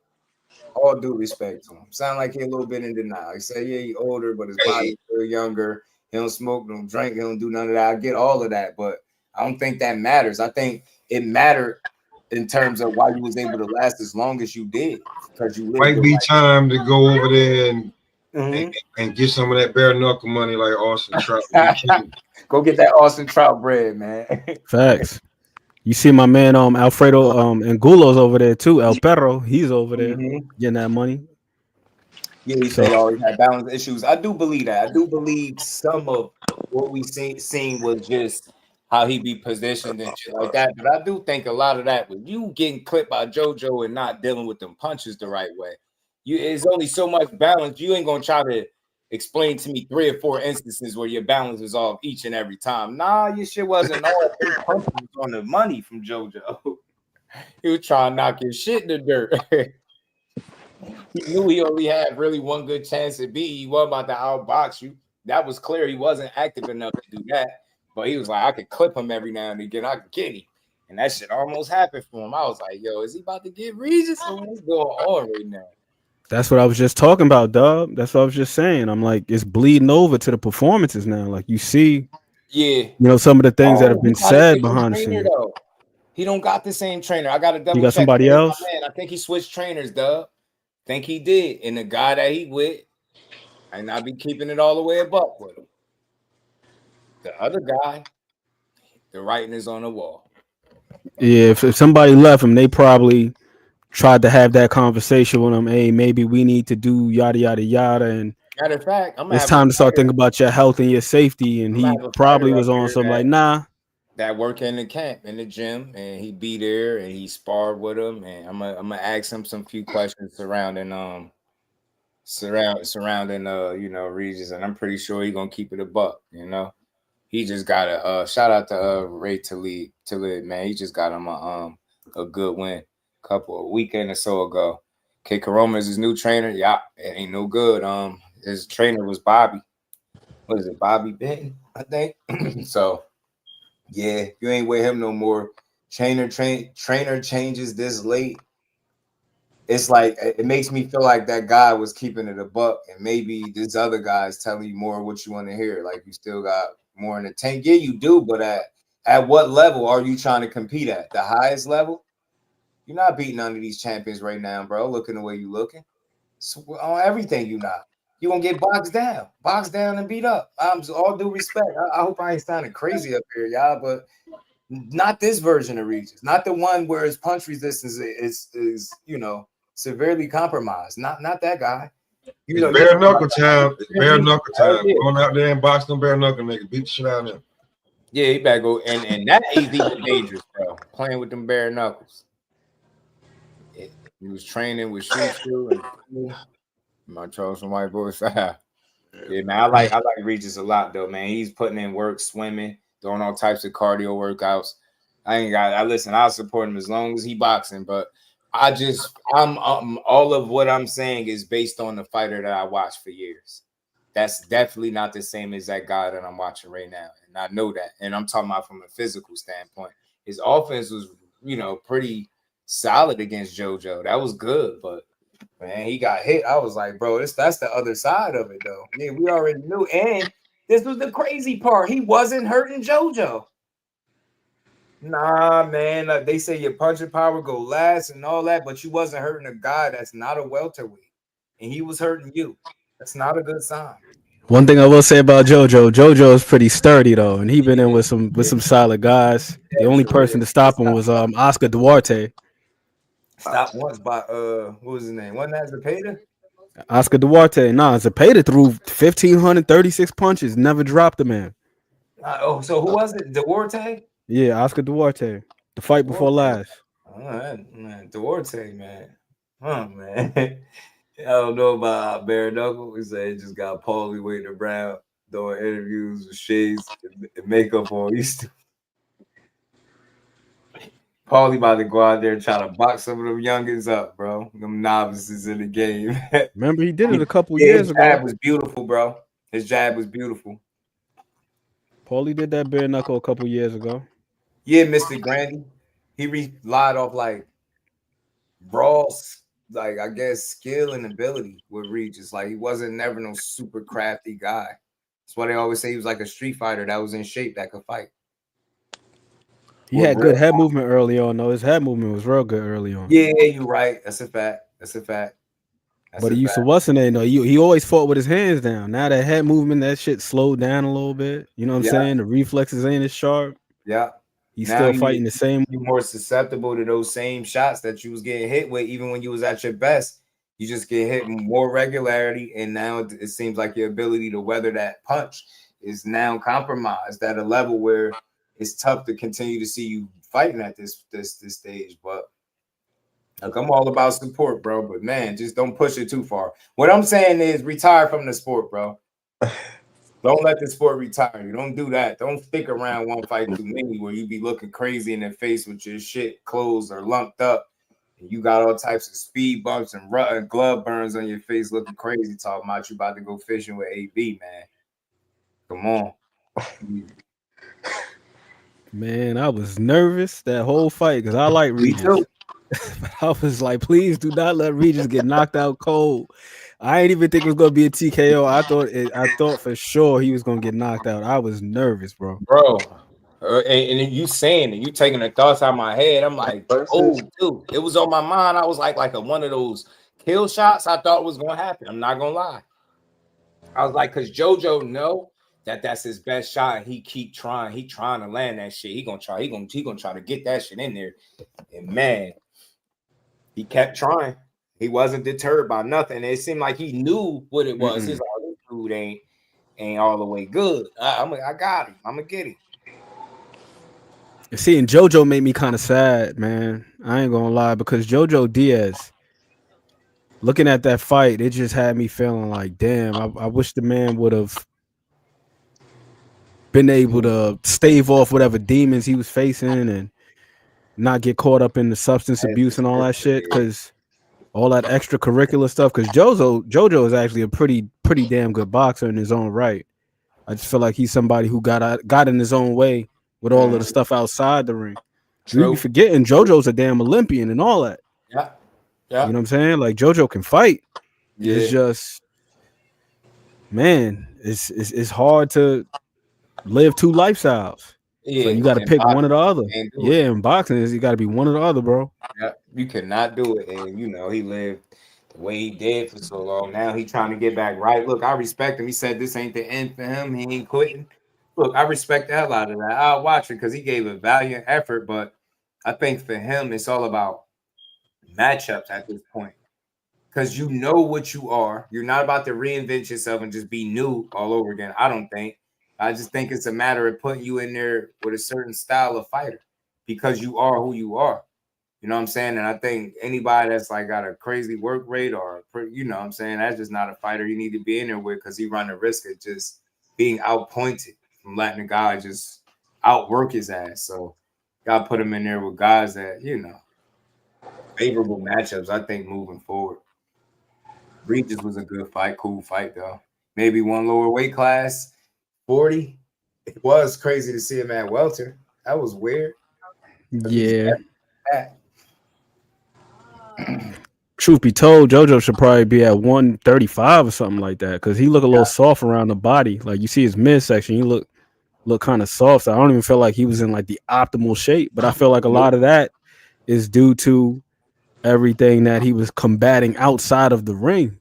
I feel like that it hindered him to some degree to being in the best shape possible. But the fact that he could still compete up that high and be able to withstand those shots, man.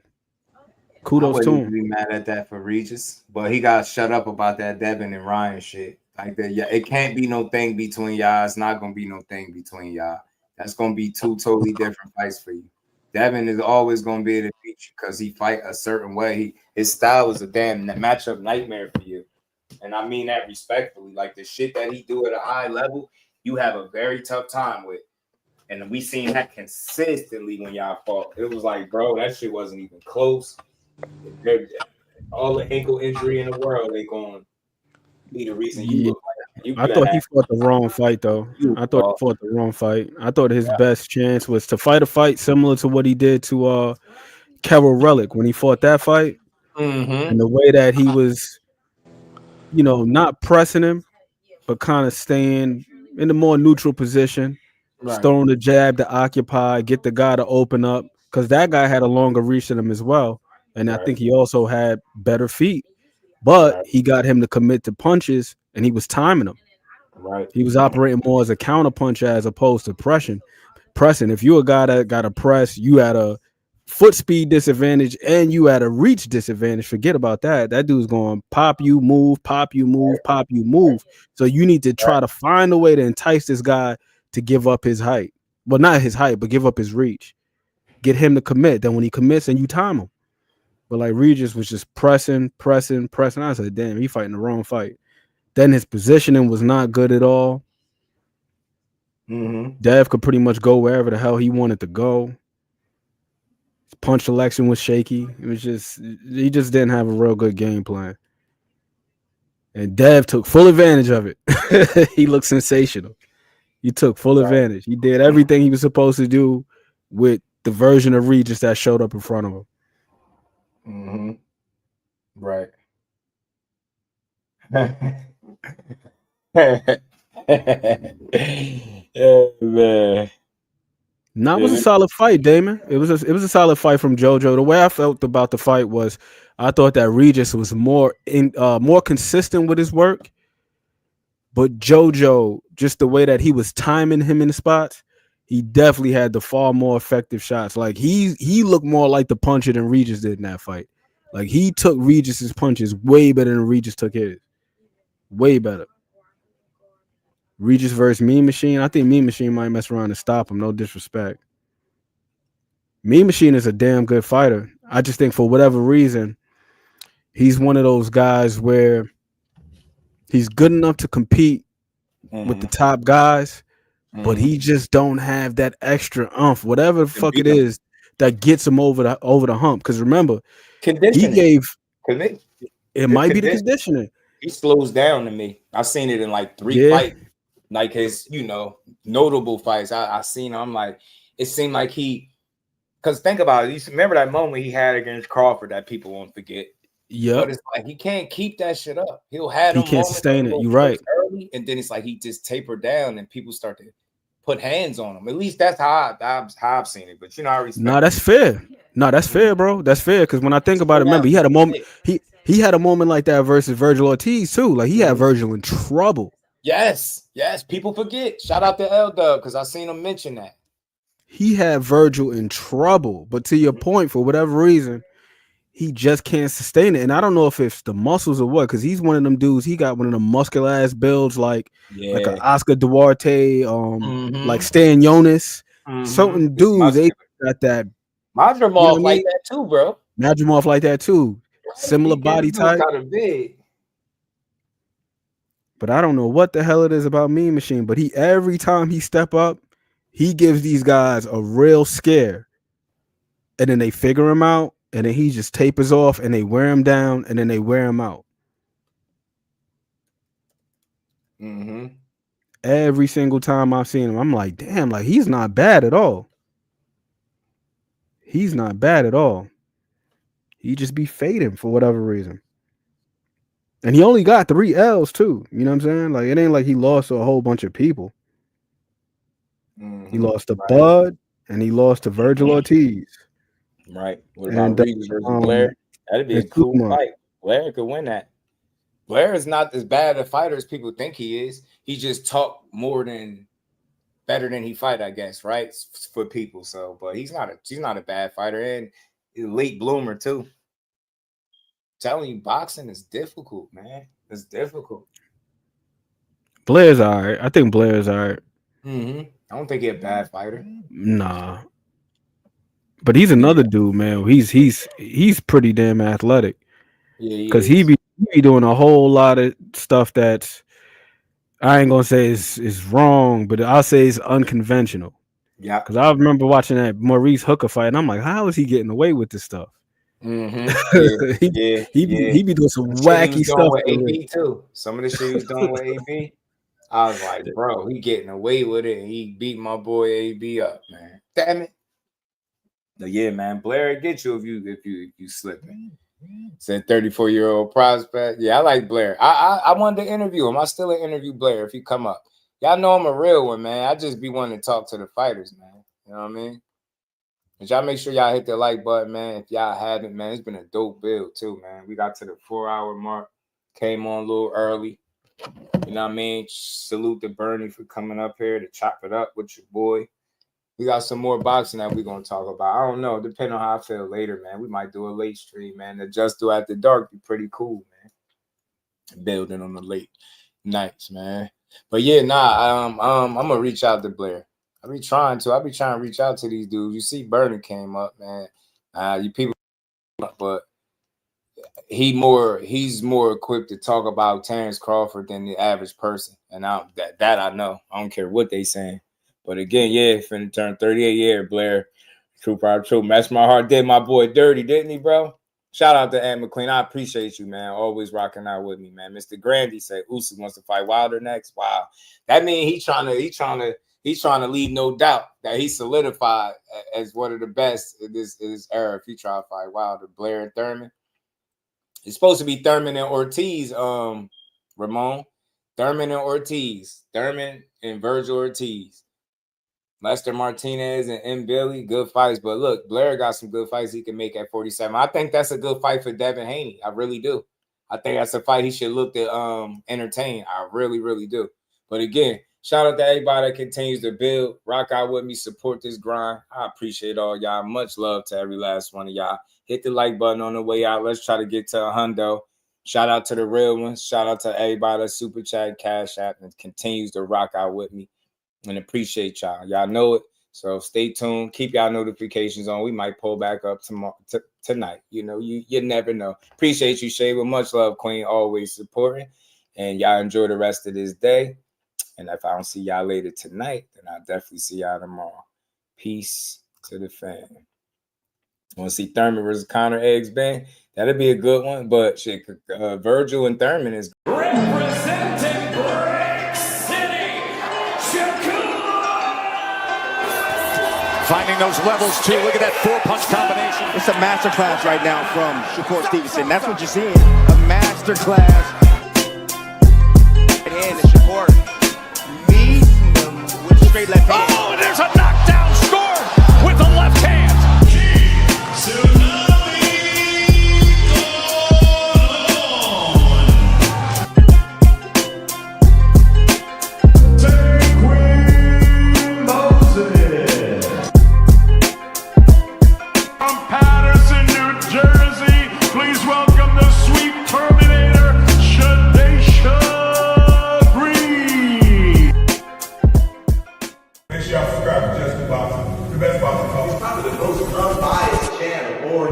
Right now, we're gonna give him his just due. Shout out to my brother Just Do.